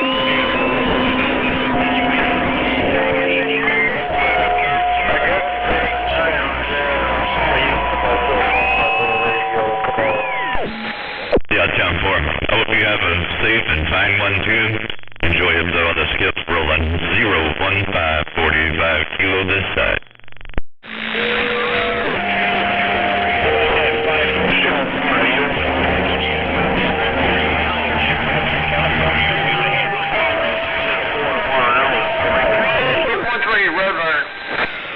Seven one three, sounding good and getting down.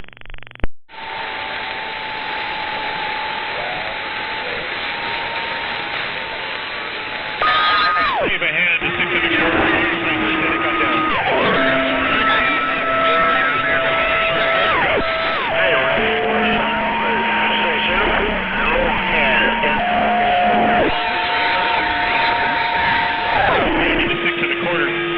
Both waving to 6 1/4.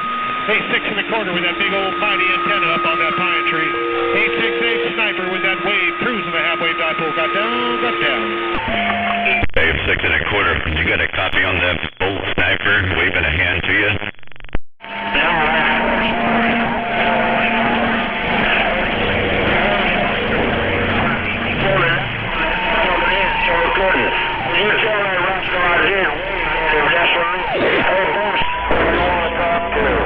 Hey, thank you, 45 kilo. Thank you, 45 kilo. Bolt Sniper, Bolt Sniper, Bolt Sniper, Bolt Sniper. Hey, you're welcome there, Sniper. No pain, no strain. Hey, 138. Hey, 138 and 4. Yeah, 138. You guys are getting out. I can hear you in between. 325, 325. Trying for that Columbia River. Come on. Good wave, 73 my friend. Hope you're doing well, Brett. That damn we're waving your way from Livermore, California, 10 miles. All right, Silverado. I flipped it over the Silverado. It goes waving again. Copy on popcorn.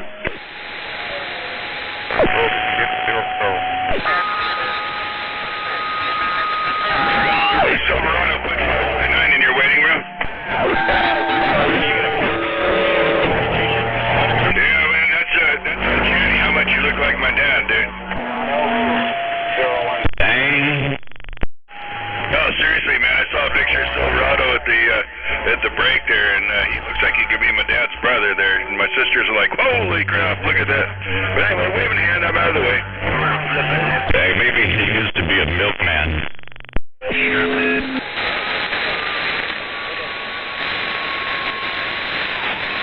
Terrible situation. What? Tucson? Wait, because my neighbor was also calling for Silverado. I didn't mean to step on him. I went to hit him real quick there. He could be my that be? No, I don't know how to do all the family tree shit. I'll say it. Mate, he's huffing and he's puffing. Old Billy Goat's trying to get up to that evergreen spot up there, that northwest corner.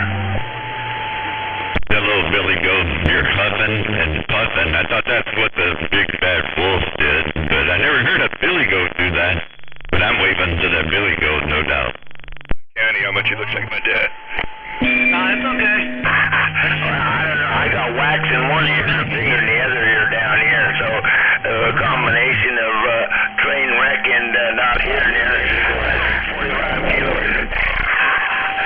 I hear that equalizer 355 way over there in Lank. Hey, you know, we got you in there for sure. We're loading up a big booger on the booger catapult and flicking it your way. Cool. Alright, 541, you are the loudest and the proudest for sure. Maybe you can wait for that 138 over there, Lancaster, California. Hello, 355, 45 kilo waving back. Yeah, I'm hearing you over here, my right. 540, I'm hearing you over here, 540, waving out there on back. You know what, it's kind of a pretty line there, but I got most of that there for sure. Whatever you did to it, it sounds like it's working just fine there. Unit 1, nose bigger. We're leaning back. See ya. Yeah, sorry, Bear. Billy Goat. 2, 5. Upper side fans don't work.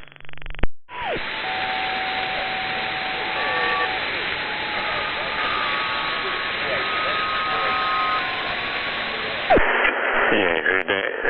Side fan in there must be hammerhead. Yeah, it's probably 43 inebriated at 11. He's waving his tail. Thank you for that nickel, man. Hey, Billy Goat, why is your radio so big and loud over here there, Brake? What kind of conditions in my mobile and Cruise with this halfway dipole break.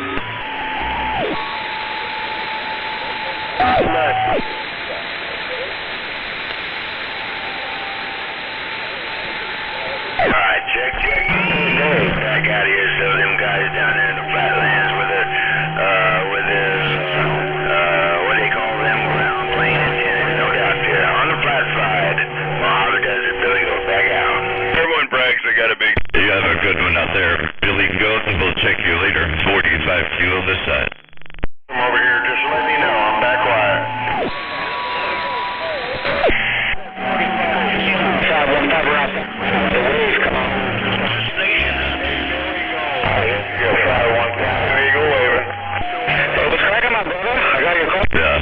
Train wreck and heterodyne all at once. Sniper, read that train wreck.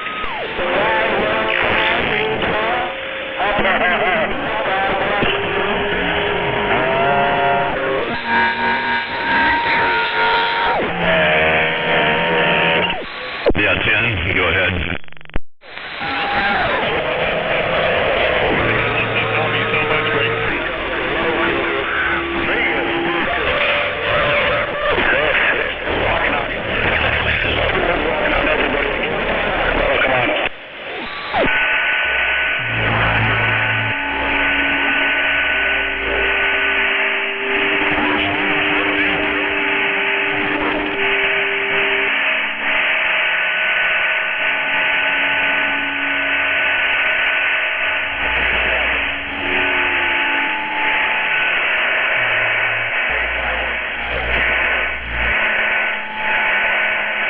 Everyone's got a big Johnson.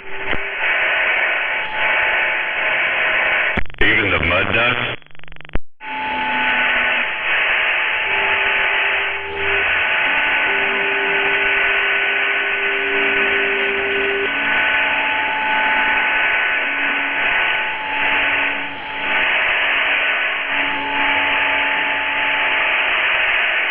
How big is your Johnson?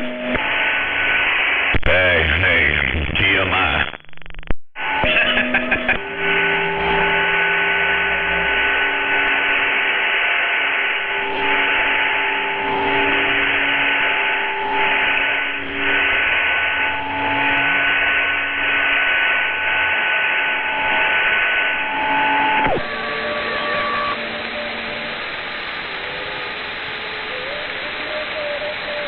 Cat 1, 2, 3, 4.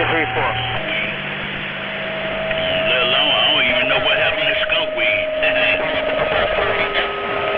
Sniper looking for pop coverage. Sniper waving, sniper gone by.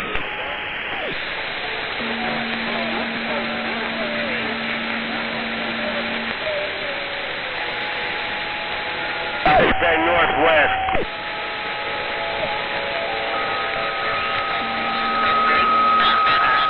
Out there in the land sound. Waving, bolt stepping. Bye, bye, bye, bye. Bold stepping. Sniper, I'm waving to you to get down. Down, Eagle.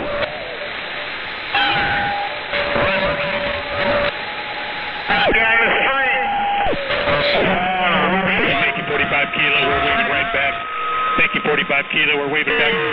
Hey, thanks for that Watergate, man. Making Nixon proud, Break. Yeah, John Ford comes in handy sometimes, you know, when it gets all crazy. Good to hear you out there. Bolt Sniper, 45 Kilo this side. You got good out of your 278. 541, 278. Hey, Bolt. Bolt. 278. Pop on waving, man.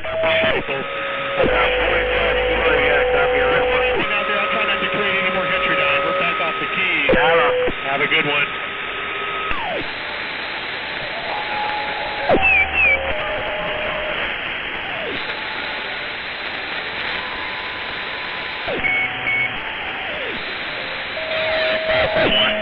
Just watch out for that. From back out. All right, 541, then we'll get 278 out. For the breakthrough radio check. So much I'm getting my ass eaten up by mosquitoes. I don't have to spray some off on it, man. I love this hobby. Go ahead, Squeal.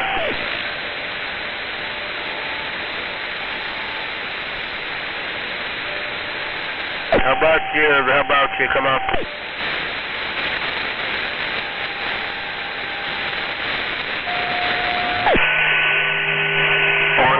Axe Hammer out here around northern Nevada. Axe Hammer 173. Hello out there, Axe Hammer 173. Hadn't heard that Axe Hammer in a while. Hope you're doing good out there. 173, 45 Kilo with the wave. I appreciate it out that way. Take care around northern Nevada. Oh, Axe Hammer 173 out here in northern Nevada. I'm back quiet.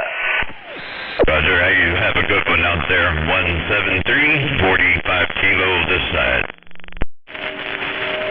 That's pretty good shit there. Yeah, that was me, man. Contact with you.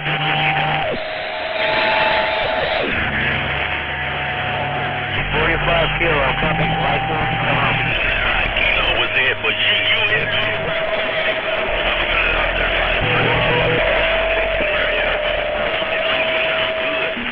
Waving a hand, Kilo. Hey, Tim, Fort there, 278. I heard you out there. I did. Appreciate it. 278, 45 Kilo wave. You'll receive. Waving a hand, Kilo. Waving hand to that crazy man over there. About it, yeah, good stuff there, Silverado. Sounded mighty fine in my receive. The Wiki Squeaky, come on. Dipole getting on down. How about an Eeky Squeaky?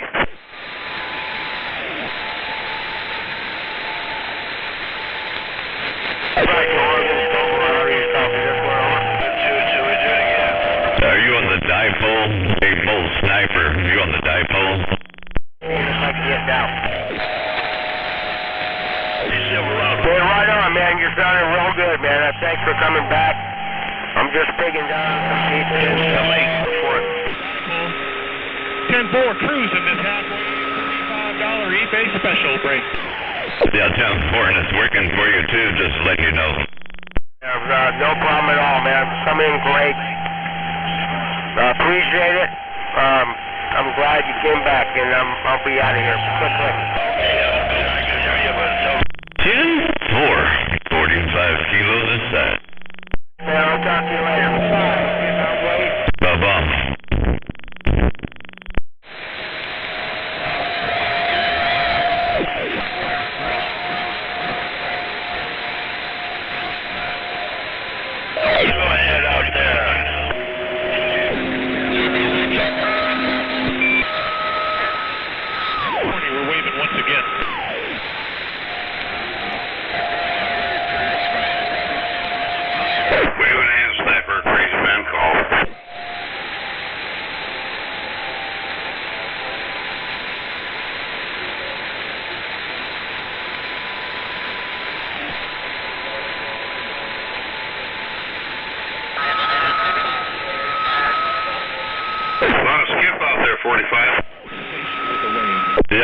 for him. We've been on it for a while. I just turned on the radio, so there you go. Right on, right on. Well, get you some. My big ear sucks. I hear too much. But whatever. I don't know. Sometimes it's a good thing. Sometimes it's a bad thing. Whatever. I take it the way that it is, but that you hear too much. I like that way better. Well, you know me. I hear it's kind of like a cold heaven. Sometimes it's a good time. Sometimes it's a bad time. I'm going pretty good in my life. I just got through having pneumonia, and that's not over with yet. I was in the hospital. I go back tomorrow, but anyway, I actually go back into the hospital tomorrow. There you go. Have fun. Jackhammer, I thought you said northern Nevada. You just said northern. Yeah, John, the skip took you out that time. I didn't catch all that, but right on. Good luck. No, it ain't amazing. How in the hell did you get pneumonia in the summer? What happened? 781, 45 kilo even. Hello, you sounding good as always, Johnny. Back. Hello, Billy Goat, Mr. Axhammer. Right back, buddy. Right. Right on, John. Thanks for the kiosk. Good sound and radio up here. 781, 45 kilo. We'll check you. Like a hammer, so we give it a second try there, specifically to that axe hammer for sure. Old Billy O down here in Mojave Desert, just east of Palmdale, California. We did wave, man. You have a good one, you get to 7 degrees and we'll get off the key here and let the band flow. Right on. Yeah, what he said. You're all by yourself over here. Take care. Yeah, this Mountain Dew's a pretty good chaser, following that Pendleton's like that.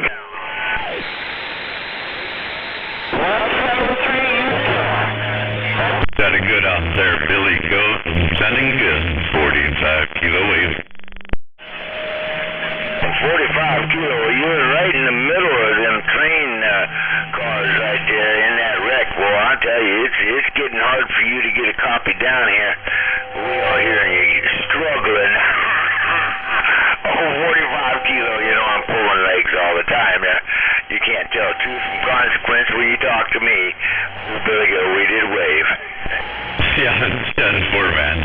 That old Mother Nature, she's a funny creature for sure, but that's all right. I'll just try to keep in her good graces and all.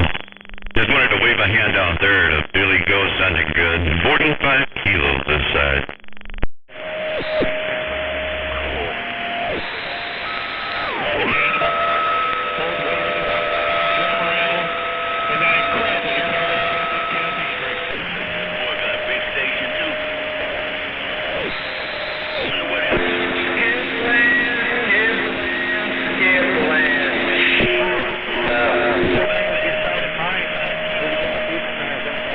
Move it around again, man. You're about gone. So have a good one, Billy Goat. 45 kilo gone.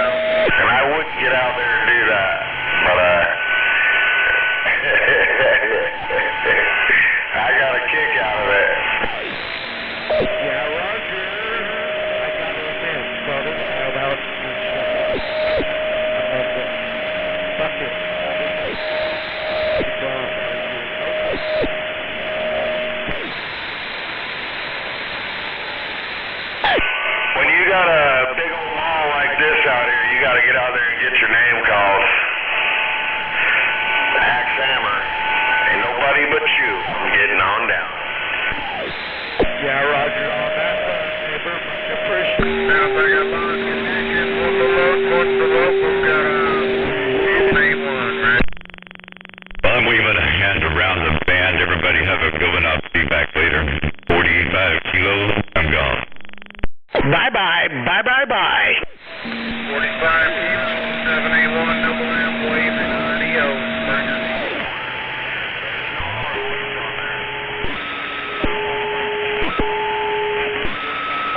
I thought that was one of the qualifications for nice guy. We'll see you, bye.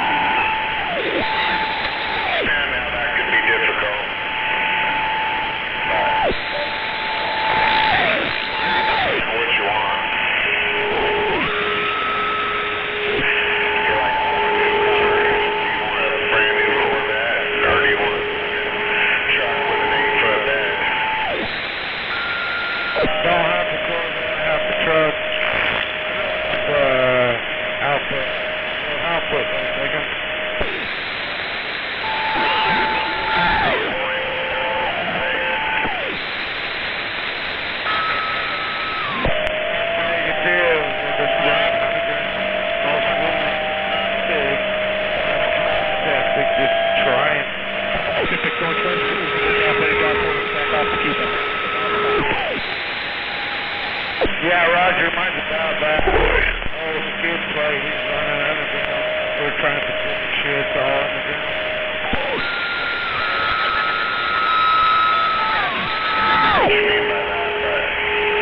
There, Pacific Northwest, we're straight east of Maine. Big tree.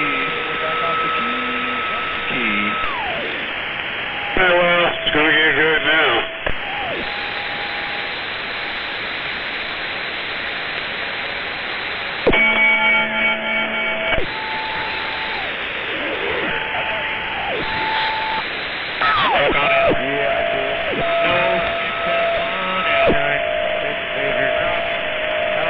Did you heard from those cornbread?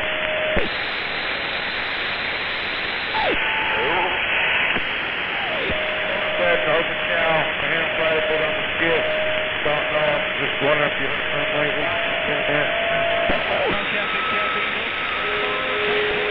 About it with this condition. 781 double M, still on the break, trying to butt through clean on 17. I said cornbread.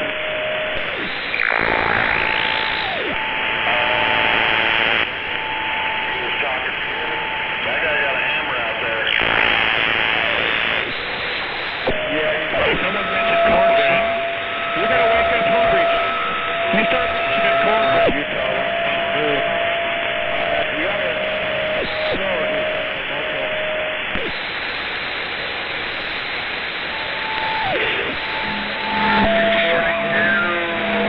For you, Bert. And more. We're trying to ask that.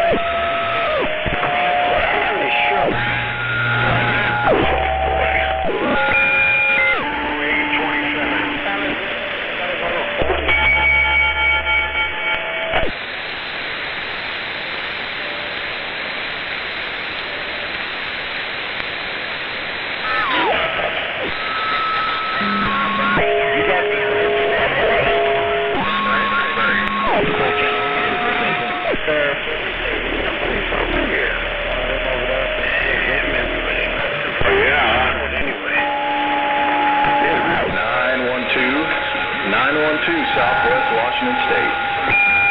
This sounds good. You know,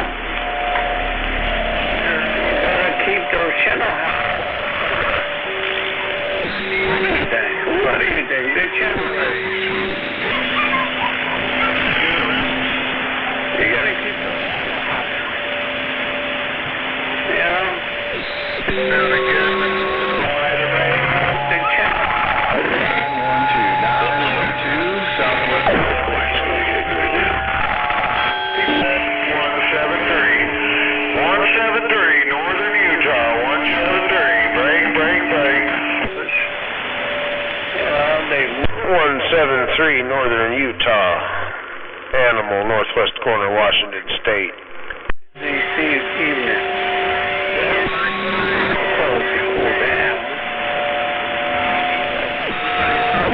We got a copy on you there, Animal. McKenna, Washington State. Oh, long distance copy to McKenna. I got that long distance copy to McKenna booming right on in. Evening, smuggler. Good evening.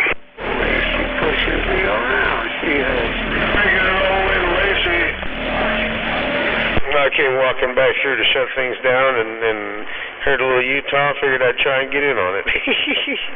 Yeah, I heard Johnny Utah coming in there too. Is that you, Dave, waving? Waving, smuggler.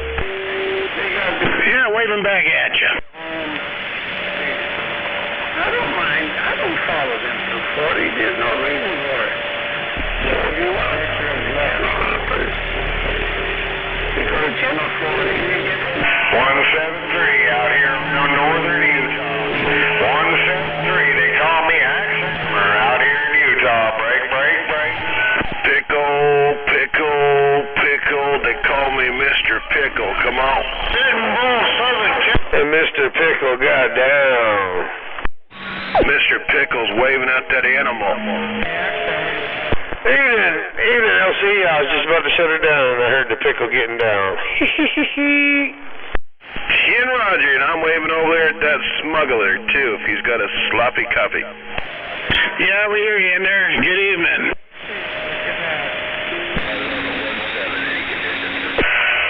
There's still a little bit of there.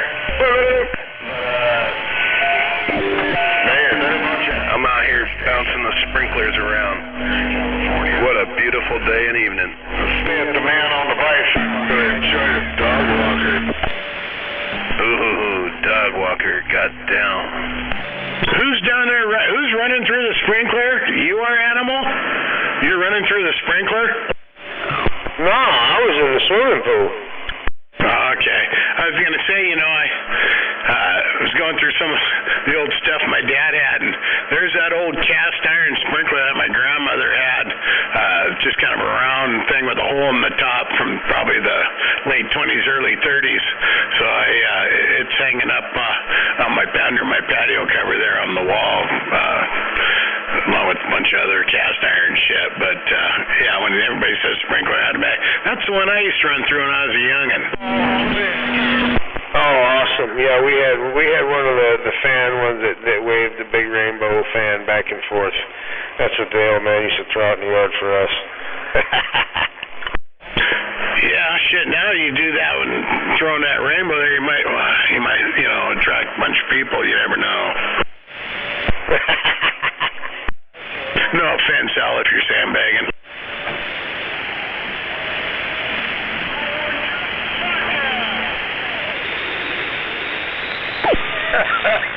Yeah, I know. Finally got the pool under control over the weekend and got all my levels right and the water good and clear. And hell yeah, we jumped in the pool, took a little dip after dinner. It was beautiful. The water's almost 80. So it's not turning green no more, huh? Nope. I finally got on top of it. Yeah, it was my fault for now. I should have chlorinated from the get-go because I filled it out the well. No chlorine from the get-go, and yeah, going to work and leaving it covered with the pump running, and it kind of kept it clear, but one night with the pump off and forget it. It took me a couple days to recover. Well, now you can go skinny dipping and don't have to worry about it changing colors. That's right. Unless you pee in the water. I was just going to say that, unless a bunch of people piss in it.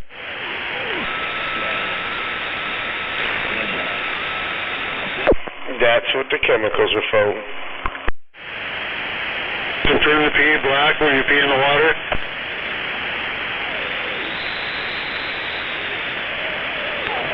What, you think he's a squid or what? Well, that way you can find out if he loud tonight, Dave. What's going on? Well, you say I can barely hear just a little mumble. Any better? Well, you're at 5S units. I think it might be your audio. Your audio's not as loud as it normally is. How about that? You might have to flip it on high and turn all the lights on. I'm having problems with that unit.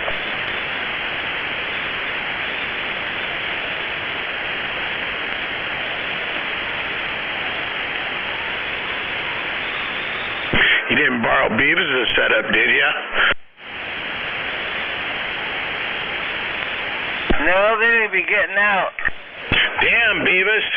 You're sounding good. What'd you do? Got my own piece of shit. I think Dave stepped on me. Damn, Beavis, you're sounding good. What'd you do to your radio? I got treetop tall. Well, there you go. Treetop tall. You can probably hear me better, too. Yeah, absolutely. Well, I'm just running the radio over here is all. A little 29.95, so it's only putting out about 100 and a half. So I'm using.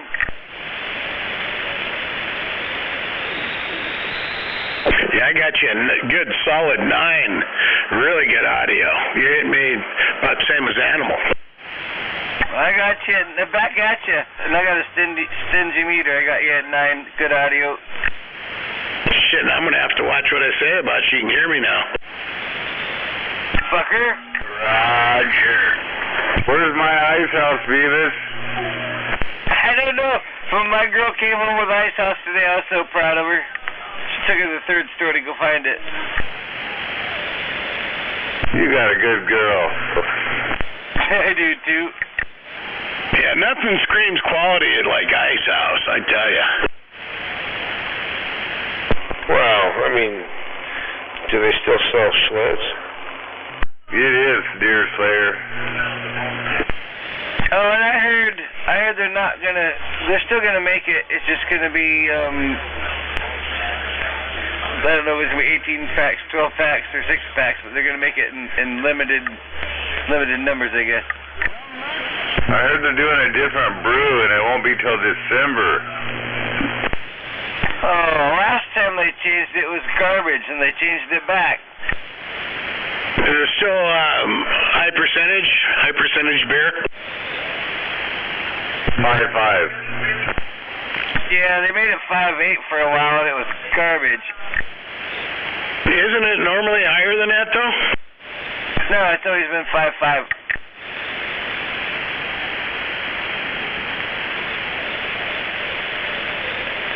Moonshine rules.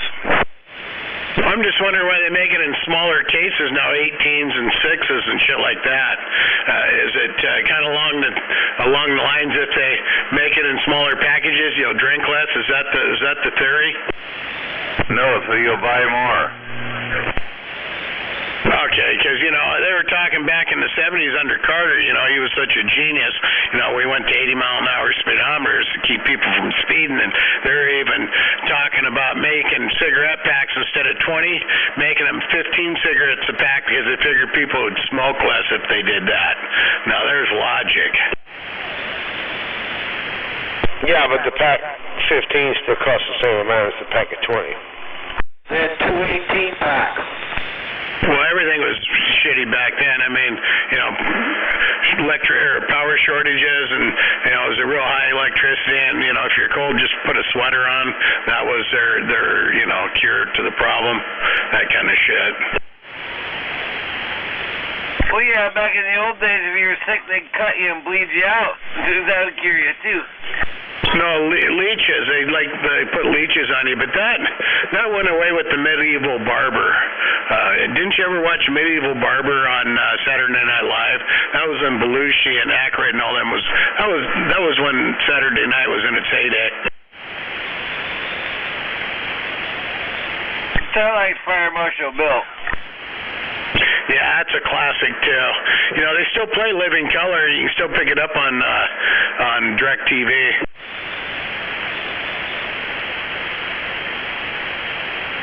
And it's funny. funny, and it's even funnier now than it was then, because now it's even more politically incorrect. It's hilarious.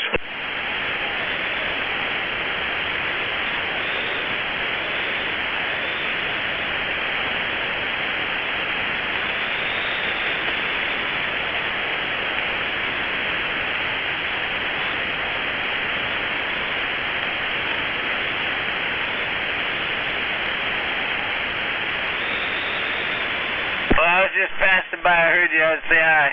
Continue on. Oh, no, you're doing okay. Shit, God, you're coming in good. Well, earlier I heard you out there, but there's so much skip, I couldn't really pull you out. My brother, he was waving at you. He couldn't really hear you either.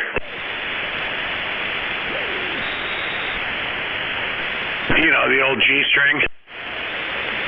Yeah, Tim. I heard Beavis in Gig Harbor today. I'm sorry. Hey, what's the world coming to? I know, I heard a retard on Retard Rock today, too. You can't miss Sky. He's loud and proud no matter what. I have a two-person crew at work that's my nickname for him, Re-and-Tard. Do they live on Horseseed Island? No. I think he's the biggest radio on the island, huh, Maytag? Good evening. Good evening there, NATO. Yeah, I think he is. Or Jack, the brothers. Yeah, how do you tell them apart? Who, Re-and-Tard? It's a little difficult for me. Do you look at him? You talking to Maytag or you talking to me? I was. You must be talking to Maytag. No, I was talking to you. How do you tell them apart, Re-and-Tard? One of them wears his bicycle helmet backwards and the other one wears it right. Than the other, Beavis. I wish it makes us protect him from sharp corners. Good evening, Double Tap. I thought they all looked the same. They're just drooling on themselves. I heard that smuggler down there, that Beavis down there, and NATO, yeah, waving back.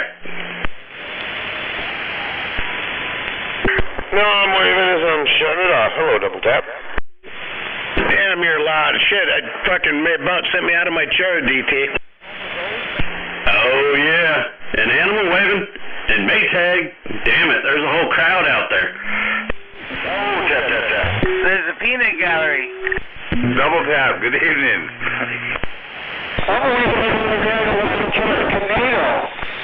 I'm waiting right back. Good evening, dear Slayer.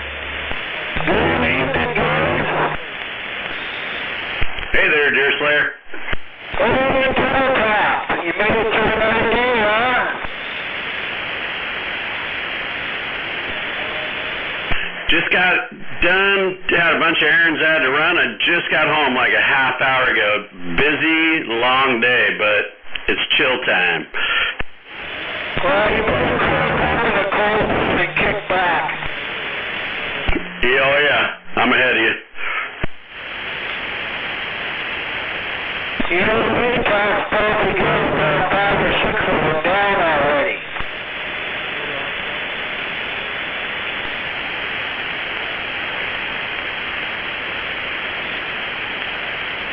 I think I'm going to get out of here. It's almost past my bedtime. At least I can catch the second half of Star Trek, the original series. Anyway, you all have a good evening. If you're out here in the morning, I'll talk to you then. Later, smuggler.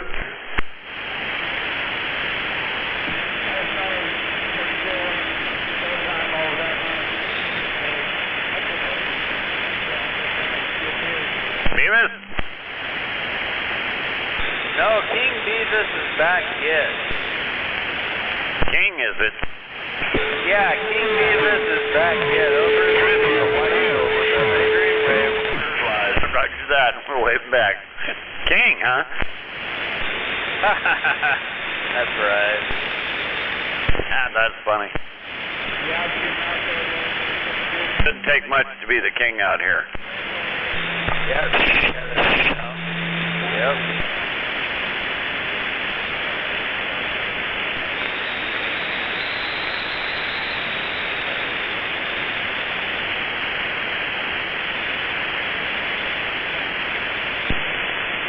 I predict a potential colorful sunset. Oh, yeah. I mean, it ain't been the best road out there for Yep. I was talking back east, Mississippi and New Jersey. Then it went Yeah, I thought about all them people that have tans, and I'm not one of them. They all got boats. Yeah, Roger the Sunburn. Over. I got a farmer's tan. Yeah, those are always good. Oh yeah, I get one every year. Zodiac. Yeah. You know what a boat is, don't you? Know what is? A boat. What? It's a hole in the water you pour money into. Some of them, yeah. Most of them. Like a trailer. Travel trailer, motorhome, constant this, constant that.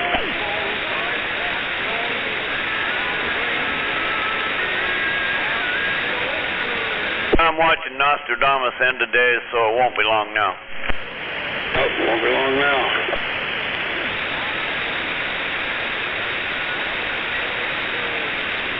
I'll find out if he was right. It won't matter. Oh, it still won't be long.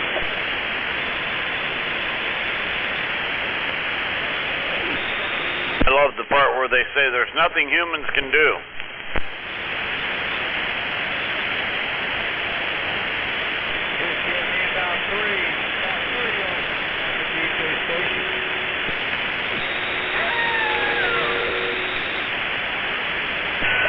DJ, you're going to have to pump it up a little bit there, buddy.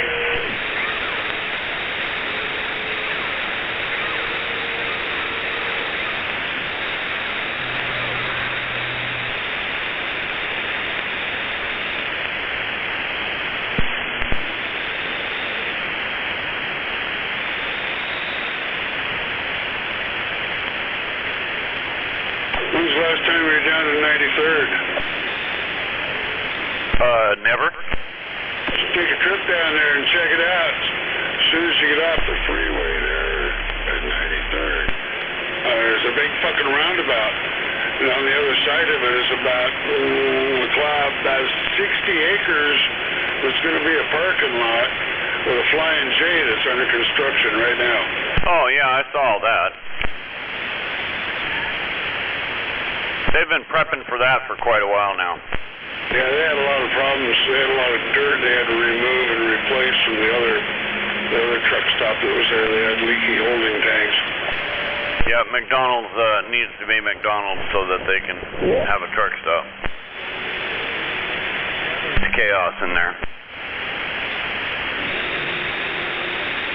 It'll be pretty nice for all the guys going southbound again.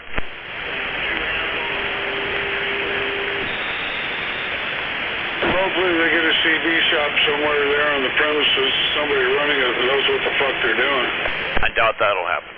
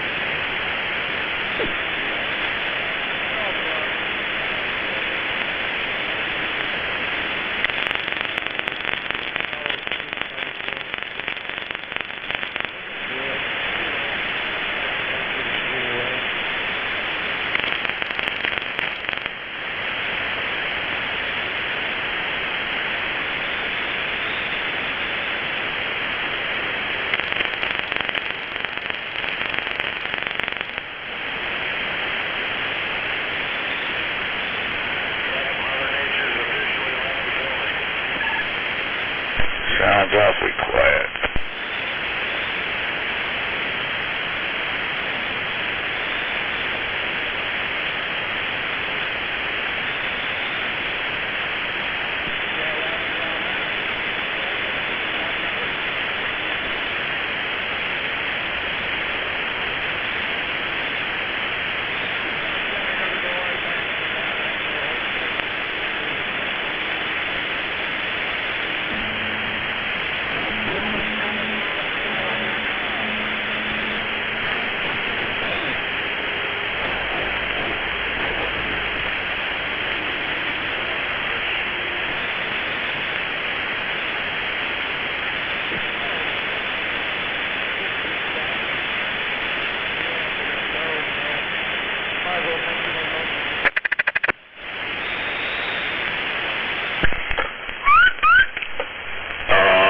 Audio.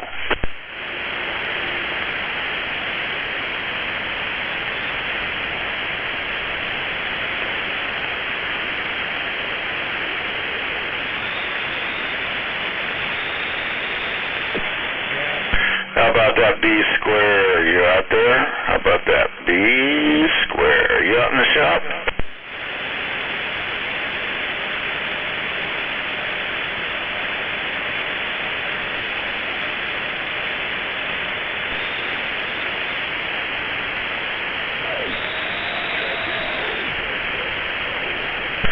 I guess not. No B square.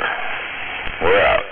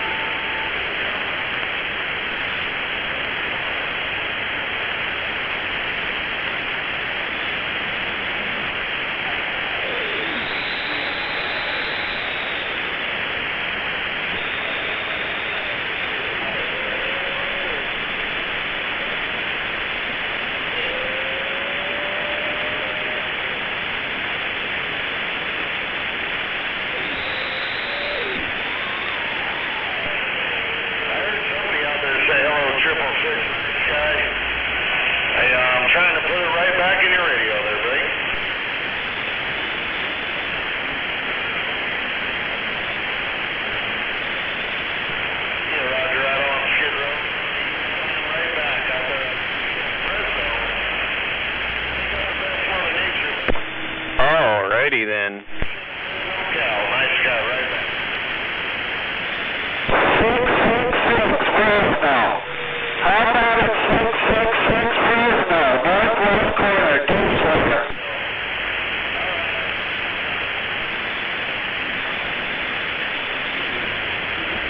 How about it 666 Fresno, northwest corner, Deep. Around California, enjoy your week coming up.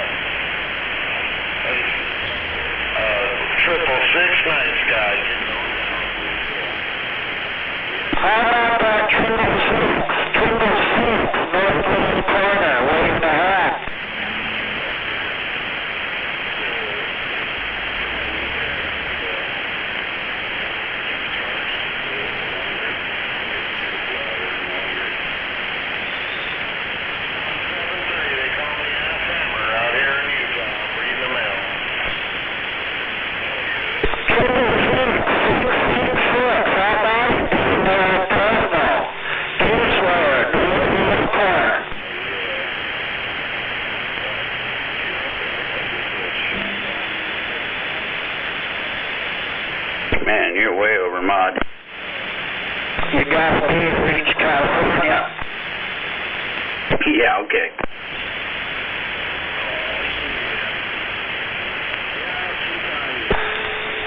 I think everything turned down. How can it be way overlord? I don't know. I know I don't want my radio to sound like that, but I don't even think I can turn it up that far. How about now? I wouldn't turn it all the way down. Wow, okay. Keep going. Turn it down. Turn it down. Turn it down. There you go. 25 watt, double key. No, it's the audio, man. The audio. Not the power. We can back and barely make out what you're saying. How about now, Inspector? Damn. Well, it made you quieter, but it didn't clean it up any, so yeah, just crank her back up where you had it, I guess. It just seems like you're got that thing right up to your mouth and you're yelling into it. Yeah, you betcha. Boy, it's got a lip piece on it. There you go. Now you're legible. But now we can't hear it. No, you're too close. Let me see. I got it turned down to about 20% on the mic gain and all the way off on the power. Try turning the mic gain up, but talking into the microphone from like, I don't know, about 6 inches to a foot away. Don't work. Yeah, I was going to say, if I had a radio that I could make it sound like that, I'd crank it up and let you hear it, but man. Well, that Chris down there in California knows how to turn a radio. No, I don't need it to sound like that. Maybe it's just the microphone, huh? I don't know, it could be. But yeah, it sounded cleaner turned down. It just got quieter, like way quieter. I almost wonder if you like just talked farther away from the microphone it'd make any difference, but maybe not. No, it gets worse. This mic's made for right here. How about that? Turn the echo off. That sounds a lot cleaner with the echo off. I don't know, maybe the echo board isn't quite as clean. It's just that when you turn it up to talk to California, you guys, it's just too much, too close. Turn it all the way down, no echo, and this is what you got. Wow. Interesting. Yeah, I mean, that's half the audio that it had before, but it's cleaner. I don't know. I don't know what to tell you. You guys got spoiled when I used that D104 all the time. That's it. So 36 is a little bit different, yeah.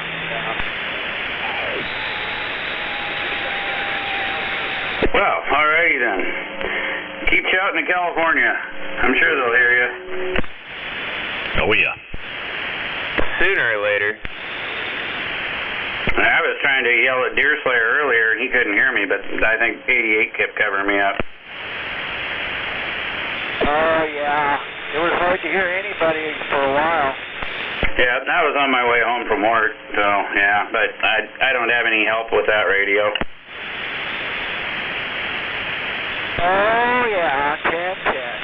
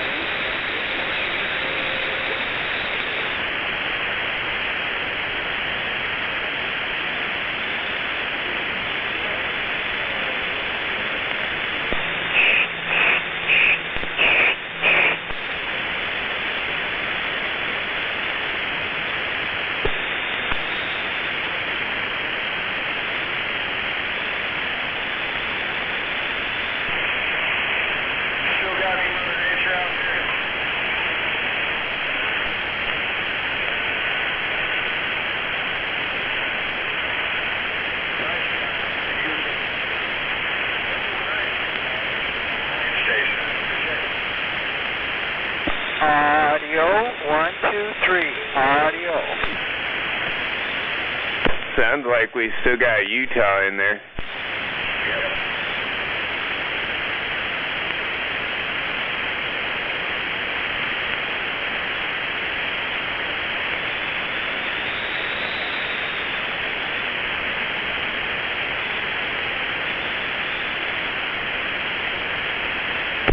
How goes it down there in the land of magic underpants?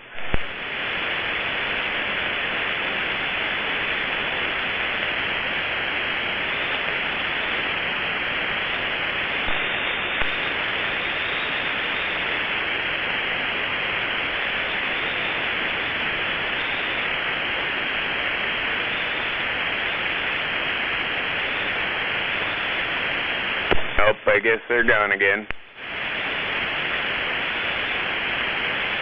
Man, I thought about moving to Utah once, but it's the land of magic underpants. I'm not sure if I want to do that. Well, you know about the Mormon garment, right? Oh, yeah, I know. I figured that's what you were talking about. Yeah, that's what I was talking about. Starchy white shirts, all that shit. Very starchy white shirts. Yeah.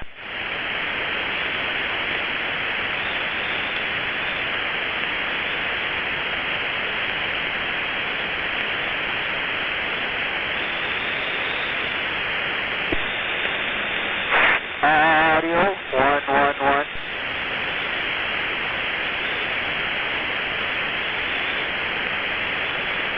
Audio 111.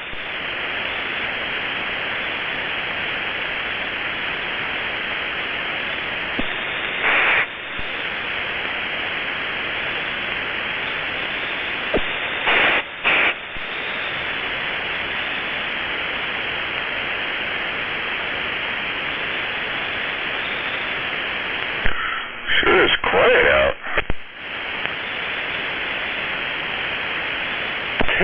Where you been? I haven't even heard those Olympia boys sitting there jabbering for hours on hours. Wait a minute, did I just hear one? All those danged old Olympia guys, anyway. What's the matter with them? Well, we wouldn't want to give you something to whine about. You've been very quiet. I'm impressed. I must take dedication.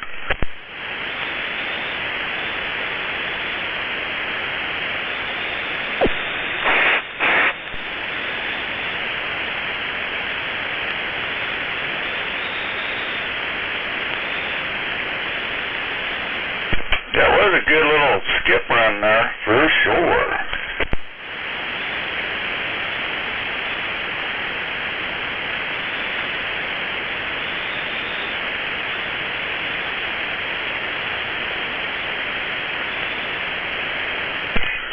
No Australia, though, damn it.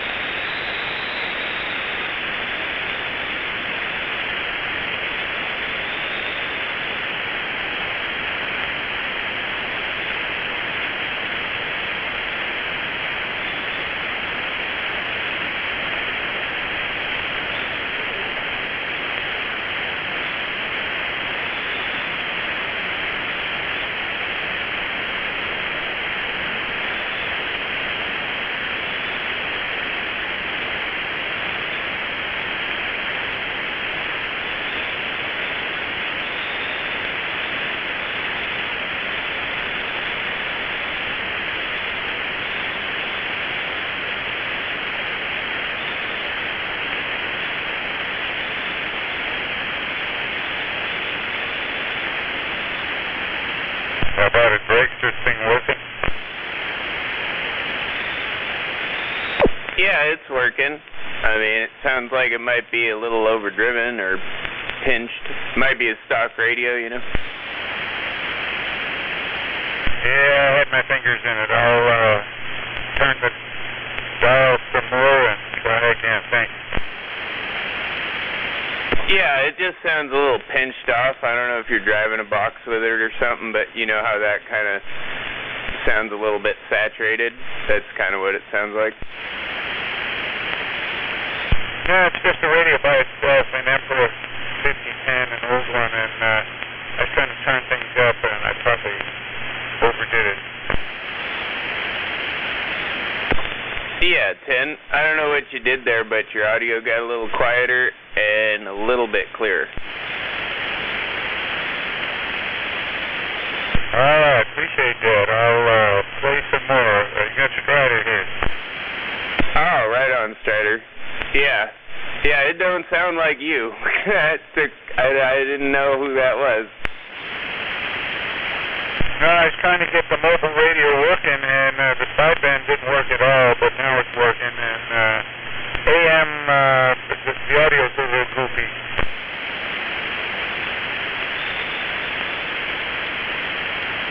Appreciate it. I'm going to jump some other channels so I don't bug people and go some carriers and turn some dials. Yeah, no problem.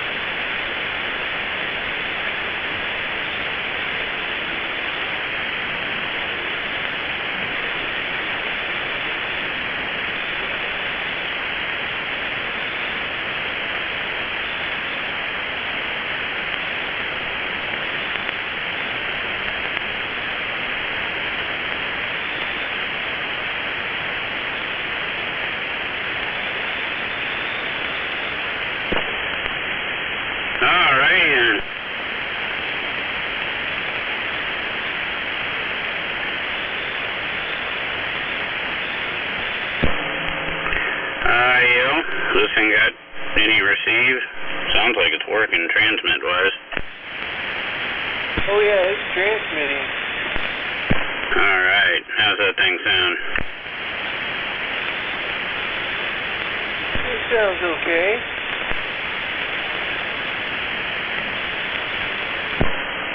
Alright, haven't had this radio hooked up in a long time. Got a little kick to the meter. Well, I'm using it, you know, hooked up in place of my other radio. Yeah, it does seem to be, it drives the box pretty good. Got a little... It's getting down in Des Moines. Oh, yeah. Huh.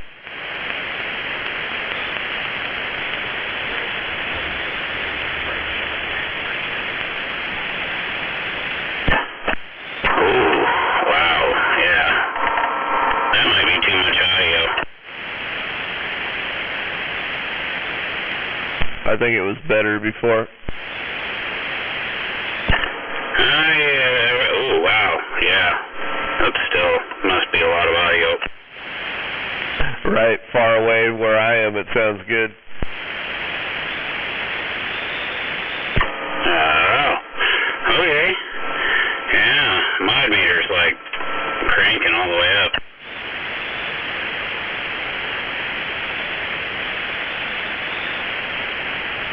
Hey, usually ran this radio years ago.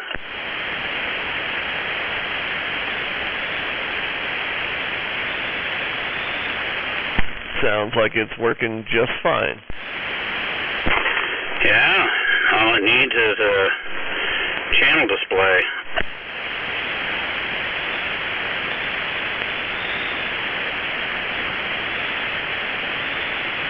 I don't need a channel display, man. That's what I got TP for.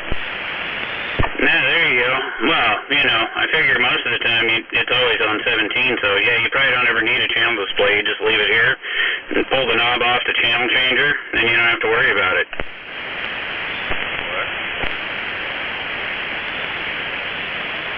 Waving, Bisquick. Oh, yeah. Now it's quiet. This is my old Superstar 3900. Yeah, where are you at? Who, me? Yeah, you. I'm down here in Olympia. Say that again? I'm down here in Olympia. Oh, yeah, check. Yeah, I'm not too far from TP. Over here on Vashon Island. Oh, 10-4. Yeah, alright. I think I probably heard you out there before. Bisquick, that's Inspector. Inspector, that's Bisquick. Oh, I've heard the name out there, yeah. There you go. The Inspector. Inspector, I like it. Sounding good. Alright. Good deal. Good to hear you in there, Bisquick, for sure. Good handle.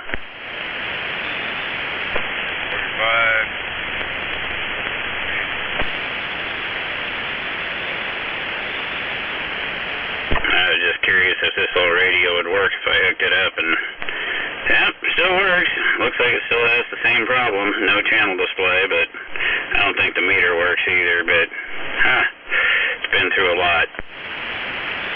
What radio is that? This is my Superstar 3900 that I used as my mobile for years and years and years. Dude, that thing sounds killer. I mean, it's got a kind of almost like a weird reverb to it, but it actually sounds good. Well, you're probably hearing my voice is, I'm not sure if it's the power supply or the box. I think it's the power supply. You can hear my voice kind of going bzz, bzz, bzz, bzz, bzz, bzz. Yeah, that's weird, but it doesn't sound bad. It actually kind of, I don't know how to describe it. It makes your voice sound kind of cool. Yeah, it's probably because I'm running this Turner Plus 3 on it. Yeah, it sounds processed, almost like it's been cleaned up.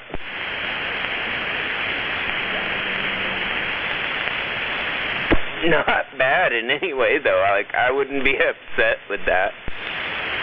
Yeah, well, normally it would have a handheld power mic on it, but yeah, I just figured, well, we've got the Turner Plus 3 handy right here, so I just plugged it into that and give it a go. I mean, it probably sounds a little better if I just don't talk into the microphone, like talk away from it.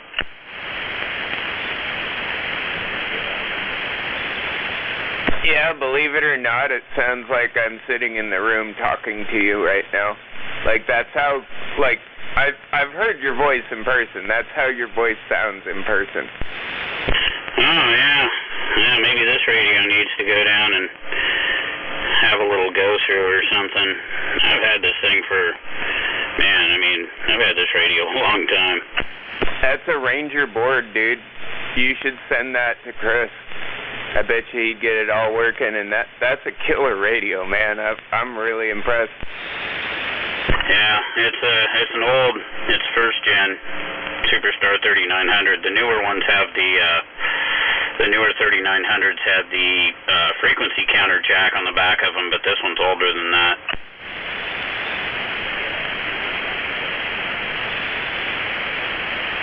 Yeah, this actually I got this radio from a guy in Tacoma, Roadster. That's who I got it from, Roadster. And apparently it used to be Mickey T's radio at one time.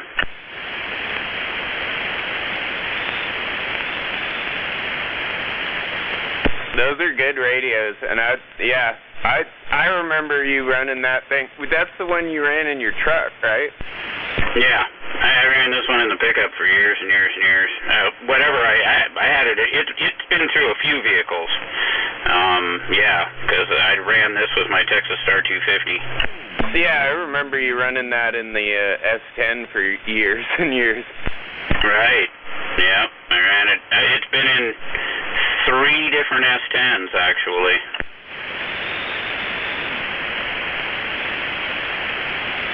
And I remember the one thing I could do is, me and Barefoot could be up there at the lookout, and I could park right next to him with his Grant and his Texas Star 250, and I could still squelch him out. This radio has so much squelch, I could squelch him out when he was parked next to me.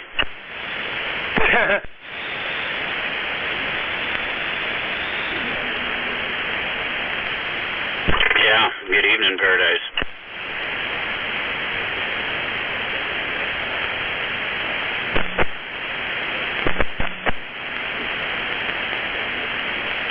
Yeah, I know. You sounded like you were getting a little concerned. I couldn't hear you. Right, like that's ever going to happen. Yeah, that thing sounds killer tonight. Sounds like whatever you fixed is fixed.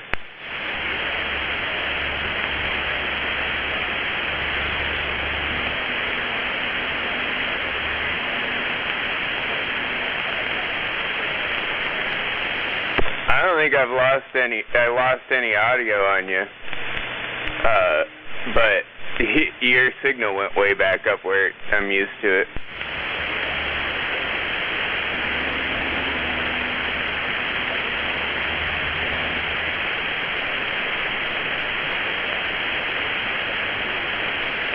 Sounds good over here.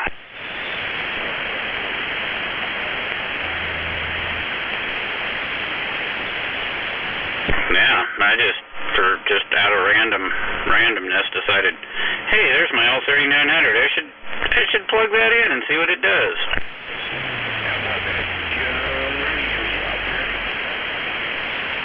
Yeah, it's always been a great radio.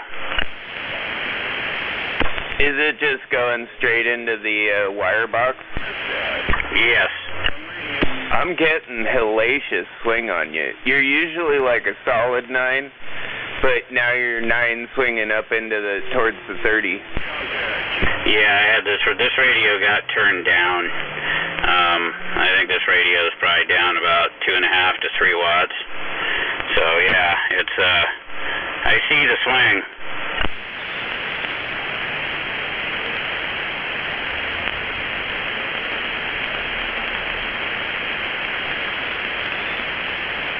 You're too close. That's all you see is just, the needle slamming against the other side, right?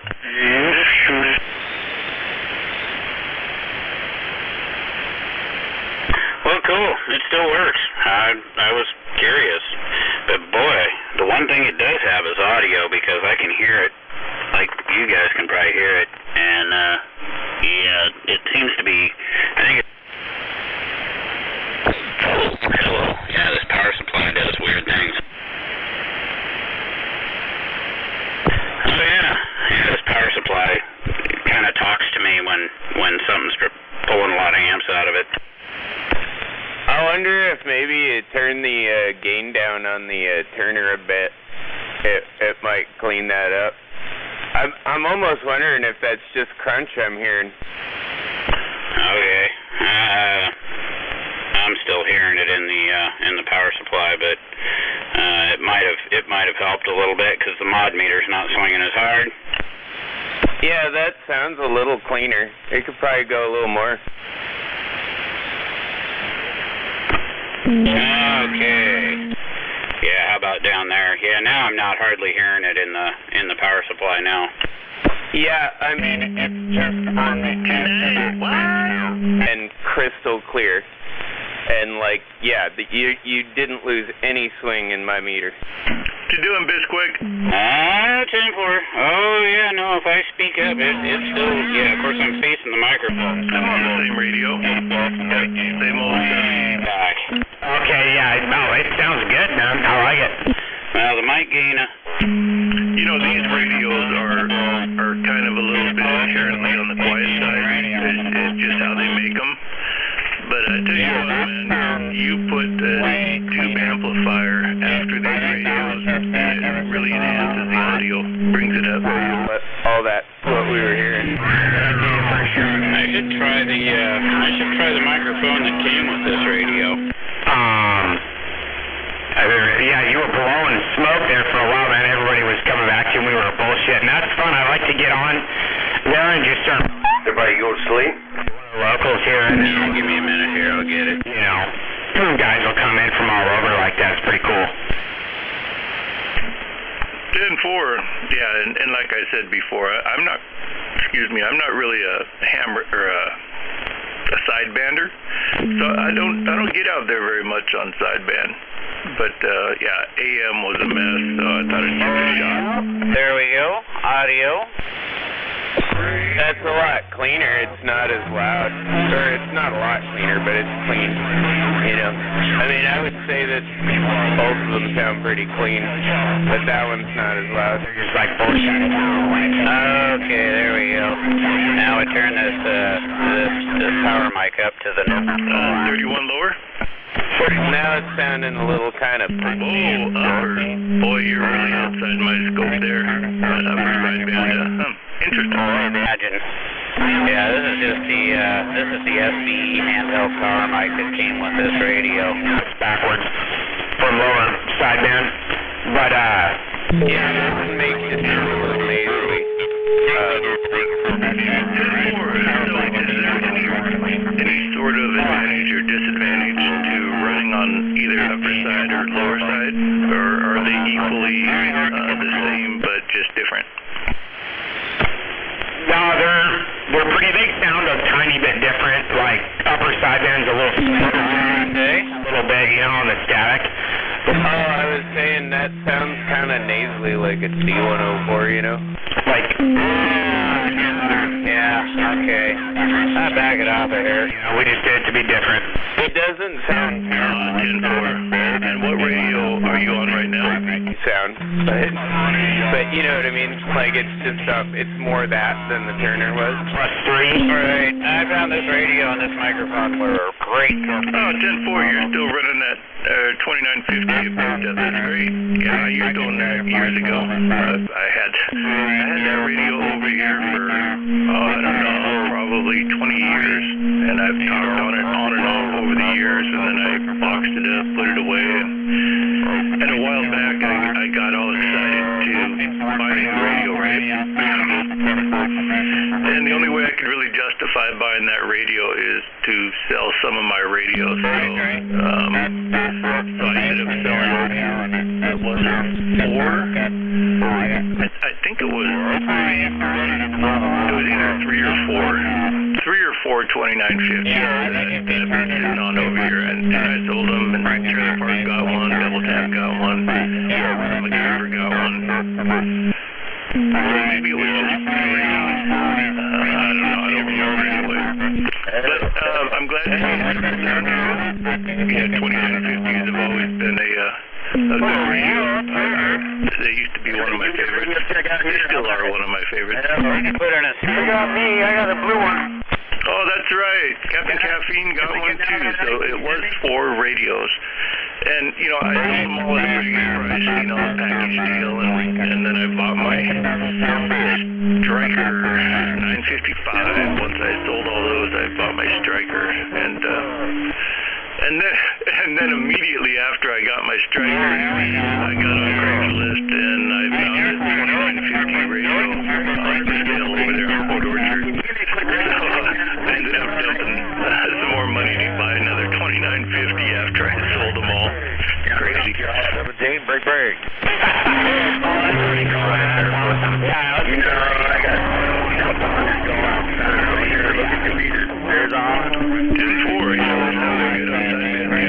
Brings inspector up in my receive. It's better than the other one. Okay, how does it sound now? Yeah. So that's what, it gave me 5 dB boost, you think? Captain Caffeine, you still have your ham radio standing by over there? Pretty good. Oh, yeah. This is the handheld. Yeah. You are probably going to get the standard size in that radio pretty soon. I think that, I don't know, maybe that's just overdriving the microphone element. I turned the mic. Secret, you'd have to ask MacGyver. Downtown. That sounds a lot more like a Turner. Adam. I think you turned it into a hamster. What kind of whip? Okay, here it is. I think it's squealing. Like gator. How about a gator? Okay. There it is, arm's length. I can't hold that microphone any further away and still have it in my hand. That sounds more like the Turner. Basically through this radio. Right, that's it. I had a chance to crank the mod up in this thing. That thing that radio just has so much audio, you just have to, you know. The Caffeine's posting that on lower side band today, up there around 38 or something like that. And made some pretty good contacts across the old US of A on lower side band. I was actually kind of impressed. I didn't have all that, I didn't have all that atmospheric hits in my radio from AM. It was a big mess because there was lots of people out there, but on the other hand, there's lots of people out there, so it's kind of cool. Yeah, I used to shoot a lot of sideband skip back in the 90s. The old Palomar 308. Oh, 10-4. So, what is that other box that you got that you won at the ham fair? Was that a Dentron? No, a challenge. Dentron GLA 1000B, and it's got I don't think it's got the tubes that normally come with it. It's got some better tubes or different tubes. I know that. I can't remember. I read something about it. They're like better setup or something. Meter too. The meter? Oh, 10-4, but it has a band selector on it. Just totally. Yep. It's pretty sure it's got it's had the mod done to it. I'm pretty sure to work on an 11 meter. Marked there. Oh, 10-4. All right. Yeah, it's like there's an extra position you can switch it to past, it's got an extra spot. It's like not marked, but it's like another spot there. It's kind of funny. Alright, back on the Lincoln. Marked spot. Very cool. I gotta turn the mic gain back up on the Turner here. There we go. Yeah. There's people that are driving in a car all by themselves with a fucking mask on their face. What? So I need to find a buyer for this superstar. That's been a good radio. Big old 2KW Heathkit amplifier. And an old Collins ham radio that's really cool. It's a 3-piece Collins ham radio. I've only had it since probably power supply. I don't know. I imagine that's probably going to go to some collector. Someone's got to have that. Oh yeah, for sure. And whoever owned it, and I think it was that way when I asked Mickey T about it. I think he said, the clarifier, the chrome on the clarifier knob was worn off when I got it. One has a T-bar and one doesn't. I never found a replacement knob for it. Of course, I never really looked for one, but I did, But no, it's still all worn off. The chrome's all like worn off on the coarse part of the clarifier knob. At least while I own it, I want to keep it together. Maybe when I sell it, I'll part it out. But so I only ended up with one. I think I found some gold ones that came off of the gold Superstar.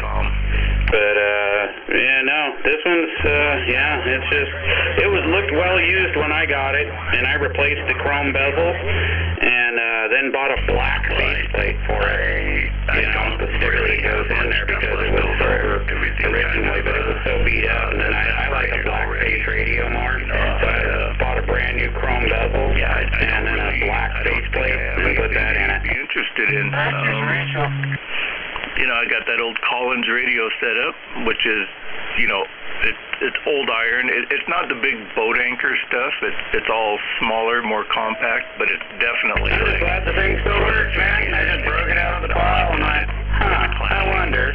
I was looking on eBay, and people were selling that set for like $2,000 for a complete set. Still a good working radio.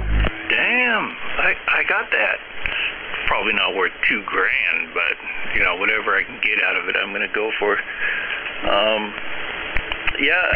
think that's it exactly. I think that that radio. I got one more big amplifier. Spent a lot of years in my vehicle. A big 2kW box, and the ICOM 735. Yeah, and the fact that I know somebody who owned it before the guy I got it from owned it. And this new box that I'm talking on, I'm keeping that baby for sure. So it's pretty much a done deal. It went really fast. Well, right on, dude. That's rad, man. Yeah, that's freaking cool. Alrighty then. Cool. Yeah, this radio does pretty good. That one was swinging almost. Yeah, looks like almost as good as the Lincoln here. Yeah, I'm not like searching for top dollar for it. Heck, at this point, I don't even know if the darn thing works. Right? Yeah, you need a lot more meters. But I'm sure hoping it does. I know it came with a big bag of tubes, and the tubes that were in there were their takeout tubes of the Collins radio. I could see that. Now you could actually give me a Radio Shack. And this is a used tube that was taken out, so I'm thinking the thing has been retubed. I'm hoping it works. All right, well, I'm back out for a bit, but good chatting with you for sure. That was kind of cool. I just tried up just for transmit on that darn thing. Shits and giggles, see what it did, and man, the damn thing still works. It's been sitting here for so many years. Now, I don't think I've even hooked it up in like 5 years.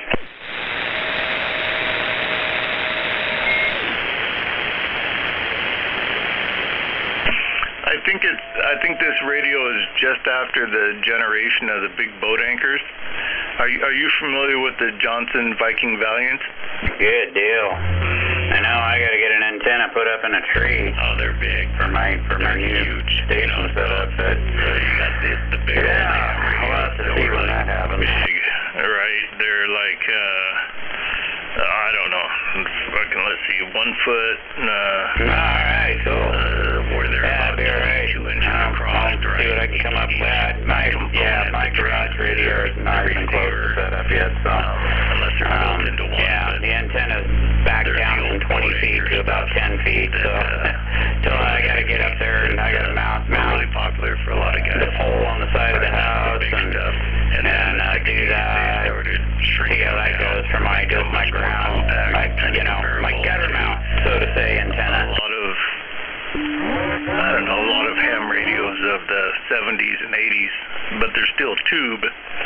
That's about the same. Right, it'll be an Antron, about 20, maybe 25 feet in the air, mounted on the side of the house. The antenna will be just above the top of the crest of the house, basically. So, and we'll go with that and see how that goes. But until I can get one in the tree. For sure, man. Yeah, put that thing on eBay. Get it if it works, man. You get some. Yeah, that's pretty cool.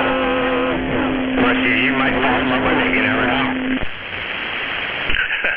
Nice, real nice. Oh man, that's about where my next one's gonna be. It's probably 75 feet or so. I'm gonna guess. It's kind of in that ballpark. Really, I believe it's not gonna be as high as this one. It'd be too much to get it to a tree that's tall enough that's that close. Otherwise, I'm gonna need like 300 or 400 feet of coax. Pieces over here that I'm probably going to want to sell to somebody who's into it, you know.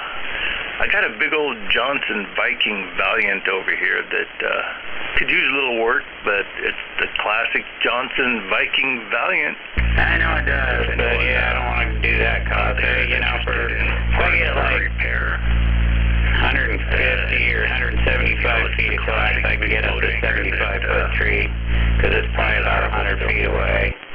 And that should work. Otherwise, it's going to be a much longer run.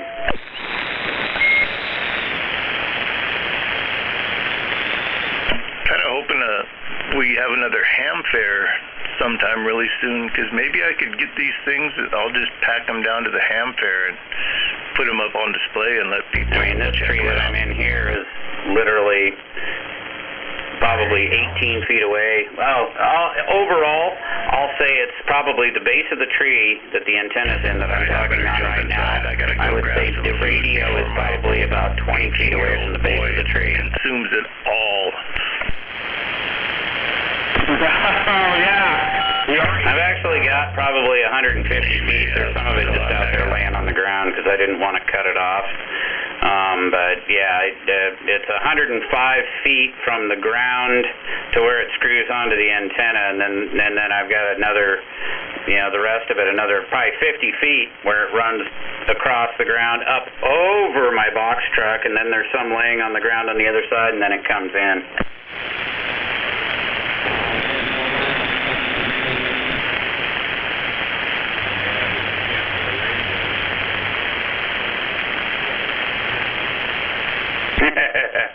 Yeah, that's it. I'm moving.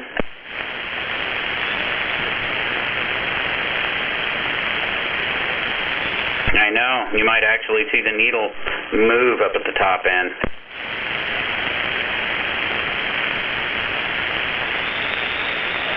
All right, I'm back out here for a bit. 10-4. Dan, get. 10-4. Out the door. Later. Fairbairn. 10-4, and I'm out the door. Paradise.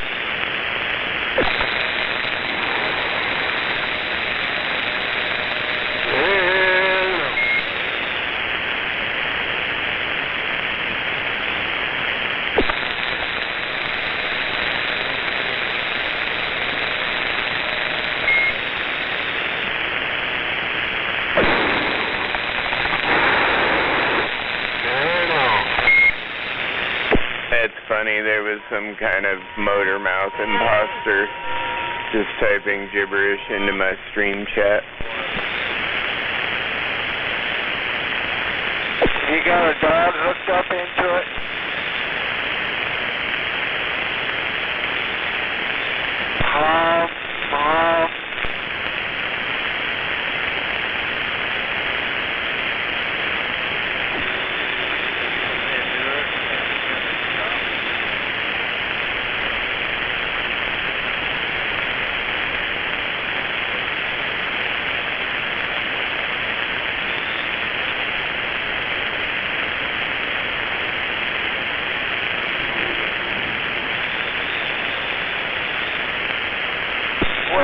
You must have customized it.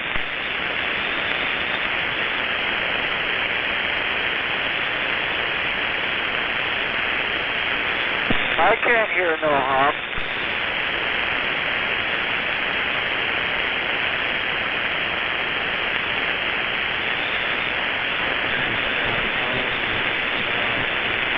I don't even hear who you're talking to, Deer Slayer, so I can't hear the hum either. Got to go away there a while back.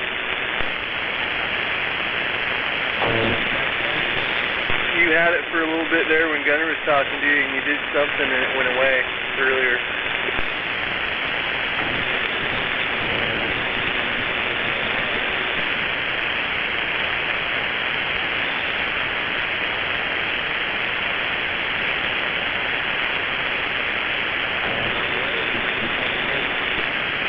Yep, waving right back. Yeah, it's still got a little bit of a hum to it.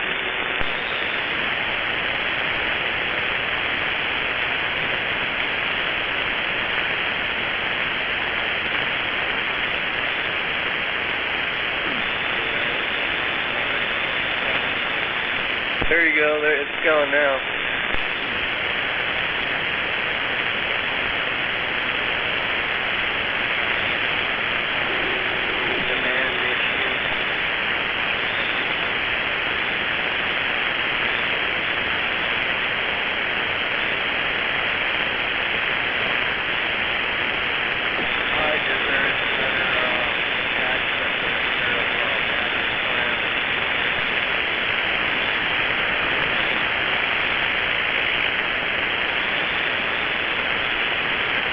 Now it's just a trick radio now.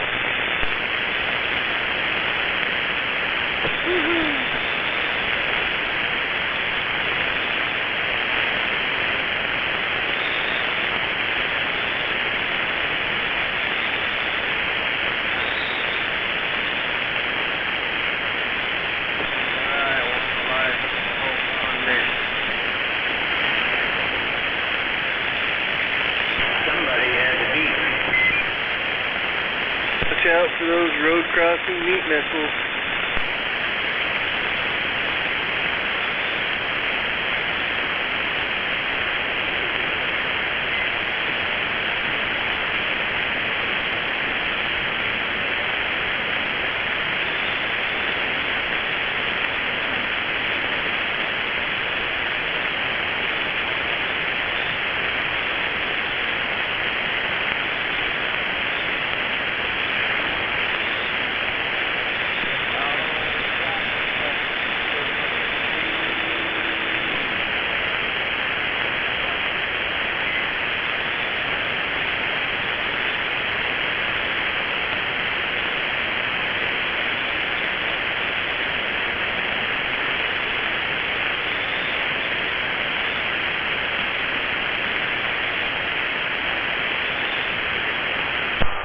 It's not even the weekend and I'm hearing gunshots.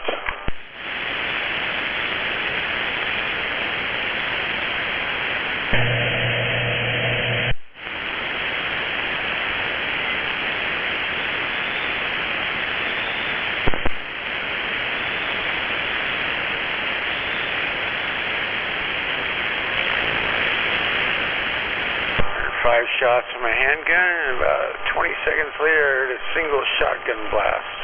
Very interesting. Where you live, you shouldn't be hearing that, but... Oh, dude, what are you talking about? Summertime? Shit, I hear gunshot, at least 3 or 4 times a summer. And the helicopters. It hasn't been that bad this year. I don't know if it's because of the... I don't know, but normally I hear, how the police helicopters, at least every other weekend flying over. But Kent's using those drones now. I've been seeing those a lot flying over the highway, like real late at night, and then over I-5. Huh.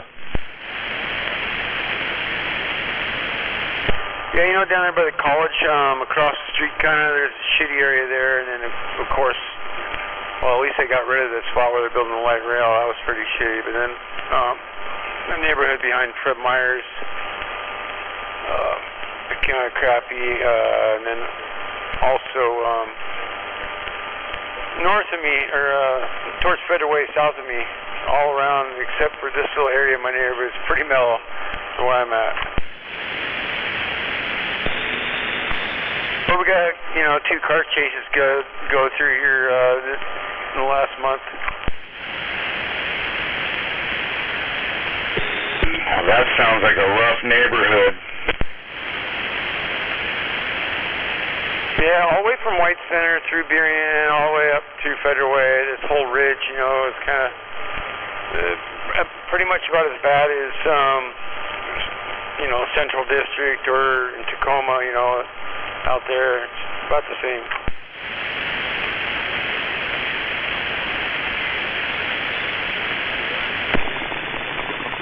Someone just got shot and killed in Federal Way yesterday, and then another person, 2 other people got shot yesterday, I think. Besides that, there's lots of apartment dwellers in Federal Way. Yeah, that was up there in those apartments, between just north of 336, where there's been many incidents before, the area back in there. I actually used to live right off of 272nd in an apartment, just literally the first one right off 272nd on the corner in this big old complex. But, yep, when I was a youngster. Yeah, I lived there too. There's actually a fire, where that new storage place in the Eagles building is, right below it, There's the woods across from. It's actually the woods across from Fred Meyer's that my son thinks, but they were up late last night. He got a little video of it on the phone. There's a big old fire in the woods back there, probably from the Tweakers.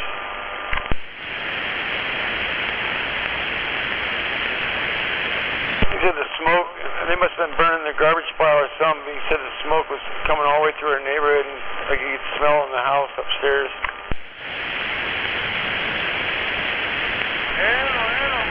I'd say wonderful. I like it better on this side of Des Moines. Yeah, you're just far away from Pack Highway. That's the good thing about where you're at.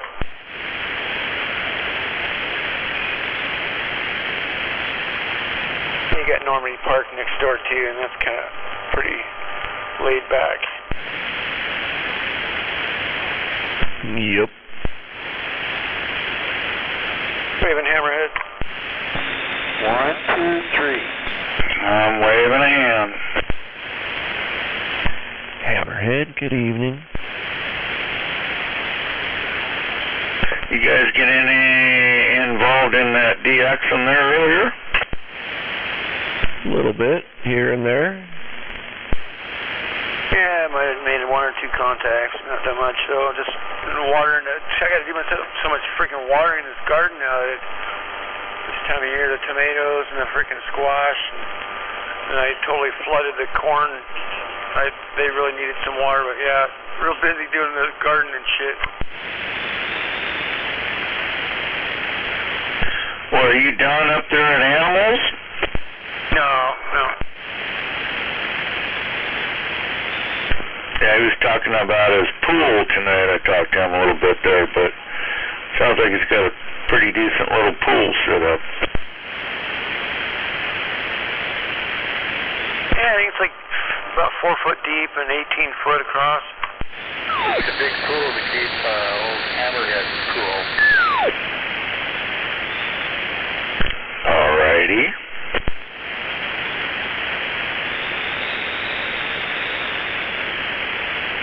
I'm going to make him one of those adapters so he can use his wireless mic on the other, his Cobra 2000 he normally talks on. He'll be able to go out there in his floating pool chair, key on the big hammer and shoot skip from his pool.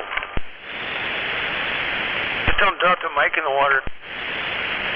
Yeah, you'll have to be very vigilant.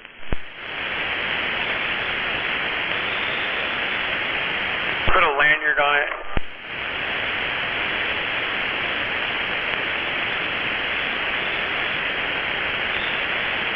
Well, one thing about it, it's possible. I sat in my pool and talked on my cordless or wireless, yep, but I didn't float.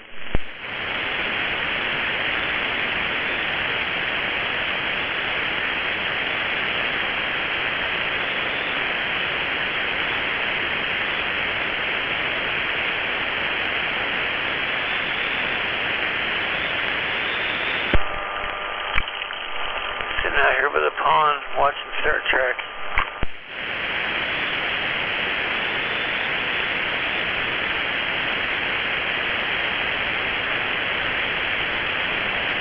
I already grabbed the Scooby-Doo pole to try to catch me he's only about 6 inches. No, he's about 7 inches now. About a 7-inch bluegill. That's good eating.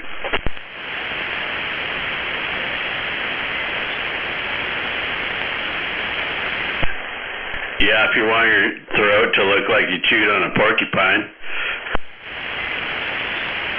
That's funny you should say that. I just seen a porcupine out on the middle of the road on the way out to Animals the other day. I think it was like just past South Hill before you get to Graham, but you hardly ever see those damn things. But it was definitely a porcupine.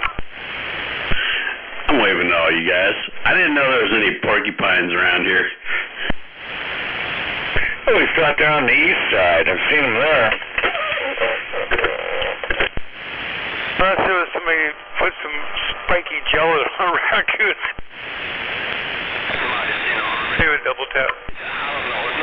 Yeah, it was probably just a raccoon coon with rabies and hair gel.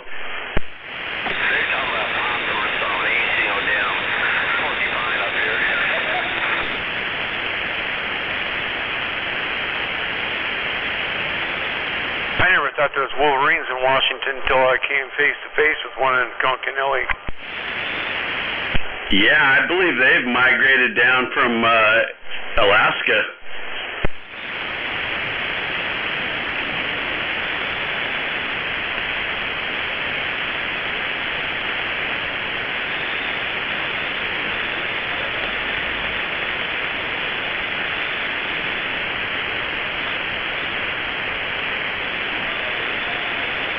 Remember that Dick Prenicky, Alone in the Wilderness, they used to play on TBS all the time, that guy that went up there in like the 60s and built that cabin and shit like that. He didn't like Wolverine.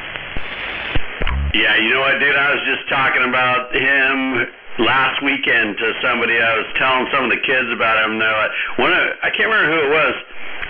I think it was my son, actually, who was like, oh, yeah, that's that one guy. There's, like, an old, like, 70s video. You can get it on VHS or whatever. But some of them didn't know who it was, and they were going to go look him up. I'm like, oh, hell yeah, you can watch him on YouTube now. But that dude was badass, man. He made, like, the hinges for the windows out of wood. Yeah, he's like, I got to make them bear-proof. Yep. Yeah, he was a maniac. Shit, he had to just make all of his own lumber, his own boards, everything. All by hand, man, no power tools. Pretty cool. I did the roof and that. I mean, the whole structure, it was amazing. And it is where he stored the food locker, where he stored his food, and yeah. I would think I probably watched that thing every time it was on. Cauliflower pizza. Yeah, I wonder how many just man hours he has in doing that shit. Oh my god.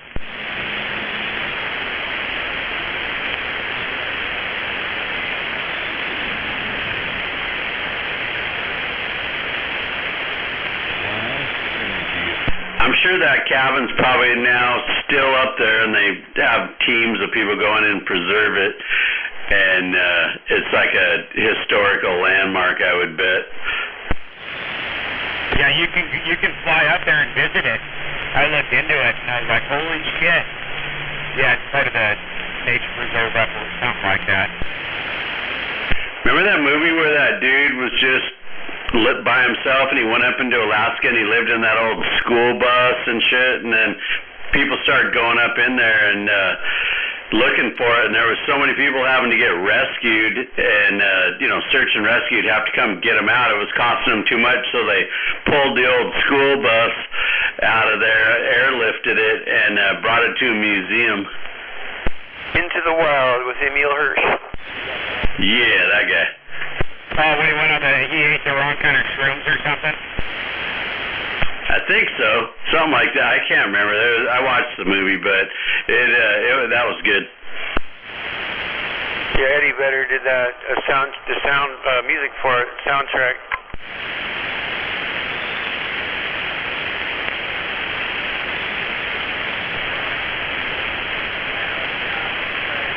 I love that song, Big Hard Sun.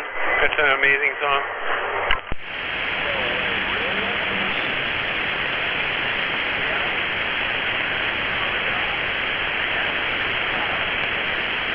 I don't know where the museum is. I just saw it on the news. It wasn't that long ago, and they showed pictures of them like airlifting this school bus, with a big old Huey or something. I don't know what it was, or a Sikorsky or whatever. And they had this school bus like just hanging underneath this thing, and they just had to get it out of there because too many people were getting hurt trying to hike all the way up to it.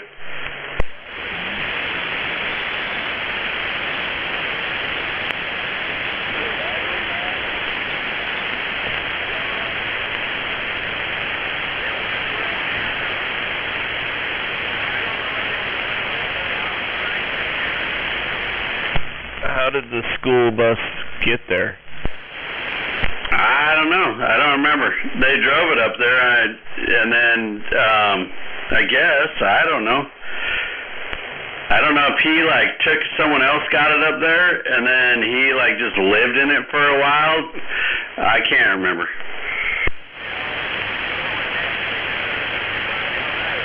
You would think if you could drive a school bus there, you're not going to get hurt getting to it, but they were having to rescue people.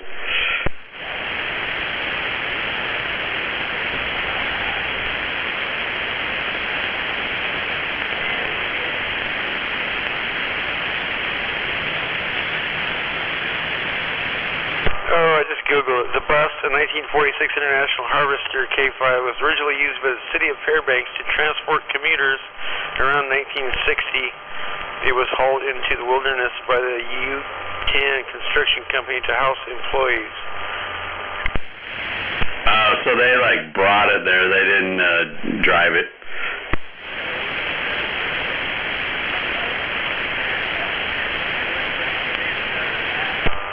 Yeah, it used to be a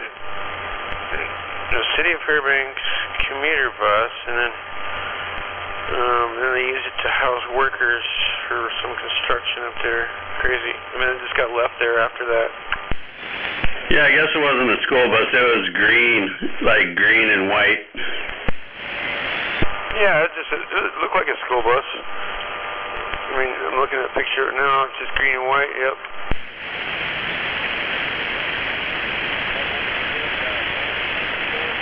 State colors. It's a good movie, though. It's definitely worth watching if you haven't seen it. Have the kids watch it with you.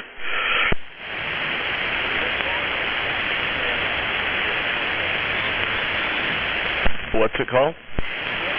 Into the Wild. $20 million to make it.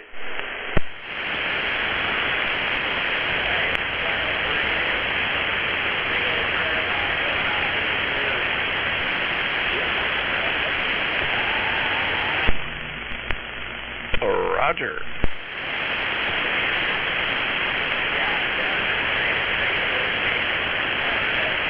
Hey, Double Tap. Yo. You know, I was telling TP earlier that the guy that built my hydro, you know, out of wood and stuff, the guy that helped me get redo this one, we're going to try to pull pretty good, dude. I got him hooked up with this guy, Matt, that does like 3D imaging shit. We're gonna try to pull a composite mold off of his boat, or off of one of his boats. He's got a couple different design boats, so I'm hoping that it works out pretty good. So and then right over to TP's to get a custom paint job. Oh, there you go. So this thing has like a laser scanner, and then it can 3D like CAD print it or whatever. Yeah, this is all foreign to me. I mean, I don't know all the right lingo for it. I know what it is. I just don't know how to say all the shit to make it make sense. But yeah, CAD, 3D imaging, you know, whatever. And then, you know, I don't know too much about it. That's why I hope you two like me to talk to each other and just give you a cool boat. You know, you can even pay it for it. I don't care. Like, figure it out. Cause that would be cooler shit to have a whole carbon fiber composite boat. You know. Oh shit, that would be badass. But if you're making it out of carbon fiber, that ain't gonna be cheap. No, it ain't cheap, but it's lightweight and it's way better than fiberglass. Way lighter for what these things are. It would have like a balsa wood. It would have to have some sort of frame in there. You know, I imagine out of something. I don't know. I'm not sure. I don't know how it all works. But yeah, no, it's going to be expensive in material for sure. It'll be strong though. If it's carbon fiber, you can hit shit in the water and it ain't gonna break. Yeah, like what happened to me. Yeah, exactly. And I got carbon fiber, a lot of it in my boat, and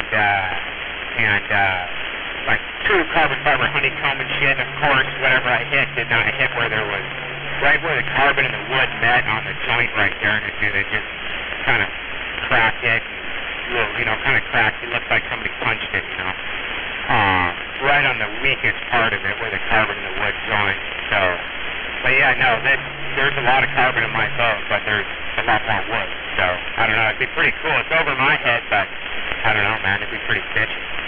Get TP to like paint some ghost flames on there and shit, some skulls and shit. Oh yeah. I'll have to have an artist come over to do skulls and shit. Yeah, we get somebody over there to doodle some cool shit on there, man. I want to. If I get this thing, I want it freaking like. I probably won't even ever take it out. I'll be too scared, So I'll get it all cherried out and just like stare at it.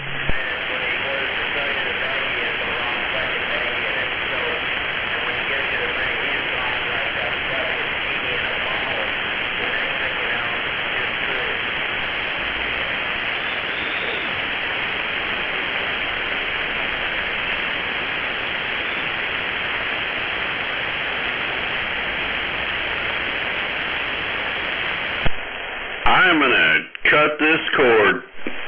I had a long freaking day, man. Busy day at work, and then I had to go to a meeting after work for about an hour and a half, and then I had to go to the apartments for a little while, and then I came home and had to do a little bit of work online, and then it was dinner time, and goddamn, this is the longest day I've had in a long time, so I'm gonna go to bed. Have a good night, Double Tap. I guess I missed you. Oh yeah, I will. I'll be back out here tomorrow. Tomorrow's my early days, and I don't have a whole lot set up. The lawn quit growing because I don't water it, so I know I don't got to mow that. Just gonna be kind of hanging out. Right on. Yeah, I might be doing some of the same thing for a little bit of it. I'm off the next 2 days. Tonight's my Friday, so. Perfect. Well, have a good night. Yep. Right on, man. I'll talk to you probably a little later this week, and if not, for sure next weekend, I'll be back down your way.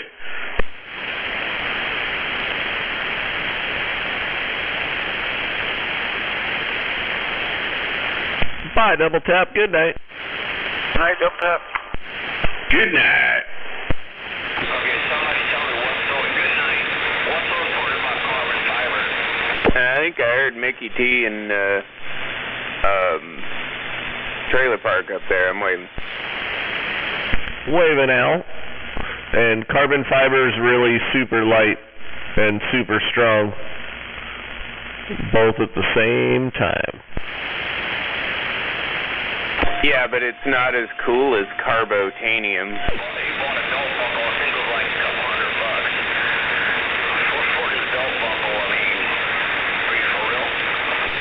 You ever seen any cars made out of carbotanium yet? I've never even heard of carbotanium. Once you said that, I might have heard of it, but I don't know anything about it. And I wanted to go to bed, but now I gotta know. As far as I know, the only company that uses it besides Boeing is the company that helped Boeing design it, Pagani. The Pagani Zonda supercars are made out of it, and it's basically carbon fiber with titanium wove into it. So it's like super, super strong. Oh, that's what we're gonna make the spaceships out of. Yep.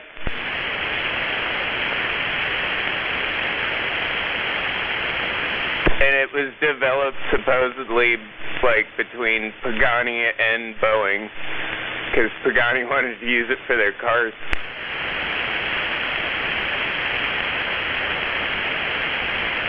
I don't even want to know what that stuff costs.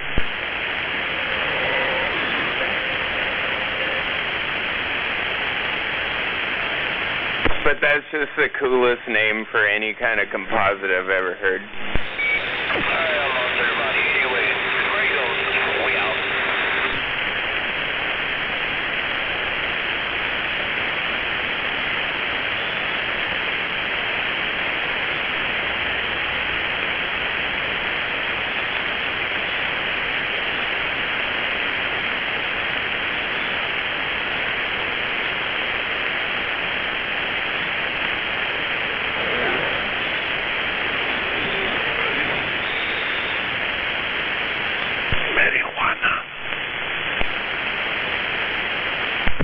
Time for some of that.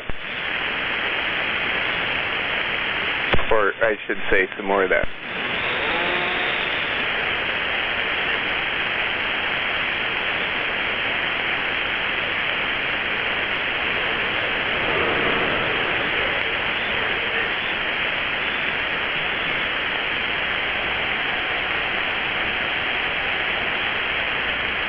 Hey, TP, you like ale? Ale. Yeah, it's alright. I don't drink too much. Occasionally I have a beer. Get yourself a case of Johnny Utah, man. Put it in the fridge and, yeah, do that.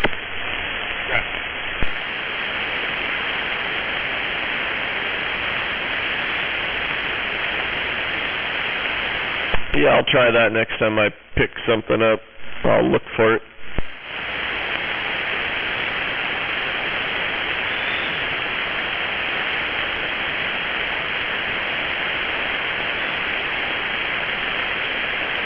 I'm going to go roll down to Georgetown maybe this weekend and pick up some growlers for that shit.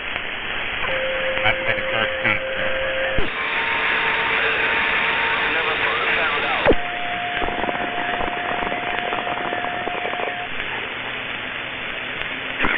Yeah, I roll through there quite often, so I was in Georgetown today because I was at Hammer Auto Rebuild, which is right down in there.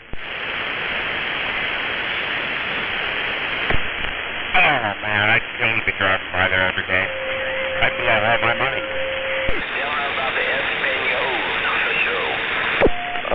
Yeah.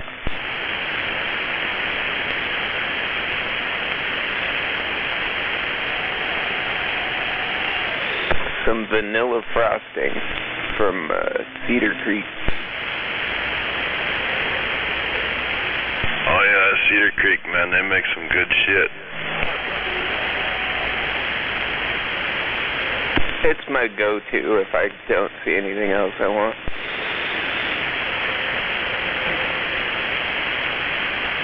I really like their OG Kush.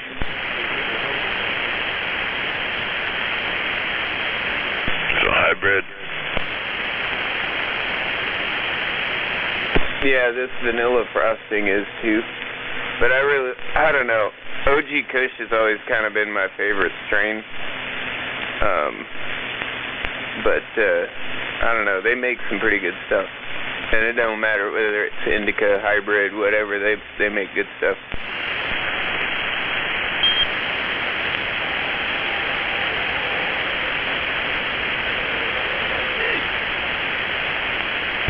Yeah, I just try to stick with those true indica strains.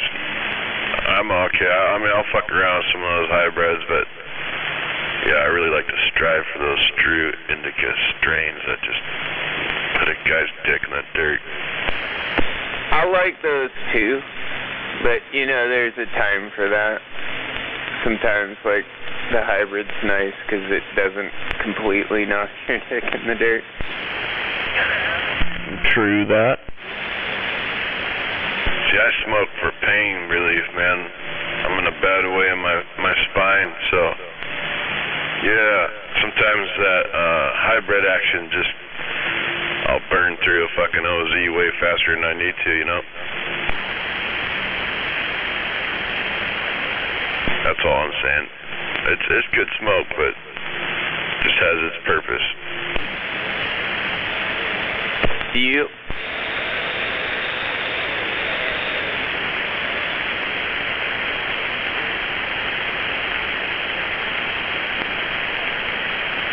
What was that composite called? Like, Carnoot? What the hell was it called?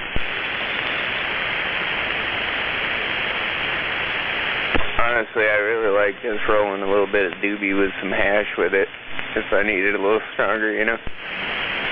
Oh, yeah.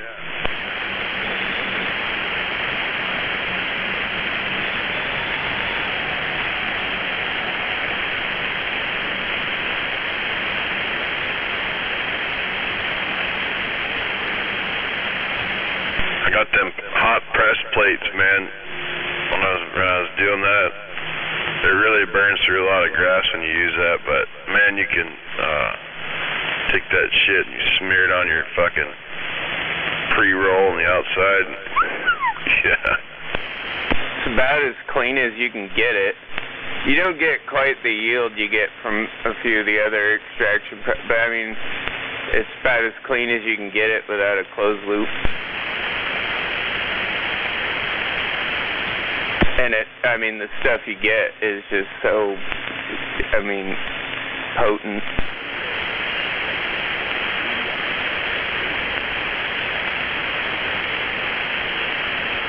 It's pretty nice.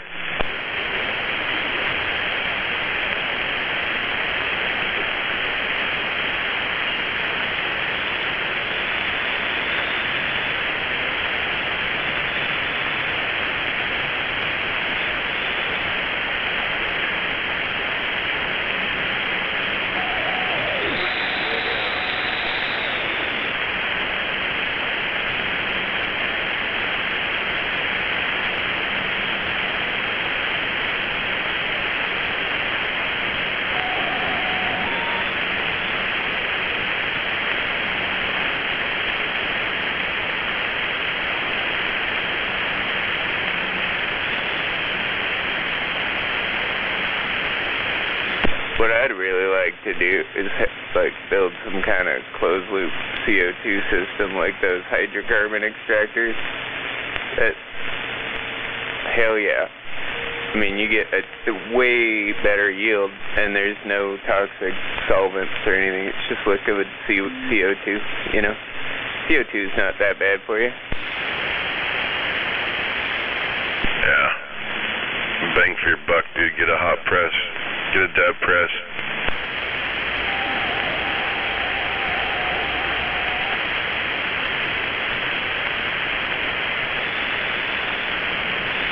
Probably build one pretty easy. I just never, I don't know. I haven't done any of that on my own in a while. I just usually buy it. But yeah.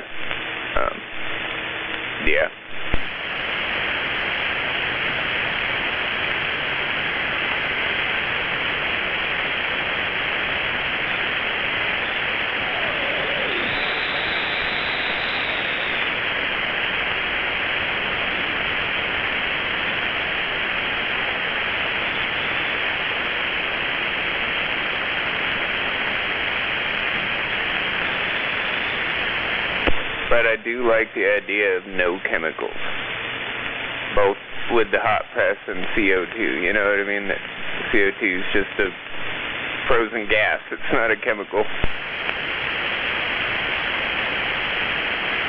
Yeah, but man, smoking grass and playing with compressed things, compressed gas chambers and such, probably not a good combination. It's CO2. It's not going to explode in a ball of fire. As a matter of fact, it'll put any fire out. Carbon monoxide. Why don't you take a drink of that? Yeah. Carbon dioxide. It's what you're breathing out right now. It could, you know, have a little bit of an adverse effect if you got a burst of it in your face or your eye or something like that, or I don't know. I just like to side on the side of air a little bit when it comes to that, right? Oh, I mean, if you were just sitting there sucking on it, you know, like breathing a ton of it in, yeah, I mean, I suppose you could suffocate, because, I mean, it's kind of like holding your breath. You're just filling your lungs with it. But, like, you'd have to literally be just, like, breathing that in constantly. It's not like ammonia, you know, where, like, even a little bit will really harm you. And it's not like butane where even it takes a lot to really harm you, but it's harmful. You know, carbon dioxide is in the air you're breathing it out. It's not something that could kill you. It probably wouldn't be pleasant to get a shot of it in the eye, especially if it's still in its liquid form, because that'd freeze your eye. You don't know what you're talking about. You haven't a clue.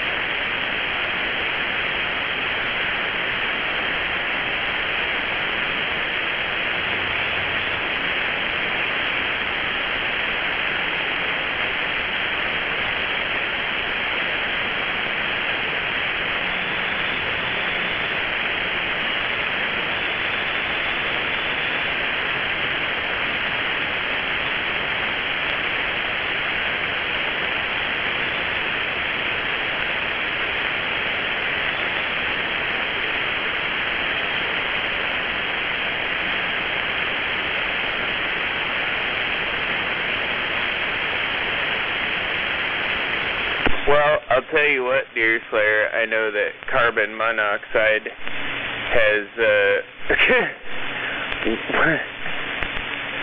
one oxygen and carbon. Hello? You went to MIT, right? No, I didn't go to MIT. I don't need to go to MIT to know that. He's got a cell phone. Did I hear somebody out there? Who did I hear out there? And I also didn't fail high school chemistry. You're just hearing shit. Heard a piece of shit? What? No. I said you're hearing shit. You got hair in your ears. I got hearing problems. I do, because I can't hear shit. I just heard somebody saying I have hearing problems. And I thought I heard that. Oh, shit.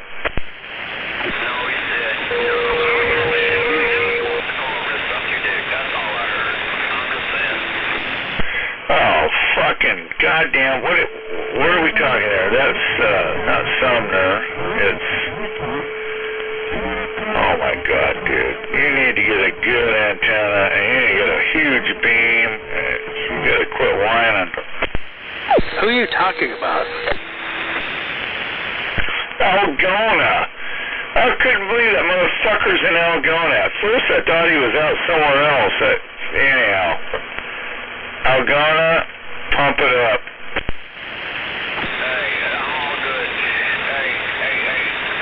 Hey.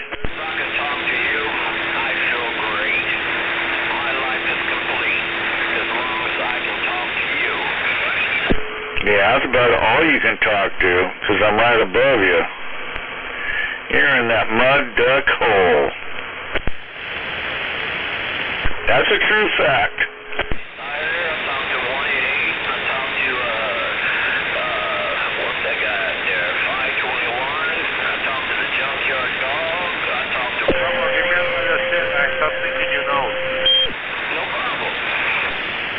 Yeah, you're in that shithole. Sorry.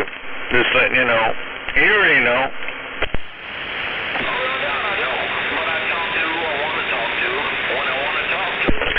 And then it's really funny is the police down there and the fucking shit you gotta deal with down there.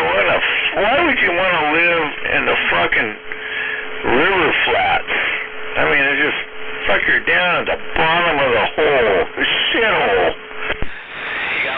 Come to think of it, you know, I haven't heard of anybody blowing up their kegerator either. Basically the same concept. Yeah.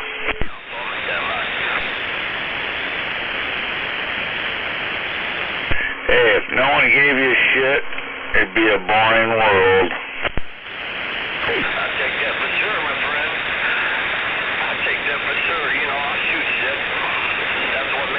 What are you talking about, Hammerhead? It is a boring world.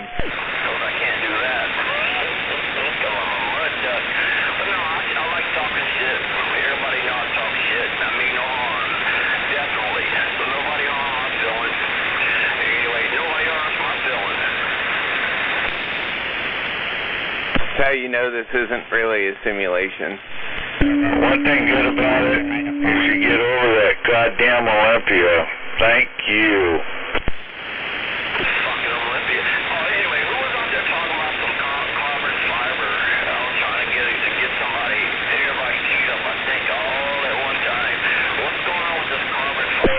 Come on, stop picking your nose.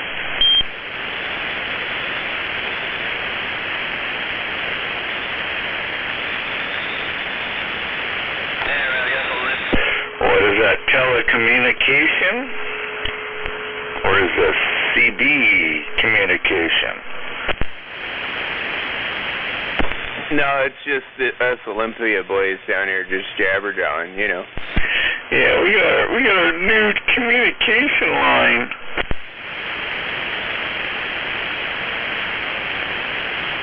Jabber.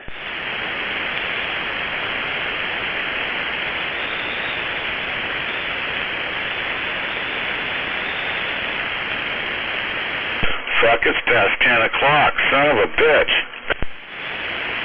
What do you got to get up and go to work in the morning? No, I'm going to go to the ocean for a week. What are you going to do? I don't know. I'll probably mow the lawn tomorrow. God, I forgot. I got to go help Beavis with something. Not much. Obviously, he ain't going to work. No, dude, it's my Friday. Like, I got off work hour and a half ago. You know, I'm just chilling. I'm ready to start my weekend.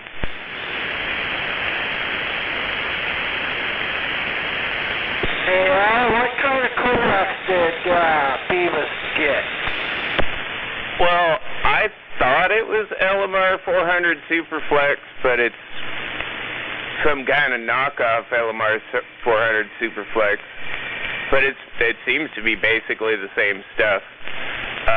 And I figured out why the connector wasn't fitting right, too, if Rigid is sandbagging. It's because my connectors are for RG213 and not LMR 400. I brought the wrong connectors. 10-4. But I made it work. So, it's flat. It works. And but it's LMR 400 Superflex, basically. So it shouldn't be a problem for them for a long time. It's very flexible. It won't break or, you know, twist or anything. Not twist, kink. Well, it sounds like to me he's finally got a real station going. Oh, for sure. I couldn't believe it when he keyed up, started talking, and he hit me at 9. Well, I mean, his antenna went from 10 feet to 140, 150 feet, close to roundabout. Oh, yeah. Yeah, that put him up there with the others. And, yeah, I mean, that tree was pretty much about as tall as I thought it could be maximum. So, you know, we got it pretty close. He got enough coax. He had a little bit extra.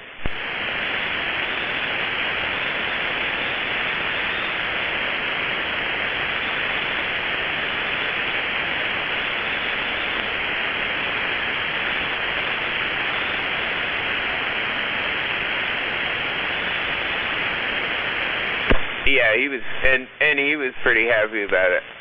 He was hearing all kinds of people he'd never heard before. Yeah, amazing, isn't it? Except for maybe if he went way up on a hill, you know, then he could maybe hear him.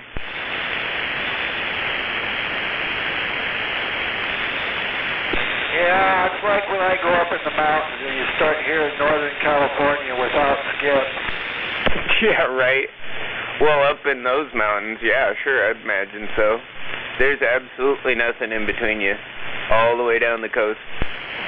Yeah, right, yeah. A couple of them old landings, they're right close to 6,000 feet. Yeah, there's nothing that tall down here by us. Tallest you can really get if you go all the way to the top of Capitol Peak is like 2,600 feet. Yeah, right.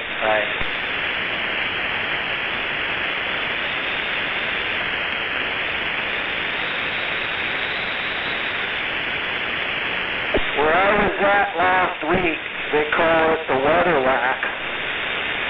It's way up above Wainuchi River, and it's between the West Fork of the Saxon. You can walk over to one side, look down at the ocean, walk over to the other side, and look across to Mount Rainier, Puget Sound, and Hood Canal.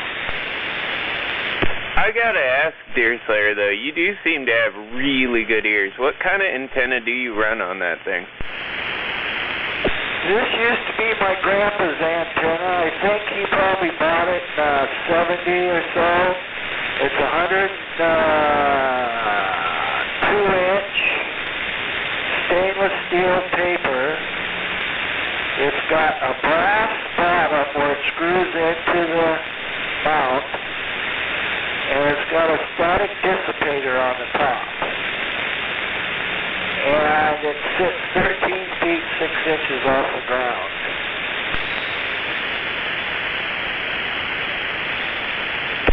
Yeah, Tin. That's...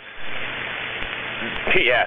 I will admit, if you're sitting still, probably the best antenna you can have is a 102-inch whip for a mobile. I wonder if you got, like, an Antron or something and stuck that thing on, like, a bumper mount or something like that when you're up there, how much better yours would be. That's what they're all trying to talk me into. So I think what we're going to do is go up. There's a nice spot, and we're going to go up there and climb a tree and put an Antron or an old, oh shit, that one Big Bird's got. We're going to put it up in a tree up there so anybody can drive up there can plug into it. Dude, that is an excellent idea. I've thought about doing that up in Capitol Forest, but I don't know. There's certain people it's too close. I don't want them to be going up there and tying up the channel, you know? 10-4, yep. The higher you are, the easier it is to plug your ears. Oh, for sure. And, dude, I mean, even over there, it's high enough to plug everybody's ears down here. And you're hooked to that fence right now, aren't you, Deer Slayer? Oh, yeah. So you got 600 foot of fence that acts like a beam, so that's why you hear so well. Yeah, it's 6,000 feet long fence. Oh, I meant 6,000. I'm sorry. Yeah, so, that's some ears. Yeah, 6,000 foot long beam with, how many posts? That's probably your elements. Yeah, every one of them posts driving into Mother Earth, they're probably, I don't know, 12, 14 feet apart.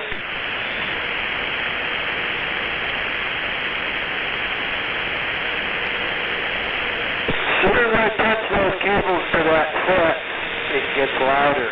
The radio gets louder.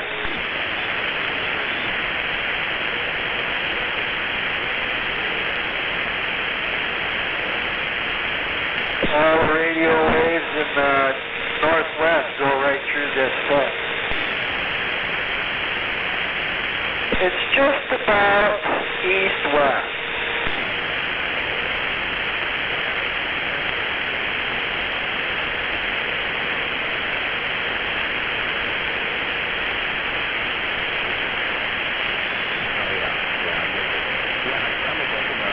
So when I'm sitting here hooked up like this, my antenna is only about 2 feet away from that fence.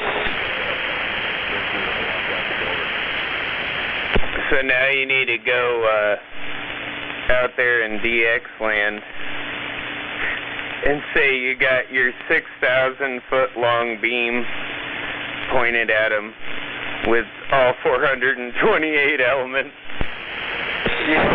Yeah, that's kind of what I told 88 in the Mojave Desert. Actually, that's why I failed trigonometry the first time, is because I had to get the calculator out to figure that one out.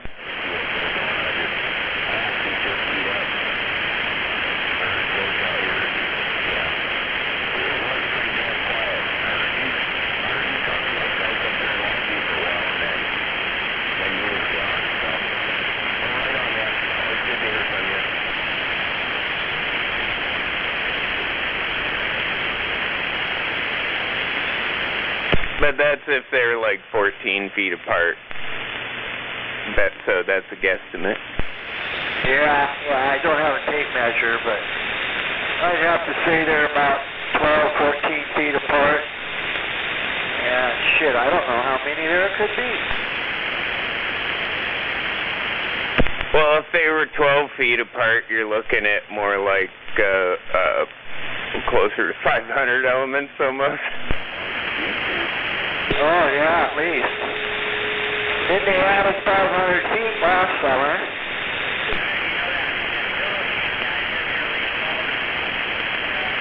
The runway is 5,500 feet, and the fence is probably 500 feet past both ends. Yeah, big things coming out. I heard a couple other state senators firing up at it too. They're really starting to take off.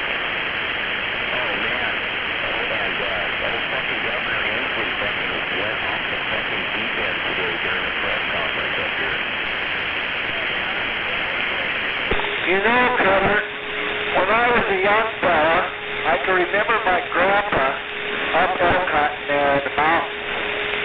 Must have been up Grisdale. And he took a heavy copper wire and hooked it to the railroad tracks, and then hooked it to his car. And he got on that CB and he's talking to people in Olympia and Montesano. Oh yeah, the old man used to do that all the time, except he was talking to Eastern Washington all the time. Oh, jeez. Grandpa, the only reason why he did it is because he shot an elk and he needed some help. Yeah, he hooked it to the train track that went up the Mill 5. Because he lived right by the train tracks, and that's what he used. They never said anything about it. And he could talk to Eastern Washington every day. Is that Blue Tick? Yeah. The old man. Yep, I remember. Him and his old aluminum hard hat.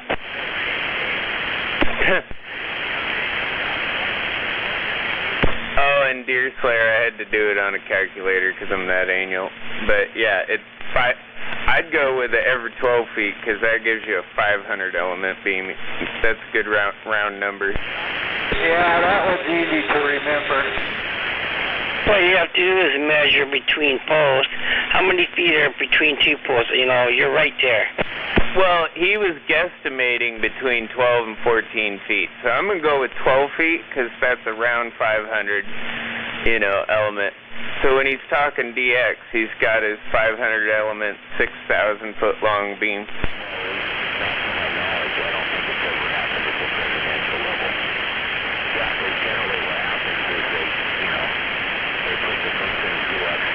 I know it sure does work for him. And if I know California, when he says that, they'll actually start coming back to him. Yeah, screw California. The other day I was just like hearing three people talk, and finally I keyed up and started talking to them and asked them where they were at, and shit, they were in Indiana, Fort Worth, I guess it's called. Yeah, they were up there. Three of them talking local. Well, I mean, I like talking to a few people in California, but yeah, I'm kind of with you on that. I prefer talking to the East Coast. There's people I like talking to on the East Coast a lot better. But, I mean, I like talking to everybody, but it's, when it's the same people every day, it's kind of, boring. Yeah, especially when you've been doing it for years, cycle after cycle after cycle after cycle. It gets so monotonous. Yeah, and there's just a few out there that, over the years, that I enjoy talking to. So I try to talk to them mostly. We must be, I was looking in my notes. Last July was the first time I talked to that fellow there in southern Florida. And I'm looking at the date and the stuff that I had written down there. Geez, it was almost within a couple days I talked to him again this year. I can't wait till we start hearing number 9 in the swamp, number 9 in the swamp down there in Florida. When it comes in, starts coming in good, I won't even be here. I ain't gonna waste my time with that kind of skip. Nope. I like that guy. He cracks me up. every day, man. I remember it was like number 9 in the swamp, number 9. 900. 900 in Texas. I heard him the other day. No, I like hearing him. He really gets them stirred up. Hamburger. Especially when he starts hearing like Cripple Lizard and all those guys in California. Remember Red Wagon? No, Red Toolbox. Hamburger or cheeseburger and little cheeseburger? No, Red Toolbox. That was the one. Yeah, God, I swear to God he had a reel-to-reel. I swear to God he did, and that's all he did is play it. I like talking to One-Eyed Jack down there. He's always good. I think 900 has probably got the filthiest mouth on the CB radio. That guy is like the DX agitator out of Texas, that's for sure. Yeah, I don't know. It's going to be hard to top Sandman. I've never heard said Sandman. Yeah, he lived in Shelton for a while. Oh, yeah? Yeah, I can imagine there's probably been some Shelton DX agitators that were pretty good over the years.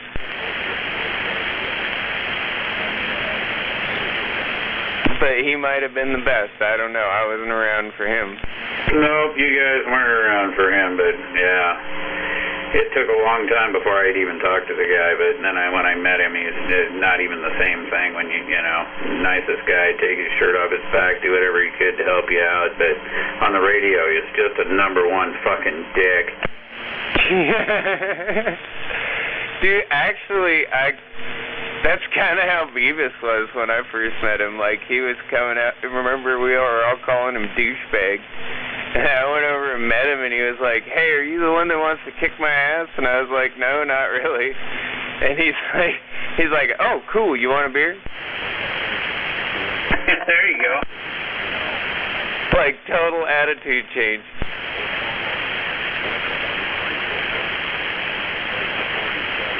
But he is one of the nicest guys you'll ever meet in person, you know. I mean, unless you're a dick, you know, then he doesn't seem to be a very nice guy, but... Yeah, Sandman, the rear end in my Datsun pickup was going out, and it was howling and making all kinds of racket and shit, and he's like, "You know what? I know where there's this abandoned Datsun pickup out in the woods, man. Bring your truck over, man, and I'll swap it out, man. And we'll go out to this truck out in the woods, and I'll get this pumpkin out of that thing, and we'll bring it back, and we'll just put it in your truck." And I'm like, okay. So I brought it over. He did. He stuck the pumpkin in there. Yeah, the gear ratio was way different, but I mean, I could go driving up Harrison Hill at 20 miles an hour in fourth gear, but yeah, no, he swapped it out and made it all work good.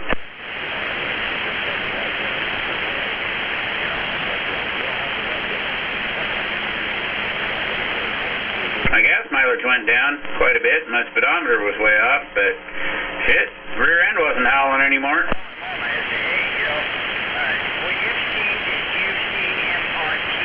Yeah, 10. He didn't charge me a thing for it. About the only thing he did after that was he tried to teach me how to rebuild automatic transmissions.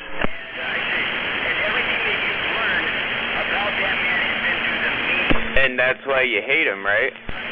No. I mean, that was great. He showed me, hey, man, we're going to do this transmission. Here, I need you to do this, and I need you to do that, and see how this goes together here, and how this goes. No, it was great, man. The guy was pretty cool. I noticed he said the word try to rebuild the transmission. Well, yeah, because I don't have a clue. He rebuilt it. He was trying to teach me, because I wasn't really that interested in learning, but I was there, so he was doing his best to teach me what he knew, and I pretty much didn't retain any of it. Yeah, it took me quite a bit of practice to get a 350 turbo put it back together so it would work. Yeah, he just tore that shit apart and threw it back together, and yeah, he was like, "Yep, there we go. That's all there is to it." Yeah, I give up. That's what you gotta do. He's like air gunner. That's probably who I'd talk to. For an automatic, hell yeah. Yeah, well, shit, when we were playing with race cars, you'd go through transmissions, you know, shit, at least one a month. Someone's going to talk. Yeah, I'll have to see. The one thing I know that hasn't been rebuilt in my mom's pickup is the transmission. So, you know, there may come a time when I need to have that 727 torque flight rebuilt. I have rebuilt entirely one automatic transmission. And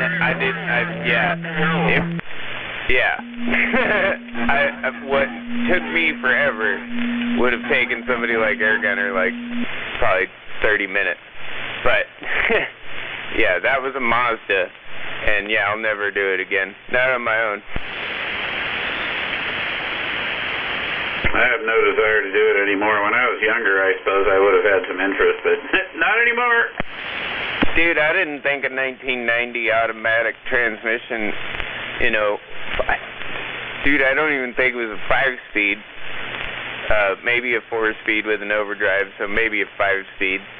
But that thing, yeah, I don't know. It had so much electronic crap in it. Quiet. It is. It's goddamn quiet out here. What the hell are you up to? Me? I gotta run out to that goddamn Key Peninsula. Which? The Key? Got some friends out there getting next to the woods. What the hell for? Get some wood? The F-Street. No, there's a girlfriend of mine that just moved out there. And she's having some electrical trouble with her. She lives in a trailer out there, and she keeps popping the fucking breaker. And she's popped it so many times that the fucking thing won't even stay on the start.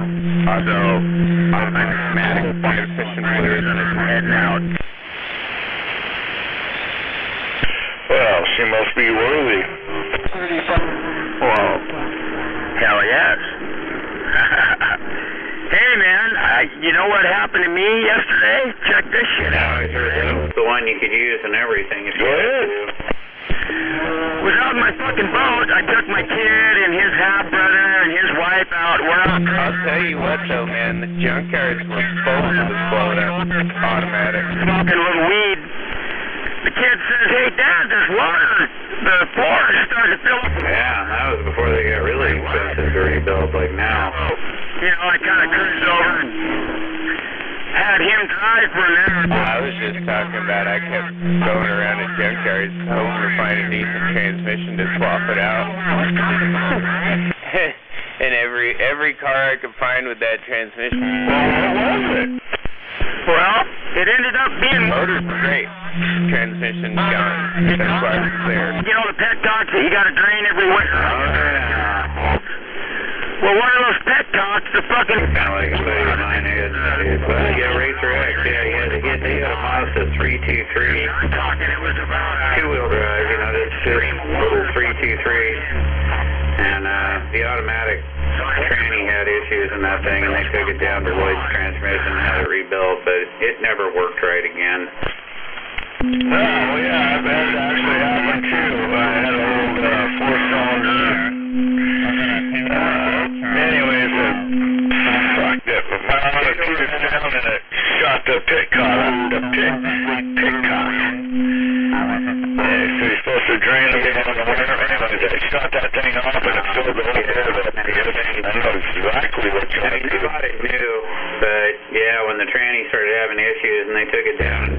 Yeah, well, rebuilt this completely or whatever. In the hole there, and it was still, you know, still leaking out of it, but nowhere near the water once in 5 on there. So you don't do that fucking bad connection. Really hard. It's like back on that thing, and it just totaled the car, so they were kind of glad it went away. That I could get the thread up in there. I've had 5 of those cars. One automatic.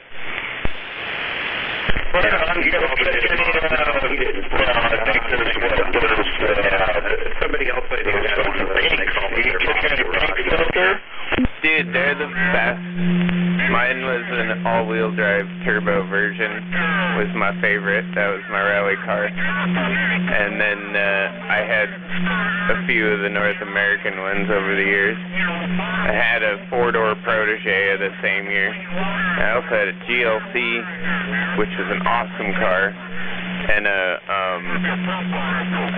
89, I think it was. Copy the line. That's not good. That's one they usually let them out. So you got lucky. I want to say it was like an 83 GLC or something like that wagon. And man, I shouldn't have got rid of that thing. The alternator went out in it, and I just sold it because I only bought it for like $100, and the alternator went out, so I just sold it for $100.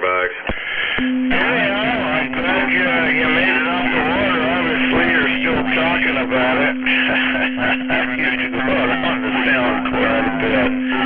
I had a 20-foot right now there for many, many years. And, yeah, it's a money pit, but it was fun. I caught a lot of fish out there, a lot of nice, beautiful kings, bunch of silvers. Never really tight, went after those pinks, but now the pinks should be in there right now. Yeah, well, I wasn't out there to fish, man. I was out there to cruise around. But the 80 model, you could get the Mazda G-Type out of the 80 model. Copy that. Anyway, I'm just saying, there's probably a lot of boats out there. Where did you launch from? Where's the launch? Usually with the cable. Rainier Beach launch, man. I don't like going to Coulon. Because, they want you to fucking be out of there by dusk. And, I like to stay out into the evening a little bit. Okay, you're at Lake Washington. I keep forgetting. I'm thinking you're out in the Sound. Dumbass me. Anyways, yeah, Rainier Beach is as good as that. I think mine is it's busy, but if you get there early, I've been there many times. But yeah, Rainier Beach. Go to that. Okay. No, it was rear-wheel drive. Wow. That's what I thought, because they didn't become front-wheel until 80. And yeah, like I think the one I had was an 80 sedan, and it had the front. Yeah, that's good drop figure, right? Off that island when you come in the water, man, it drove really good. Good fishing. Me and my brother used to fish that quite a bit. And then you don't have fishing, but it's neat. I bought it for $100, and I just turned around and sold it for $100, and down the road it went.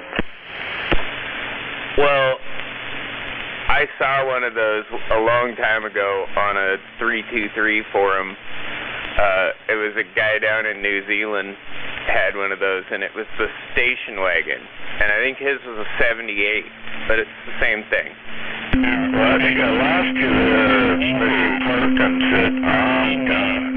E-twin turbo in it.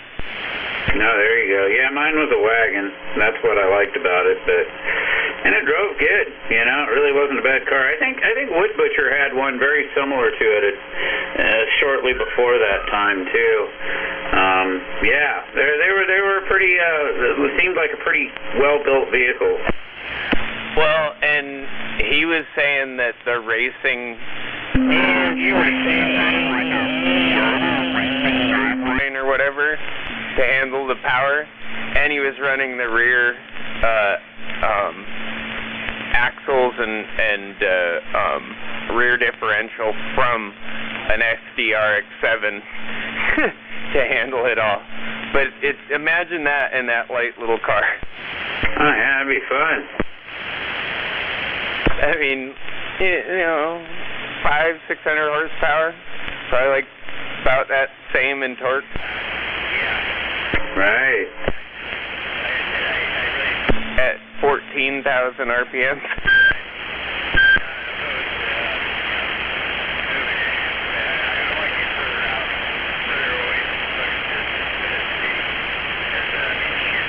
But yeah, that's like one of my dream builds. Find an old 70s GLC to put something like that in.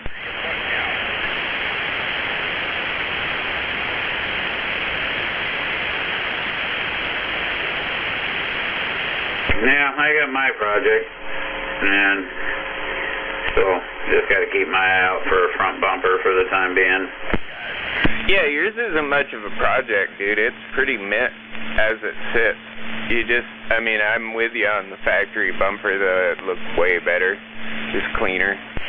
Yeah, I'll get there. I need to get a battery for it, so I'm going to pick that up here in my last 2 weeks at work. I got to pick up some parts, and I'm going to get some oil and some filters so that I don't have to deal with any of that for a while, and, you know, kind of have a little stockpile going of stuff that I need while I can still get it at a good price. Well, and if you didn't go with a new front bumper, you know, just throw some steer's horns on there or something. It'll look totally normal. Yeah, I'd probably throw a Ford front bumper on there or something. I could find, you know, a bumper off of something else. It'd probably look pretty close, so not exact, but it would probably look pretty good. Have to make probably some brackets for it or whatever, but yeah, it probably wouldn't be that bad. Oh yeah, I mean, I'm out here, you know, probably 5.5 miles. We'll see when I get there, but I'm gonna grab a battery while I can get one at a good price and put a battery tender on it for the time being and set it aside, because I have a feeling it's not going to be until next summer before I can really get to working on that thing. Oh, for sure. I figure it's been there for 22 years. What's another year? Yeah, at this point, who's it going to really bother but you know, if it even does. Right. It's just going to, I don't want to pull it out of its hibernation spot until I got a better spot to put it in, which I don't have right now. So there's no sense in pulling out of that spot just to put it back in that spot, because it's not going to be fun to get it in or out of where it's at now, because shit's been built behind it, and I'm going to have to jack it up, and I'm going to have to, like put some plywood down and a floor jack under there, and I'm going to have to drag the back end of it sideways about 4 feet so that it will actually back up without running into something. All the bullshit that's happening in 4 You don't have a couple of farm jacks laying around? Or high lift, or whatever the hell they call them these days? No. It's, it got parked where it's parked, and then a carport got built right behind it. And, yeah, the back end of the vehicle is going to have to move over to the left about 4 feet to even begin to come out of there. Gotcha. So there's no way to get a set of forks under it either. Nope. Not at all. There's no way to get anything near it, really. I mean, I can come into it from the left hand, from the driver's side, rear. I can come at it from that direction, but you're better off just trying to, put something underneath it, put a floor jack under the pumpkin of the rear, the third member, and just drag it sideways about 4 feet, and then maybe you'll have a chance in getting it out of where it's at. Yeah, I see where you're at.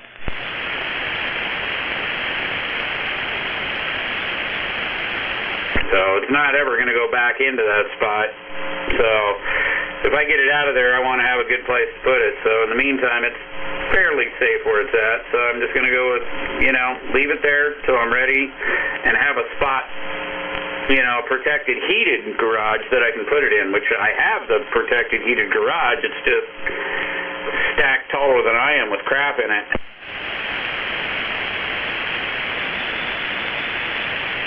Mostly electric trains.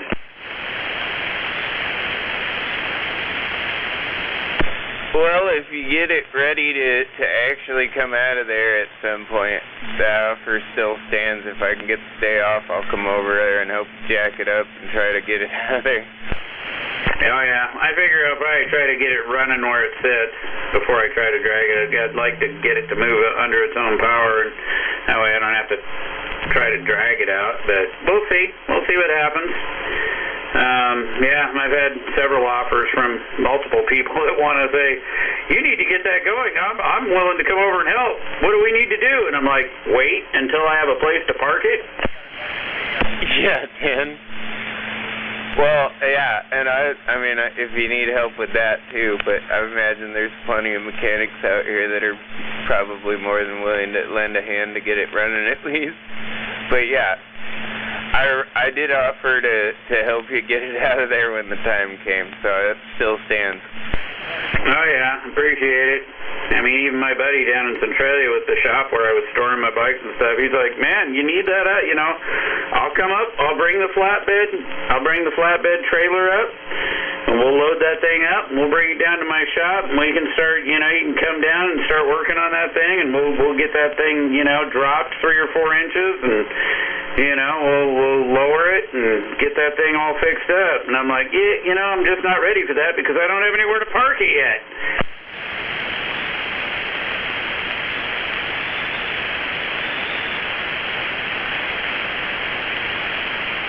As soon as I have a place to park it, then I'll start to tackle it.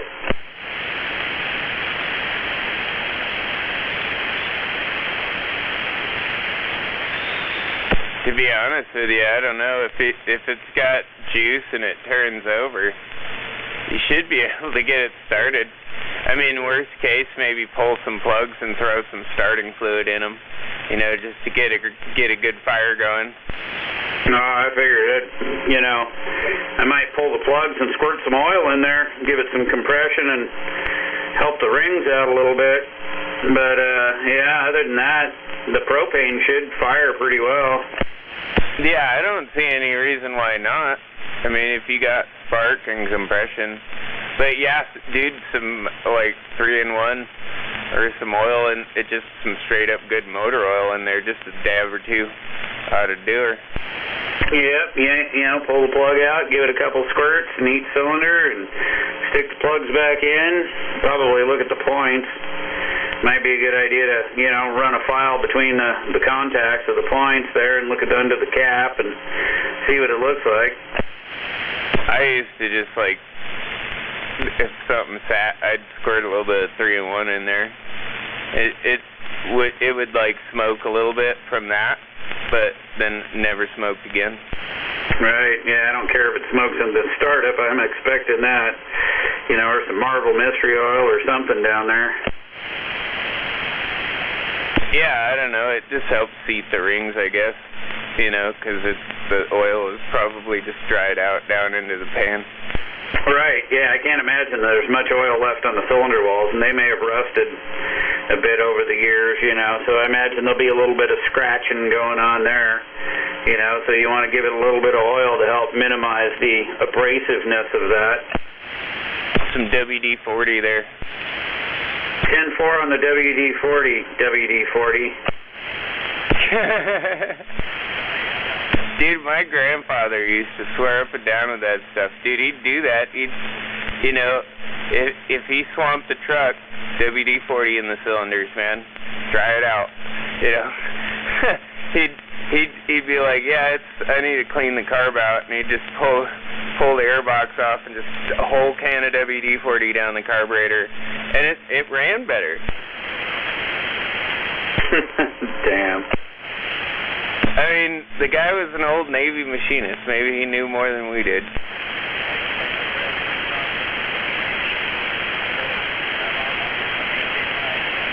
I will say WD-40 is some good shit. It definitely has its place.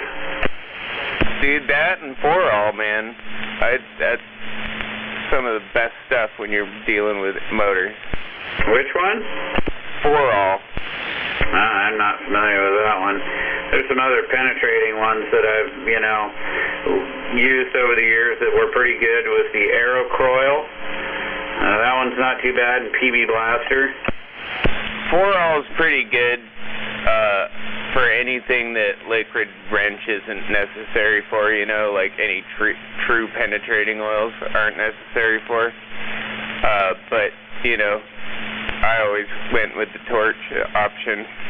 There you go. Oh yeah, that works. Especially with suspension bolts. heat them up and take them off with an impact gun?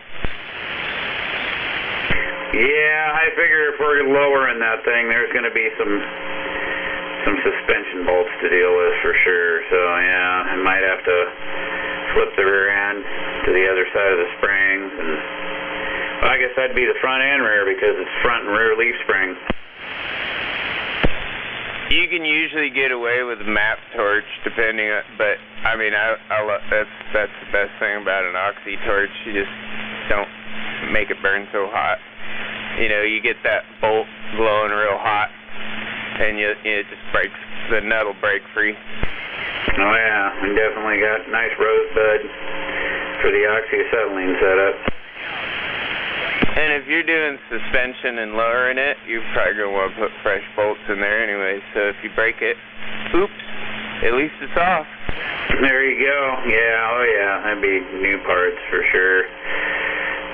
He already bought a brand new master cylinder years ago, and it's sitting there. So there's a master cylinder for it. So I think it was having some brake issues or something when he parked it, and that's why he bought a brand new master cylinder, and it's still sitting there in the box.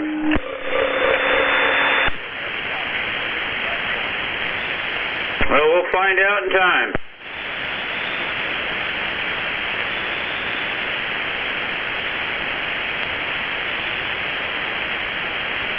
That'll be a fun little project.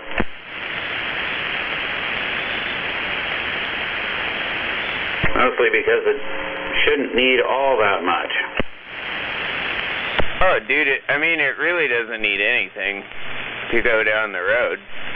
You know, mechanically, it's not much of a project. It's more of a, like, what do you want to do to kind of improve the look of it a little bit, but keep it pretty, you know, factory? Because, I mean, it looks really good like that. Yeah, there's not a lot there, clean it up. I mean, I did find some bubbling paint. I looked at it a little bit yesterday. There's some bubbling paint on the tailgate, from even the new paint job and whatnot. So there's some stuff there that I guess will be addressed at some point, but we'll see. I know the thing's not rusted out. That's the main thing. But if it's just the tailgate, like, that's can't be too bad to have a tailgate resprayed right there. True. It could be. It's not a whole respray. And I mean, I don't know how hard that paint would be to match, but I mean, there's a few paint guys out here that you could bounce some ideas off. Yeah, well, they did a pretty good job when they painted it the last time of matching the factory color, so, I mean, I can't even tell from the factory color. It looked identical, so, from its original paint. I can't imagine it'd be too hard to match it again. Nowadays, it'd be probably even easier to match because, technology has improved. Oh, for sure.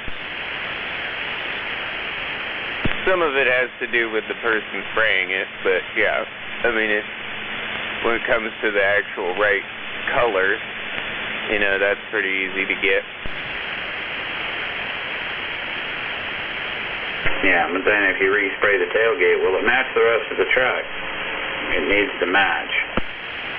Yep, and that's where the expert with the right amount of thinning and they could blend it so it doesn't even look like it was resprayed.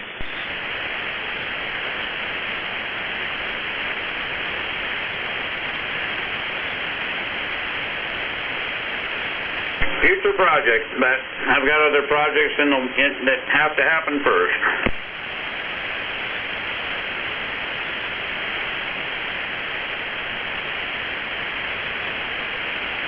Hey man, you want to buy some train stuff? Oh yeah, absolutely. Yeah, he needs to sell more, Just pile it up in the rest of that shipping container. I'm afraid I'm running low.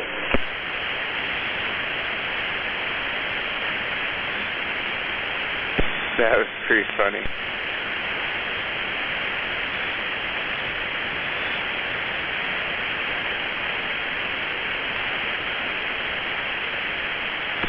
if I had a place to set all that stuff up, and money to give you what it's worth, I'd probably buy it from you though. That stuff is kind of cool.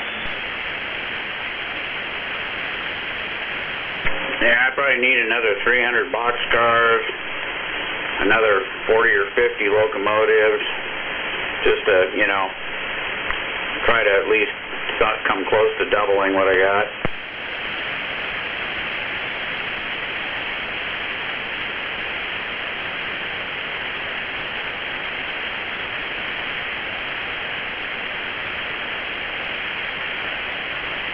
Hey, Cos, you want to buy some train stuff and have your, you could set up a whole, diorama on your 80 acres. You could have, this crazy attraction and make money. I went over there and seen what he's got, and I had anxiety problems starting to kick in. Yeah, just think of the layout you could put out there, man. You could have a public attraction, man. You could have an amusement park. Yeah, dude, I'd set up the world's largest Lionel diorama. There is a train place out there, you know. For life-size trains, though? Yeah, they got a working turntable out there and a bunch of old steam locomotives.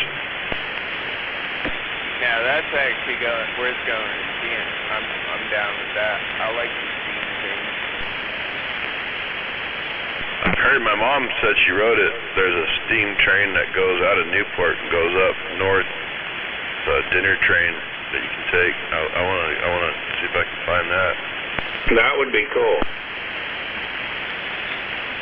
I love the old steam locomotives, man. Those things are cool. And then my stepfather, you know, in that collection, there's a lot of Lionel or O-gauge steam locomotive stuff, you know, and that's worth a lot more than the modern diesel locomotive stuff. Oh yeah. Does it have the little steam generator things that run on electricity? I used to have one of those when I was a kid. The little steam engine? Yep. No, my brother had.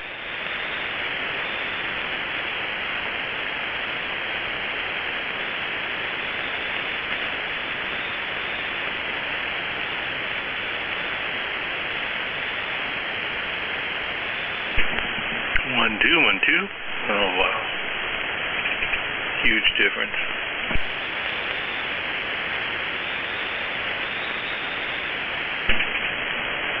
One, two, three, four, audio. 1, 2, 3, 4, audio.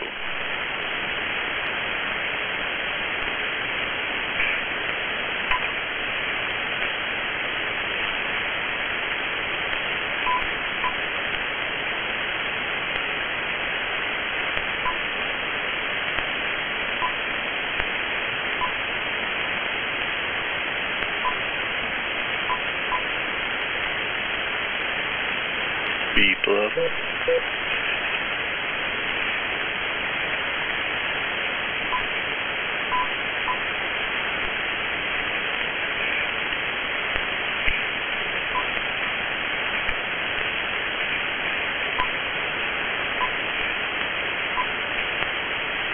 1, 2, 3, 4 audio. Test 1, 2, 3, 4.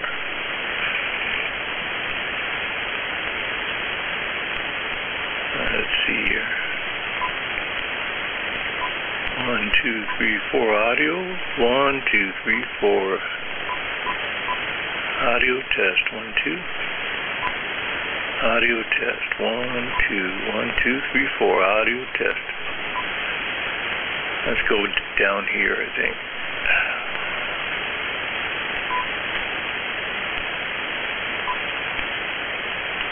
One, 2, 3, 4. Audio test. 1, 2, 3, 4. Audio. 1, 2, 3, 4. Audio test. 1, 2, 3, 4. Audio. Checking it. Checking it out. 1, 2, 3, 4. 4. 4, 3, 2, 1. Audio test. 1, 2, 3, 4. 4. 3, 2, 1. Audio test. 1, 2. Maybe that's a little closer.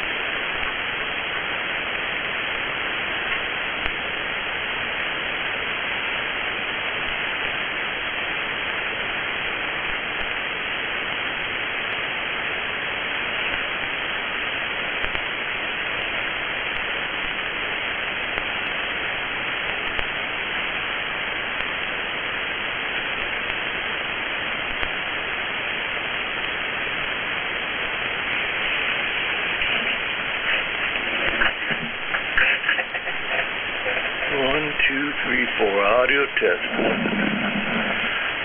1, 2, 3, 4. Audio test got down.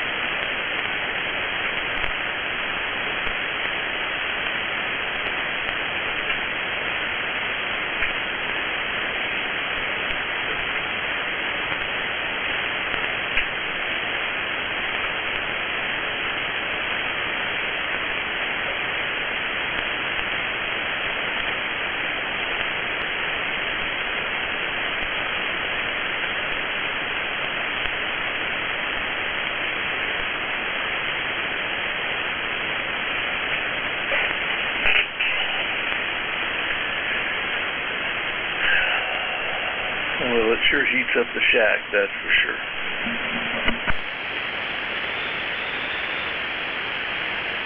Sounded much better though.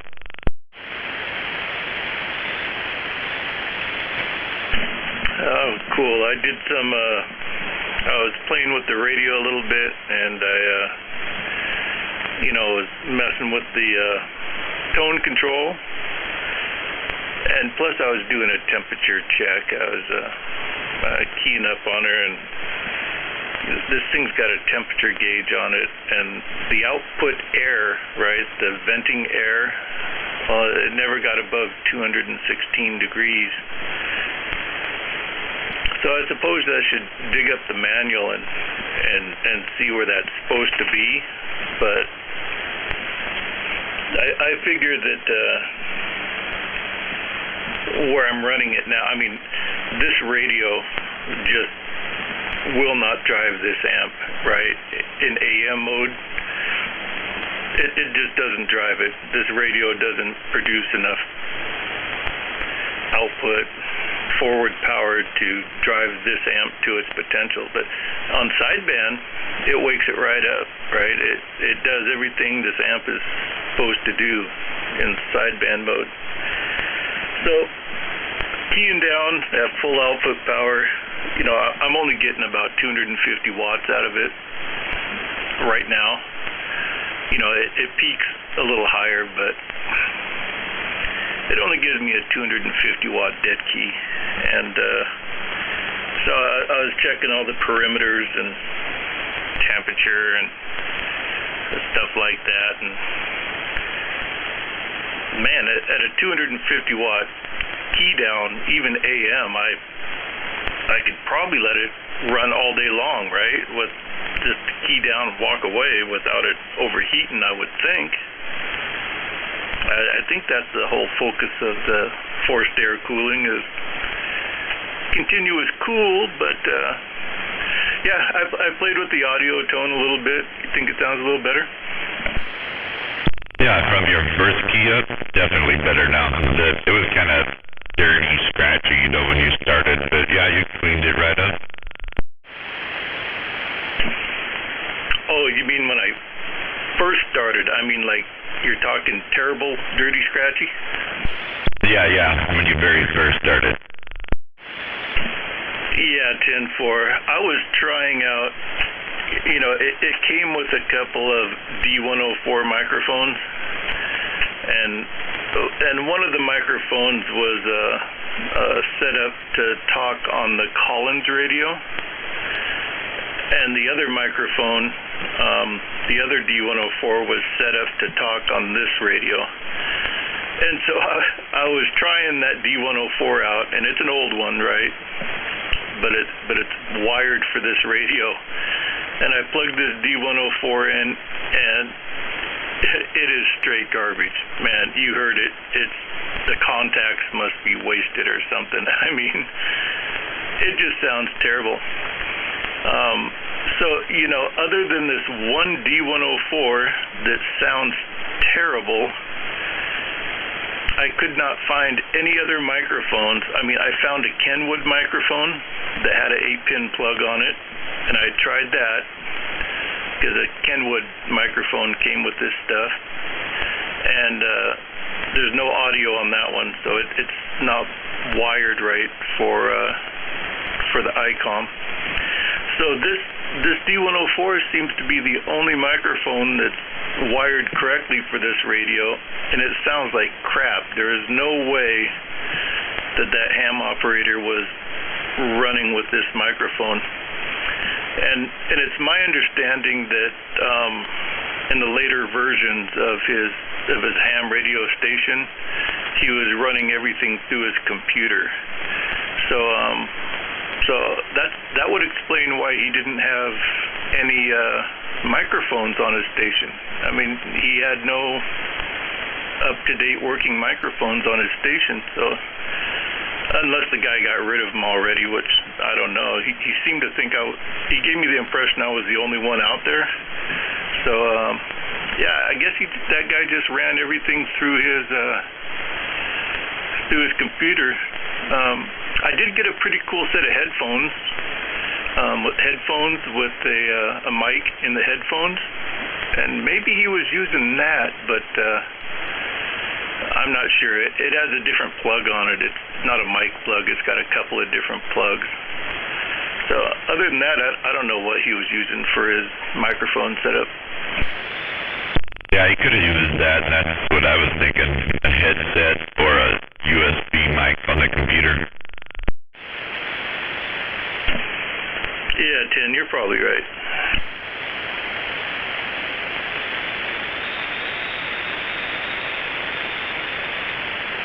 Well, it sounds good now, whatever you did to it. Well, the only thing I did to it was I put my SM50 ICOM microphone back on it. So it's just running the ICOM mic. I don't know. I guess it's a good one. It was like their most expensive one. I think it cost me like $180 or something like that for this microphone. But I picked it up a couple years ago when I picked up this ICOM. Because I tried all the microphones on my station on this radio, and the closest thing I can get to sound decent was the Echo Master. You know that Echo Master, is that it? Yeah, you know the fancy Echo mic there. That's not the Echo Master. That's the IMAX 2000. No, that's an antenna. Echo Max 2000. The only thing I could get to sound decent on this radio was the Echo Max 2000. And I don't like to run that all the time, so I went out and bought this ICOM base station microphone that seems to work pretty good. Good enough anyway. Definitely good enough. Yep. Rod Joe. So I almost got all that crap sold. Almost got it all sold. I still got that 2kW ham amplifier over here. You're a ham radio operator? You sure you don't want yourself a ham amplifier? No, I told you what I was doing, so I'm going to put my money that direction. Smart thinking, really. Yeah. You know, most guys like myself, they just kind of go through steps and work their way up, and before they finally realize that, hey, you want something, you want a finished product, you just have to focus on the main goal and get that. That's smart thinking there. 45 kilo, that's smart thinking. Well, I did the steps already, and I wound up with a room full of stuff that I probably will never use now. So, yeah. I just know what I want now, so I'm going that way. Yeah, 10-4. Yeah, well, that's the way we roll, man. That's the way we roll. A whole room full of stuff. And a trailer full. A room and a trailer. Oh boy, you had to migrate that stuff outside, out in the trailer. That's funny. That's funny. But I tell you what, man, the internet is hopping with buyers, especially Toshiba boxes. Man, you start posting that stuff online, and there's buyers out there. There's definitely buyers. Yeah, and I still got a few of those too. I got that Dominator 3K I was thinking about selling, but I don't know. It looks so cool though. I don't think I've seen that one. That's a big transistor box. Yeah, it's 16 pill original Toshiba's in it. Oh, 10-4. It's a cool looking box, huh? Right on. Yeah, I'm sure there's a buyer for that, man. People want that stuff. Holy smokes, I can sure tell that this amplifier, if I run this in the wintertime, it's going to warm up my shack pretty darn fast. Well, it's coming. Won't be long now. Yeah, 10-4. We'll get through a couple of more weeks of these 80s and stuff, and it'll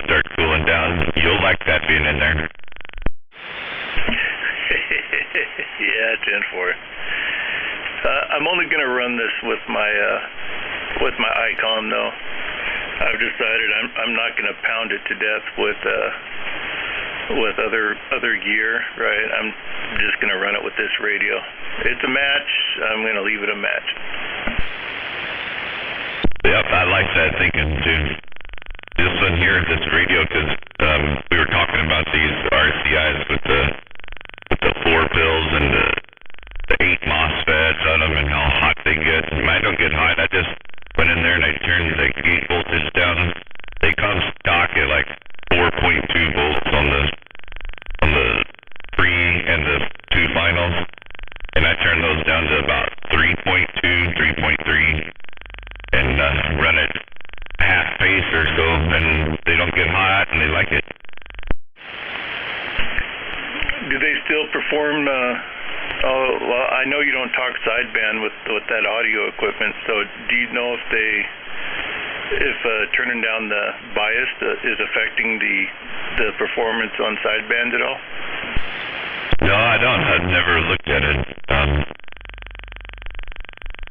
Here, hang on.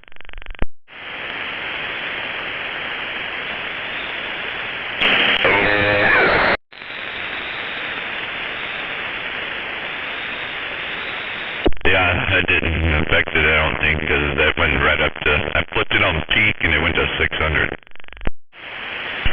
Holy smokes, getting down, no doubt. Right on. Very cool, very cool. I think I'd like to turn down the bias on my N2 over here. Because I know that N2 with the 8 MOSFETs in it, that sucker gets hot.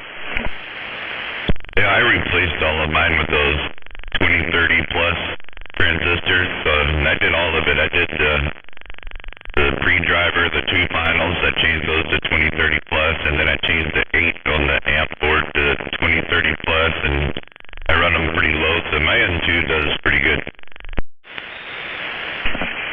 10-4, right on, right on. Yeah, man, with all that stuff that you've been acquiring past couple years, I would definitely have a garage sale, man, and don't sell cheap. I mean, get your money's worth out of it. I've never seen your collection, but it certainly sounds like you've acquired some really nice stuff. Yeah, most of it's pretty cool. Some of it's old tube amps that need new caps and stuff like that, but I got it for nothing or cheap, so, and I still save those too, but there's a lot of good stuff here. But I told Trailer Park he wanted dibs, first before I started eBay and stuff, so I'm gonna get him over here first and try to keep everybody else out. And then if you get the buddy price, then it's not good, but you get the eBay price, you do better. Yeah, 10-4. Yeah, I've been selling most of this latest score. I've been letting stuff go pretty cheap. The buddy price. I don't know. I'm thinking about holding out on this big Heath kit though, because this Heath kit I got over here is like the nicest Heath kit I've ever seen. It's like, oh wow, sucker came out of a museum.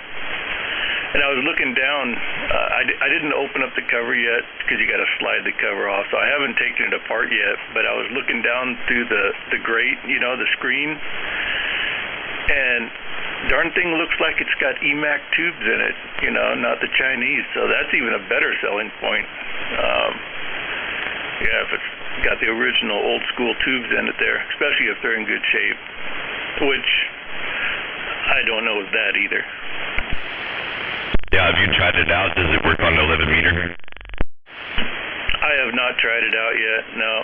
I haven't had time. I've dinking around here with other stuff and then playing with this equipment that I got on my bench. And now I haven't taken the time to do that, but I know I really need to do that so I can promote the product, right, to sell.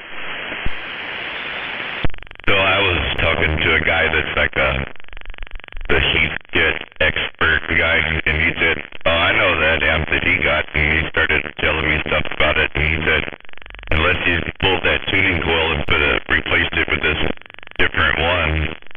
it's an upgrade or a mod to it that you have to do. He said it wouldn't talk on 11 meter. So I was just wondering if it worked and that meant that somebody did that mod. Yeah, 10-4. Yeah, right. You're absolutely correct. It's an FCC from the factory. From the factory, it's an FCC compliant amplifier, right? They made them. I understand they made them take out the 10 and 11 meter positions. Well, normally those amplifiers, you just click it over to 10 meters and you talk on 11 meters on it, and they work just fine. On the 220, right, the SB 220, it's got a 10 meter position. You just click it to 10 meters and start talking on 11. Well, on the SB 221, they eliminated the 10 meter. You know, there's still a position on the dial. The 10 is still there, but I understand that on that little band selector inside the box, there's no tuning coil for 10 meter. That's my understanding. There's no tuning coil, and there's some kind of little blocker capacitor in there or something like that. So yeah, it's definitely, it's not just it's my understanding you don't just go in there and jumper a wire or just solder a thing and boom, you're 11 meter capable. Yeah, they took 10 meter completely out of it, just said fuck it. So that's a big drawback. But you know, the serious ham radio operators, right, the serious guys, that most of those guys don't have any reason to even talk on 10 meter. I mean, most of the ones that I'm aware of, they don't care about 10 meter, and they sure don't care about 11 meter. So, you know, to the serious operator, it's still a great amp, right? Just for us guys, if it's not modified, it has its limitations. Yeah, that's exactly what he told me too. So I was just curious if you have tried it yet. So yeah, it's more to follow, I guess. 10-4, I'm definitely going to investigate that. Yeah, I gotta know before I let it go. That's for sure. You know, I can't figure out what's going to make it worth more, if it's 11 meter or 10 meter modified, or if it's a non-10 meter amp, you know, out there to the basic public. I know it's going to make it worth more to the CBers out here. That's pretty obvious, but yeah, I'm not going for max dollar on that thing anyway. I should though. I should put it on eBay and just fucking bend somebody over it. Fucking buy this amp. Well, you gotta do it every once in a while. Just pick and choose your battles, you know. Yeah, 10-4. Just go for the gusto, yeah. Yeah. I could sure use the extra cash right now. Yeah, Jen, how's the job market looking? You know, I haven't even looked yet. I mean, I just got unemployed last Friday, right? Worked my last day on Friday, so. What was today? Today was Monday? Yeah, I didn't even give it a thought, man. It's not really on my radar, but it probably should be. I should probably get right back on it. No pain, no strain. Yeah, I'm just curious if you had anything lined up or not. No, I have absolutely nothing lined up. No plans whatsoever.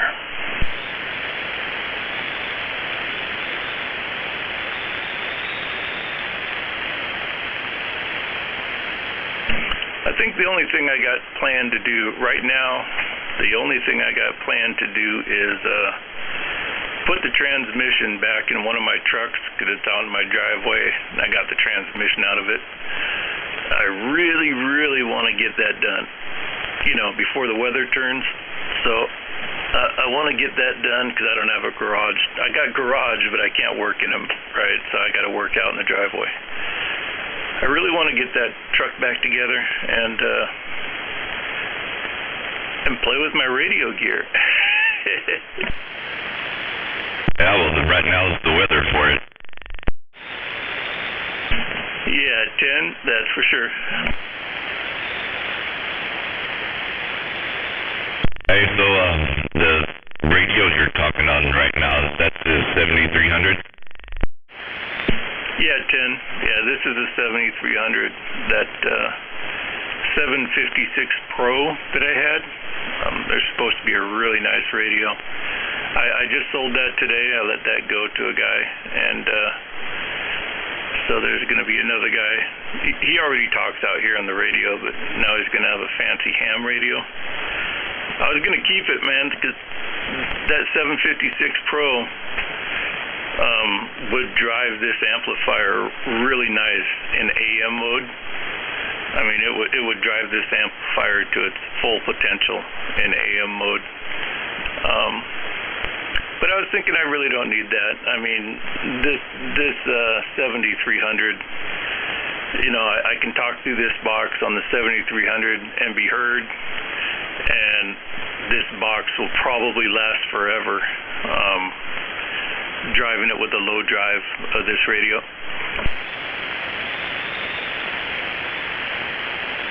Yeah, and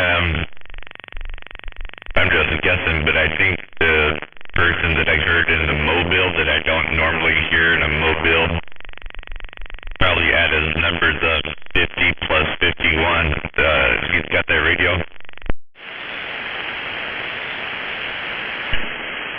50 plus 51. I don't know who that is. 101. Oh, yeah, God, I didn't even think about that. No, not 101. 101's he's satisfied with his 7300. Yeah, he came over here today and we were working on downloading the upgrade for these radios. To download, then you program them in the radio, and we couldn't get the download to work right, so it was kind of a failed mission there. But nope. No, he's another louder station that you're really familiar with, so you'll hear him out there. Yeah, 10. I can narrow it down. He's a local boy over on my side of the pond.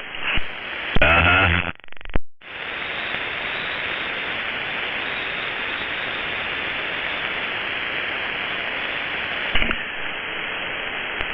Boy, he sure does like that LD Moss box he just got, though.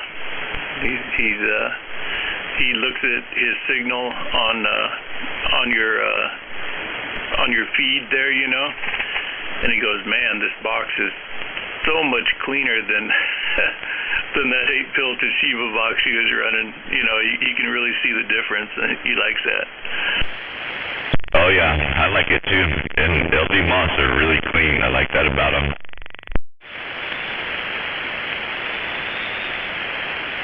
I want one, especially if I can bleed over that much with it.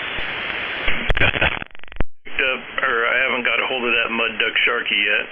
I kind of took the money that I had put away for that Mud Duck Sharky project and spent it on this other gear here, but you know, I mean, that's not stopping me from still making the purchase, but I'm going to hold off until I sell that other amplifier I got over here. It's just try and sell that sucker and get rid of her. I need to find a buyer for an old Collins radio, man. I got this really cool old Collins radio. As a matter of fact, let me send you, they're not a close-up picture, but it's a picture of this radio. I'll send you a picture of it just so you know what I'm talking about. Right on. Hey, was that Al out there? Yeah. Sorry, I wasn't trying to get in between you guys. I was sandbagging on the bleed over here. Yeah, copy. We were trying to keep it quiet. Good luck with that. I guess everybody else followed you here. This is my old channel. Oh, we know. Or at least I know. That's why I'm here. Good evening. Good evening, Zodiac. Yeah, we ran this one for almost 20 years. And we've been there, radio checker.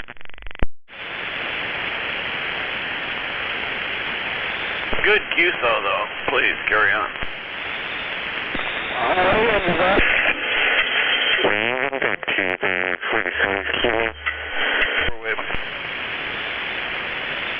Dear Slayer.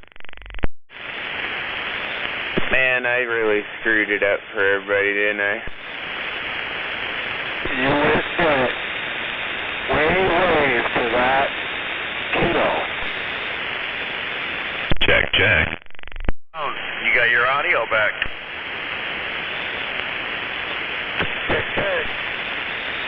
My audio? Yeah, your audio. Oh, well, yeah, I was trying to get a little too far out. Yeah, you were far out, all right.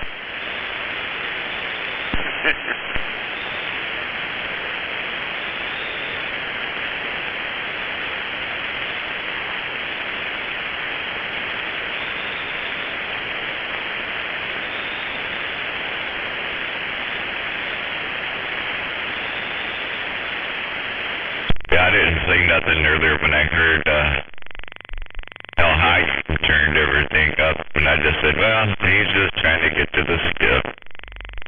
Then the skiff's going to be out there going, what'd he say?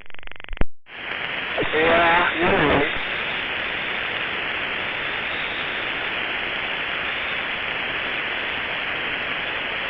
I go with the old motto, don't touch it. I mean, you try talking to Skip like that, and I bet you come getting people coming back. Because, I mean, you are loud. Hey there, Popcorn. Thoughts and prayers with you, man. Take care of that kid.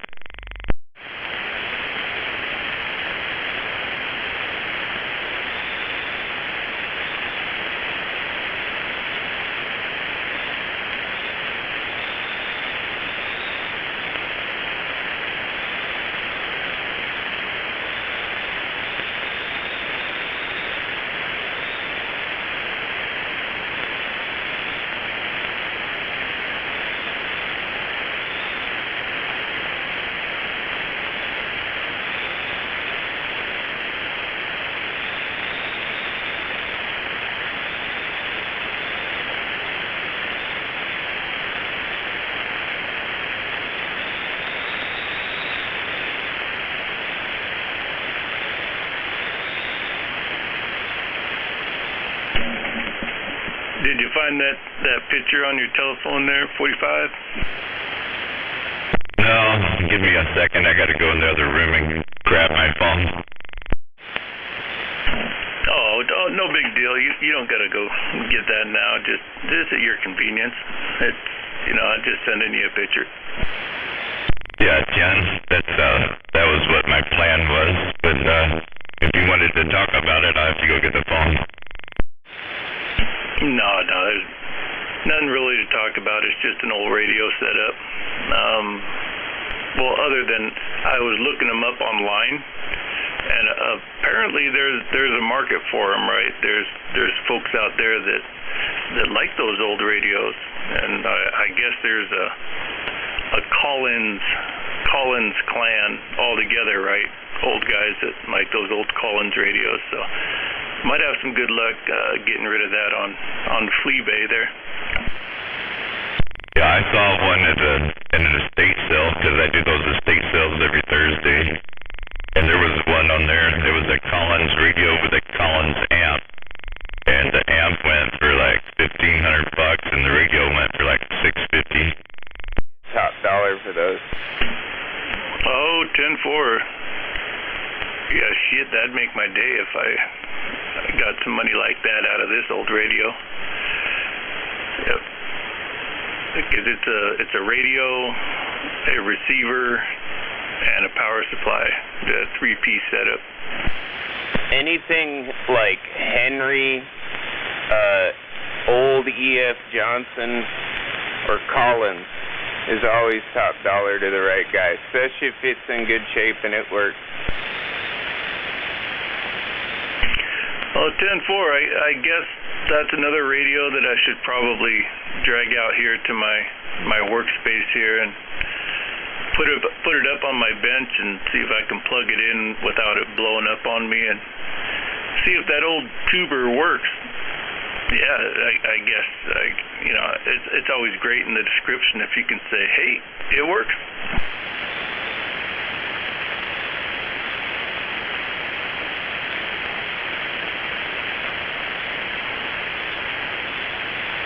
And did you say that Heathkit was a 221? Yeah, WD-40. I can't hardly hear you out there. You're way down there in my radio. You just asked if that Heathkit was a 221. Yes, 10-4. It is a 221. Yeah, that thing's a pretty kick-ass amp too. It needs a ham operator if you're not going to put the 11-meter mod in it, but it'll work. Yeah, that was part of what we were talking about earlier, about the mod. But those are every bit as solid as like a 220.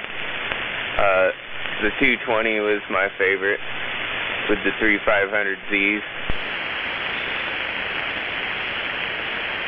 Yeah, 10-4 there.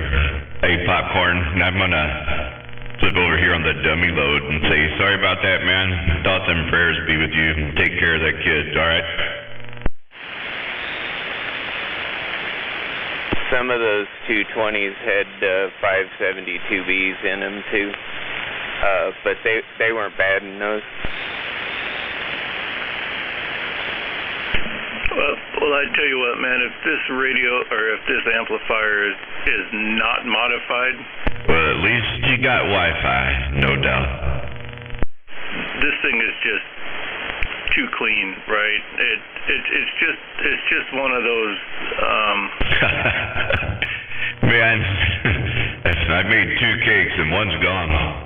Someone else play with it because I am definitely not gonna throw my soldering iron in there and try to mod its way into amplifier perfection. It's not for me. No, too clean. Yeah, I heard you mention it was mint too, so I mean that's that makes it pretty valuable. I mean those are. I made 2 vanilla cakes. They're Popcorn, because that's what the wife likes, vanilla cake, just no icing, nothing. So I made 2, and she ate 1 already, and she got 1 left. And nowadays, if you want to run out and buy a brand new amplifier that does 2kW, look what the damn things cost. You're spending $3,000-$4,000 for a brand new amplifier that'll do 2,000 watts. It probably won't last as long as this old Heathkit will, because these Heathkits are built like a tank. I mean, everything's cheaper. Yeah, sorta, I guess. I didn't know Baker Man was a real baker man, but yeah, let's say I'm a culinary art fan. Yeah, I don't know if you spent any time looking at the build quality of these old tube style amplifiers, but I tell you what, this new school stuff, except for a few boxes, there's a few boxes out there that are still built right. Everything's cheap nowadays, man. It's a shame. Oh, absolutely, I agree with you on that. And yeah, I do agree. Yeah, I'm talking on the dummy load, so you can hear me transmit over there, Popcorn, but these guys can't hear me, so it's all good. It's solid equipment. I mean, if it works, it's worth a lot. Especially like a Collins 2K, or a Henry 2K. There's a reason why you can't find them on eBay. It's because the people that actually have them and know what they are don't sell them. Yeah, I do that too. I got a smoker, and I like to throw my smoking chips or pellets in there. And fill it up with some ribs. I made smoked oysters and went to Animal's house 2 weeks ago. That was a big hit. I shucked all the oysters, about 200 of them, fresh picked out of the sound here, and smoked them, brought over some crackers, and everybody loved it. 8K. And I think you can buy them, but, you know, people want like $6,000 for them and stuff like that. Dude, I don't know who's making them, but they have them listed as an EF Johnson or a Henry.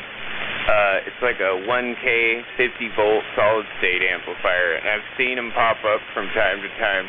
And I don't know if those are actually made by those two companies, because they look awfully similar. Yeah, Henry Radio does still make amplifiers, but I believe that Henry Radio kind of switched over to the smaller amplifiers, you know, like for 2 meter and stuff like that. But Henry Radio is still in business, but I don't believe they make any of the big tube boxes. I didn't even have to go, man. It was pretty cool. I had a 522, the Flying Hawaiian. He lives right on the water. He just walked out there and picked a couple of buckets full and brought them over to my house. And, you know, big ones like that. And even they have a ton of 50-volt solid-state stuff out there now.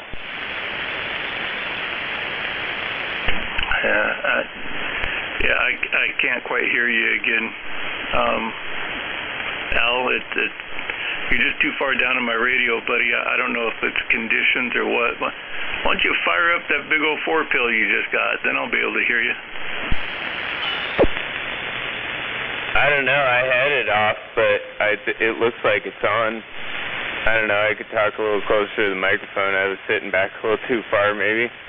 It's just conditions. I got you down here about over here. I got you about 2 S units, and you're right down in my static. That's weird. Yeah, I mean, you're about the same. So, I don't know. Maybe we just got an obstacle and some crappy conditions. Yeah, I got you at 8 over here, so it's just location, I'm sure. There's got to be some kind of obstacle in between us, and it's not in between you and him. Yeah, 10-4 on the location and condition, yeah. Rough conditions, no doubt. Where's he at? Oh, Westside lives out in Bremerton or something like that, right? Oh, that was Westside, okay. Yeah, he's over there towards Silverdoe, isn't he? Normally I can hear him a little better, so his signal's going up and down at my house. His audio is too. In and out. Have you ever seen a Henry 8K 45 kilo? I have not, no, but I've heard of people that had them. Yeah, you ought to look them up online. I guess they're the holy grail of ham amplifiers right there. The Henry 8K. I think they got a 4CX 3000 in them, you know, just one big ass tube. And supposedly the more you drive them, the more power they make. Yeah, there was one down for sale in Cali about 5 months ago for like $2,500. I looked into it, you know. 2,500, man, that was a steal. Of course, if it was in good shape, it was a steal. I imagine parts for it are probably obsolete, so it's probably hell finding parts for them. And of course, if you need to replace a tube, that's going to cost you thousands just for a tube. But $2,500, man, that's a steal. Yep, and it didn't last but like a day anyway, so I looked at it and went, holy crap, that's an excellent price. Then it was gone.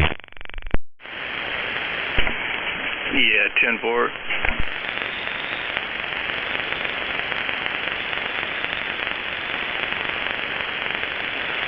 Well, Pop hospital, and he's listening to us on the gate there, so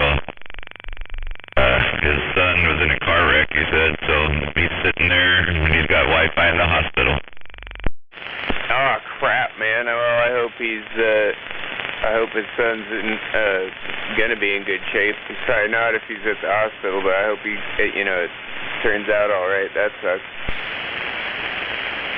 Well, he said he was doing okay. He's doing good.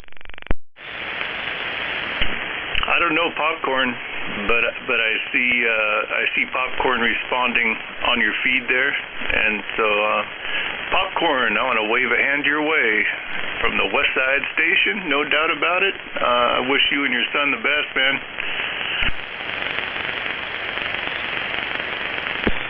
I let my Honda sit for too long, I think, because I had some match issues when I threw a radio in it today at work.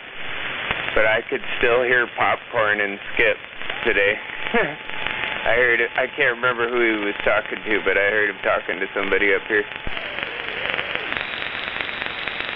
Dude, he was talking to almost everybody up here. Oh yeah, dude, he was booming. Like, even with my 10-to-1 match, he was booming in the Mobile. Where's Popcorn located at?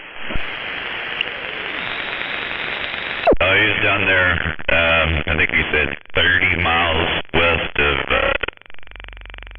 San Fran. I think it's Oleandro or something like that. Saliandro, there you go. Oh, 10-4. All right. I have a feeling, though, that my issue is the mount. So I'm going to pull the antenna off tomorrow and put my other Wilson 5000 on it, see if that's the problem. If the match goes down, then it's the other antenna.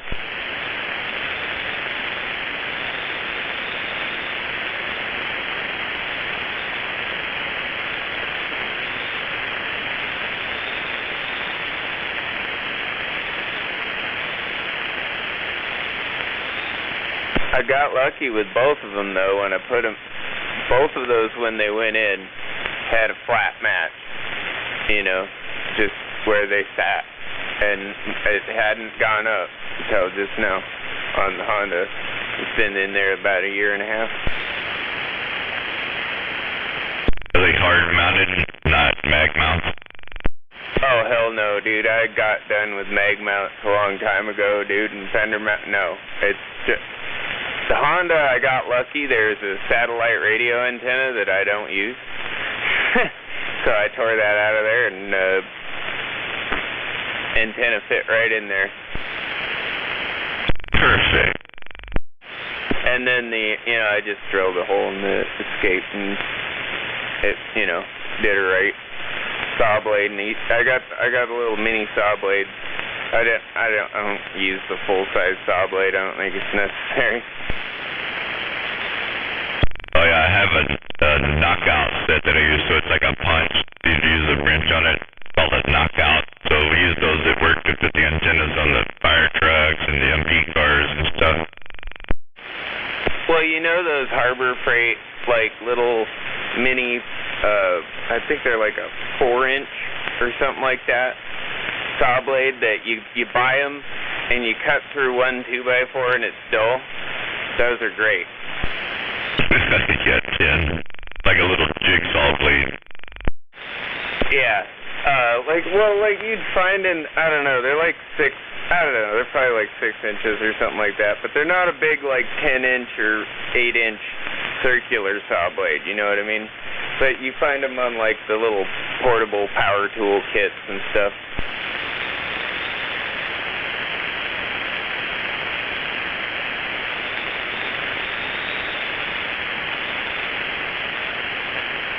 But my point is, you can buy a 3-pack for $1, and they're not worth it as a saw blade, but they work great for an antenna because they have the same size hole.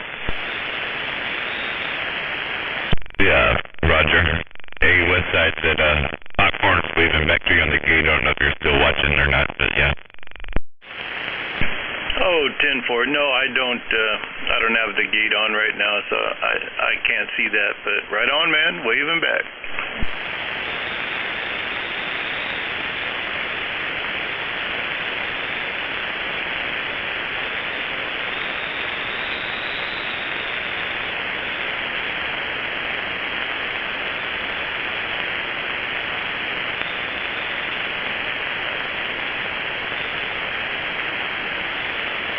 But with the coax I put on the one on the Escape, now I need to find me like a 2 driving 8 or something to put in the back. So does anybody know next time they're having a ham fair over there in Puyallup? A hamster in Puyallup? You want to be more specific? I don't think they're having one this year, but it's on the Mike and Key website. Oh, Hamfest. Yeah, I should probably look that up. Yeah, 'cause I got some. I'd like to go down there with these. Yeah, I don't know. Maybe it's not worth getting a booth for just a couple of radios, but I'm sure there's some other guys I could probably get in there with. Maybe sell these suckers there. You know, I don't want to mail order them if I can help it. Well, you know, you can still put it on like OfferUp or Craigslist like Rubber Snake does and just sell local only. Oh, that's true. That's true. I've never used any of those for sale sites. I've bought off them, but I've never sold anything. The first radio that I bought was from Snake, and I didn't know that. But I worked with him for probably 15 years before that day. And I just went on Craigslist. I found a radio I wanted, and I sent the dude a message, and he said, meet me here in this parking lot. And I went over and met him. And I looked over, and I said, Rory, what the? That's you?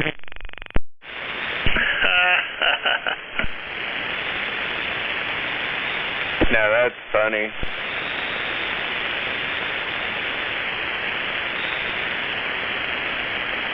I honestly can't say I've ever got to meet Rubber Snake yet. I wouldn't mind meeting the guy. He seems like he's kind of set everybody else up on the radio here. But I've never actually bought anything from him. Not that I wouldn't. I'm just saying I haven't.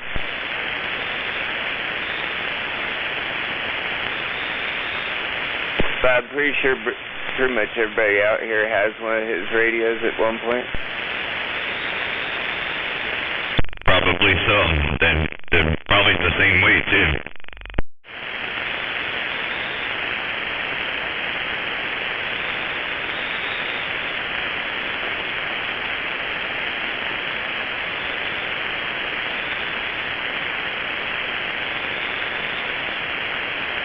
I will admit I do like to set people up that I like to talk to, you know, that I want to hear. That's always, it's fun.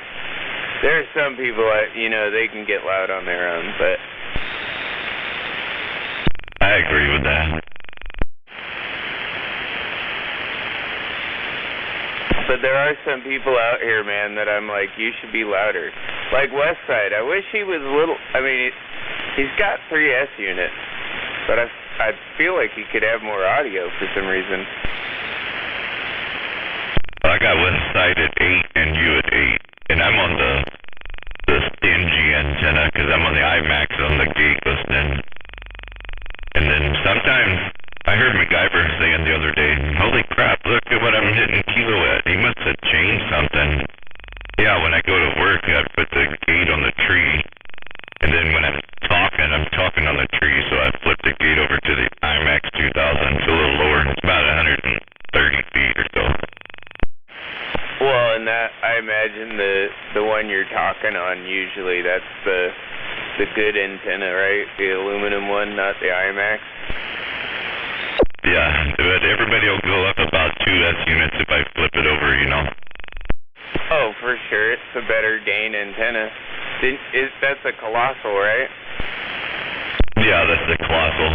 On on top of the tree. The IMAX is down, like I said, it's about 130. Underneath the colossal, just about 3-inch standoff off the side of the tree. I will admit, if I was going to replace this IMAX, it'd probably be something like that. Or I'd go with the, I'd really like to get a Serio Vector 4000. I had one at one time and I shouldn't have let it go.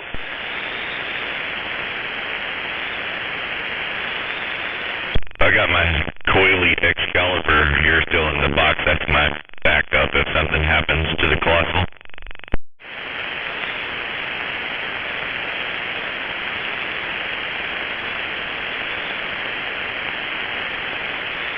That Mr. Coily is another good one I like.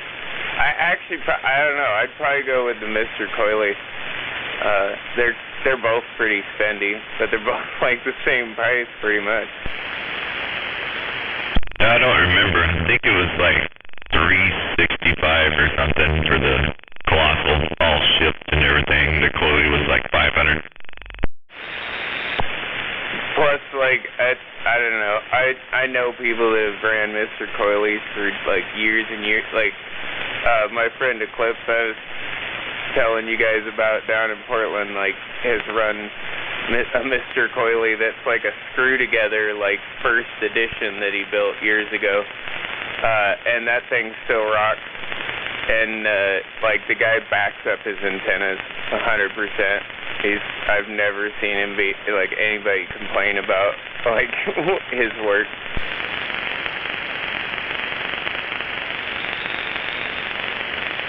Well, I've never ran one yet, but I hear other people on them and they sound really good, so that was the reason I got it. I just didn't want to buy 2 Colossals and then have that for a backup, because I wanted to see what the Coily's like, too.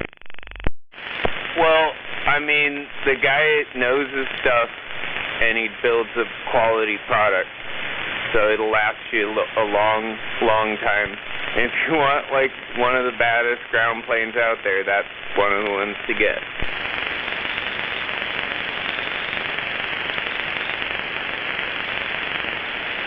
And it'll handle whatever you want to put through it, kind of thing. Well, I mean, depending on the one you get. If you got, you know, I don't know which one you got. I got the .64 Excalibur base antenna.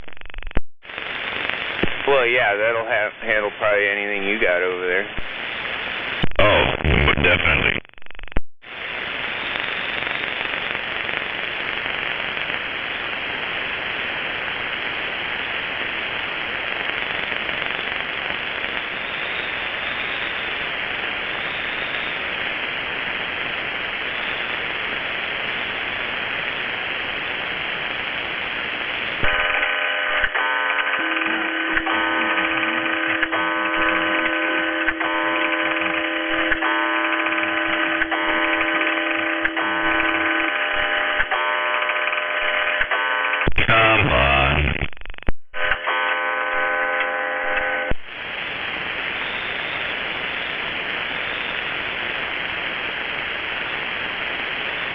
Okay, radio checker, are you telling me to go to bed? Nah, just taking the place of High City's talking to Clark there.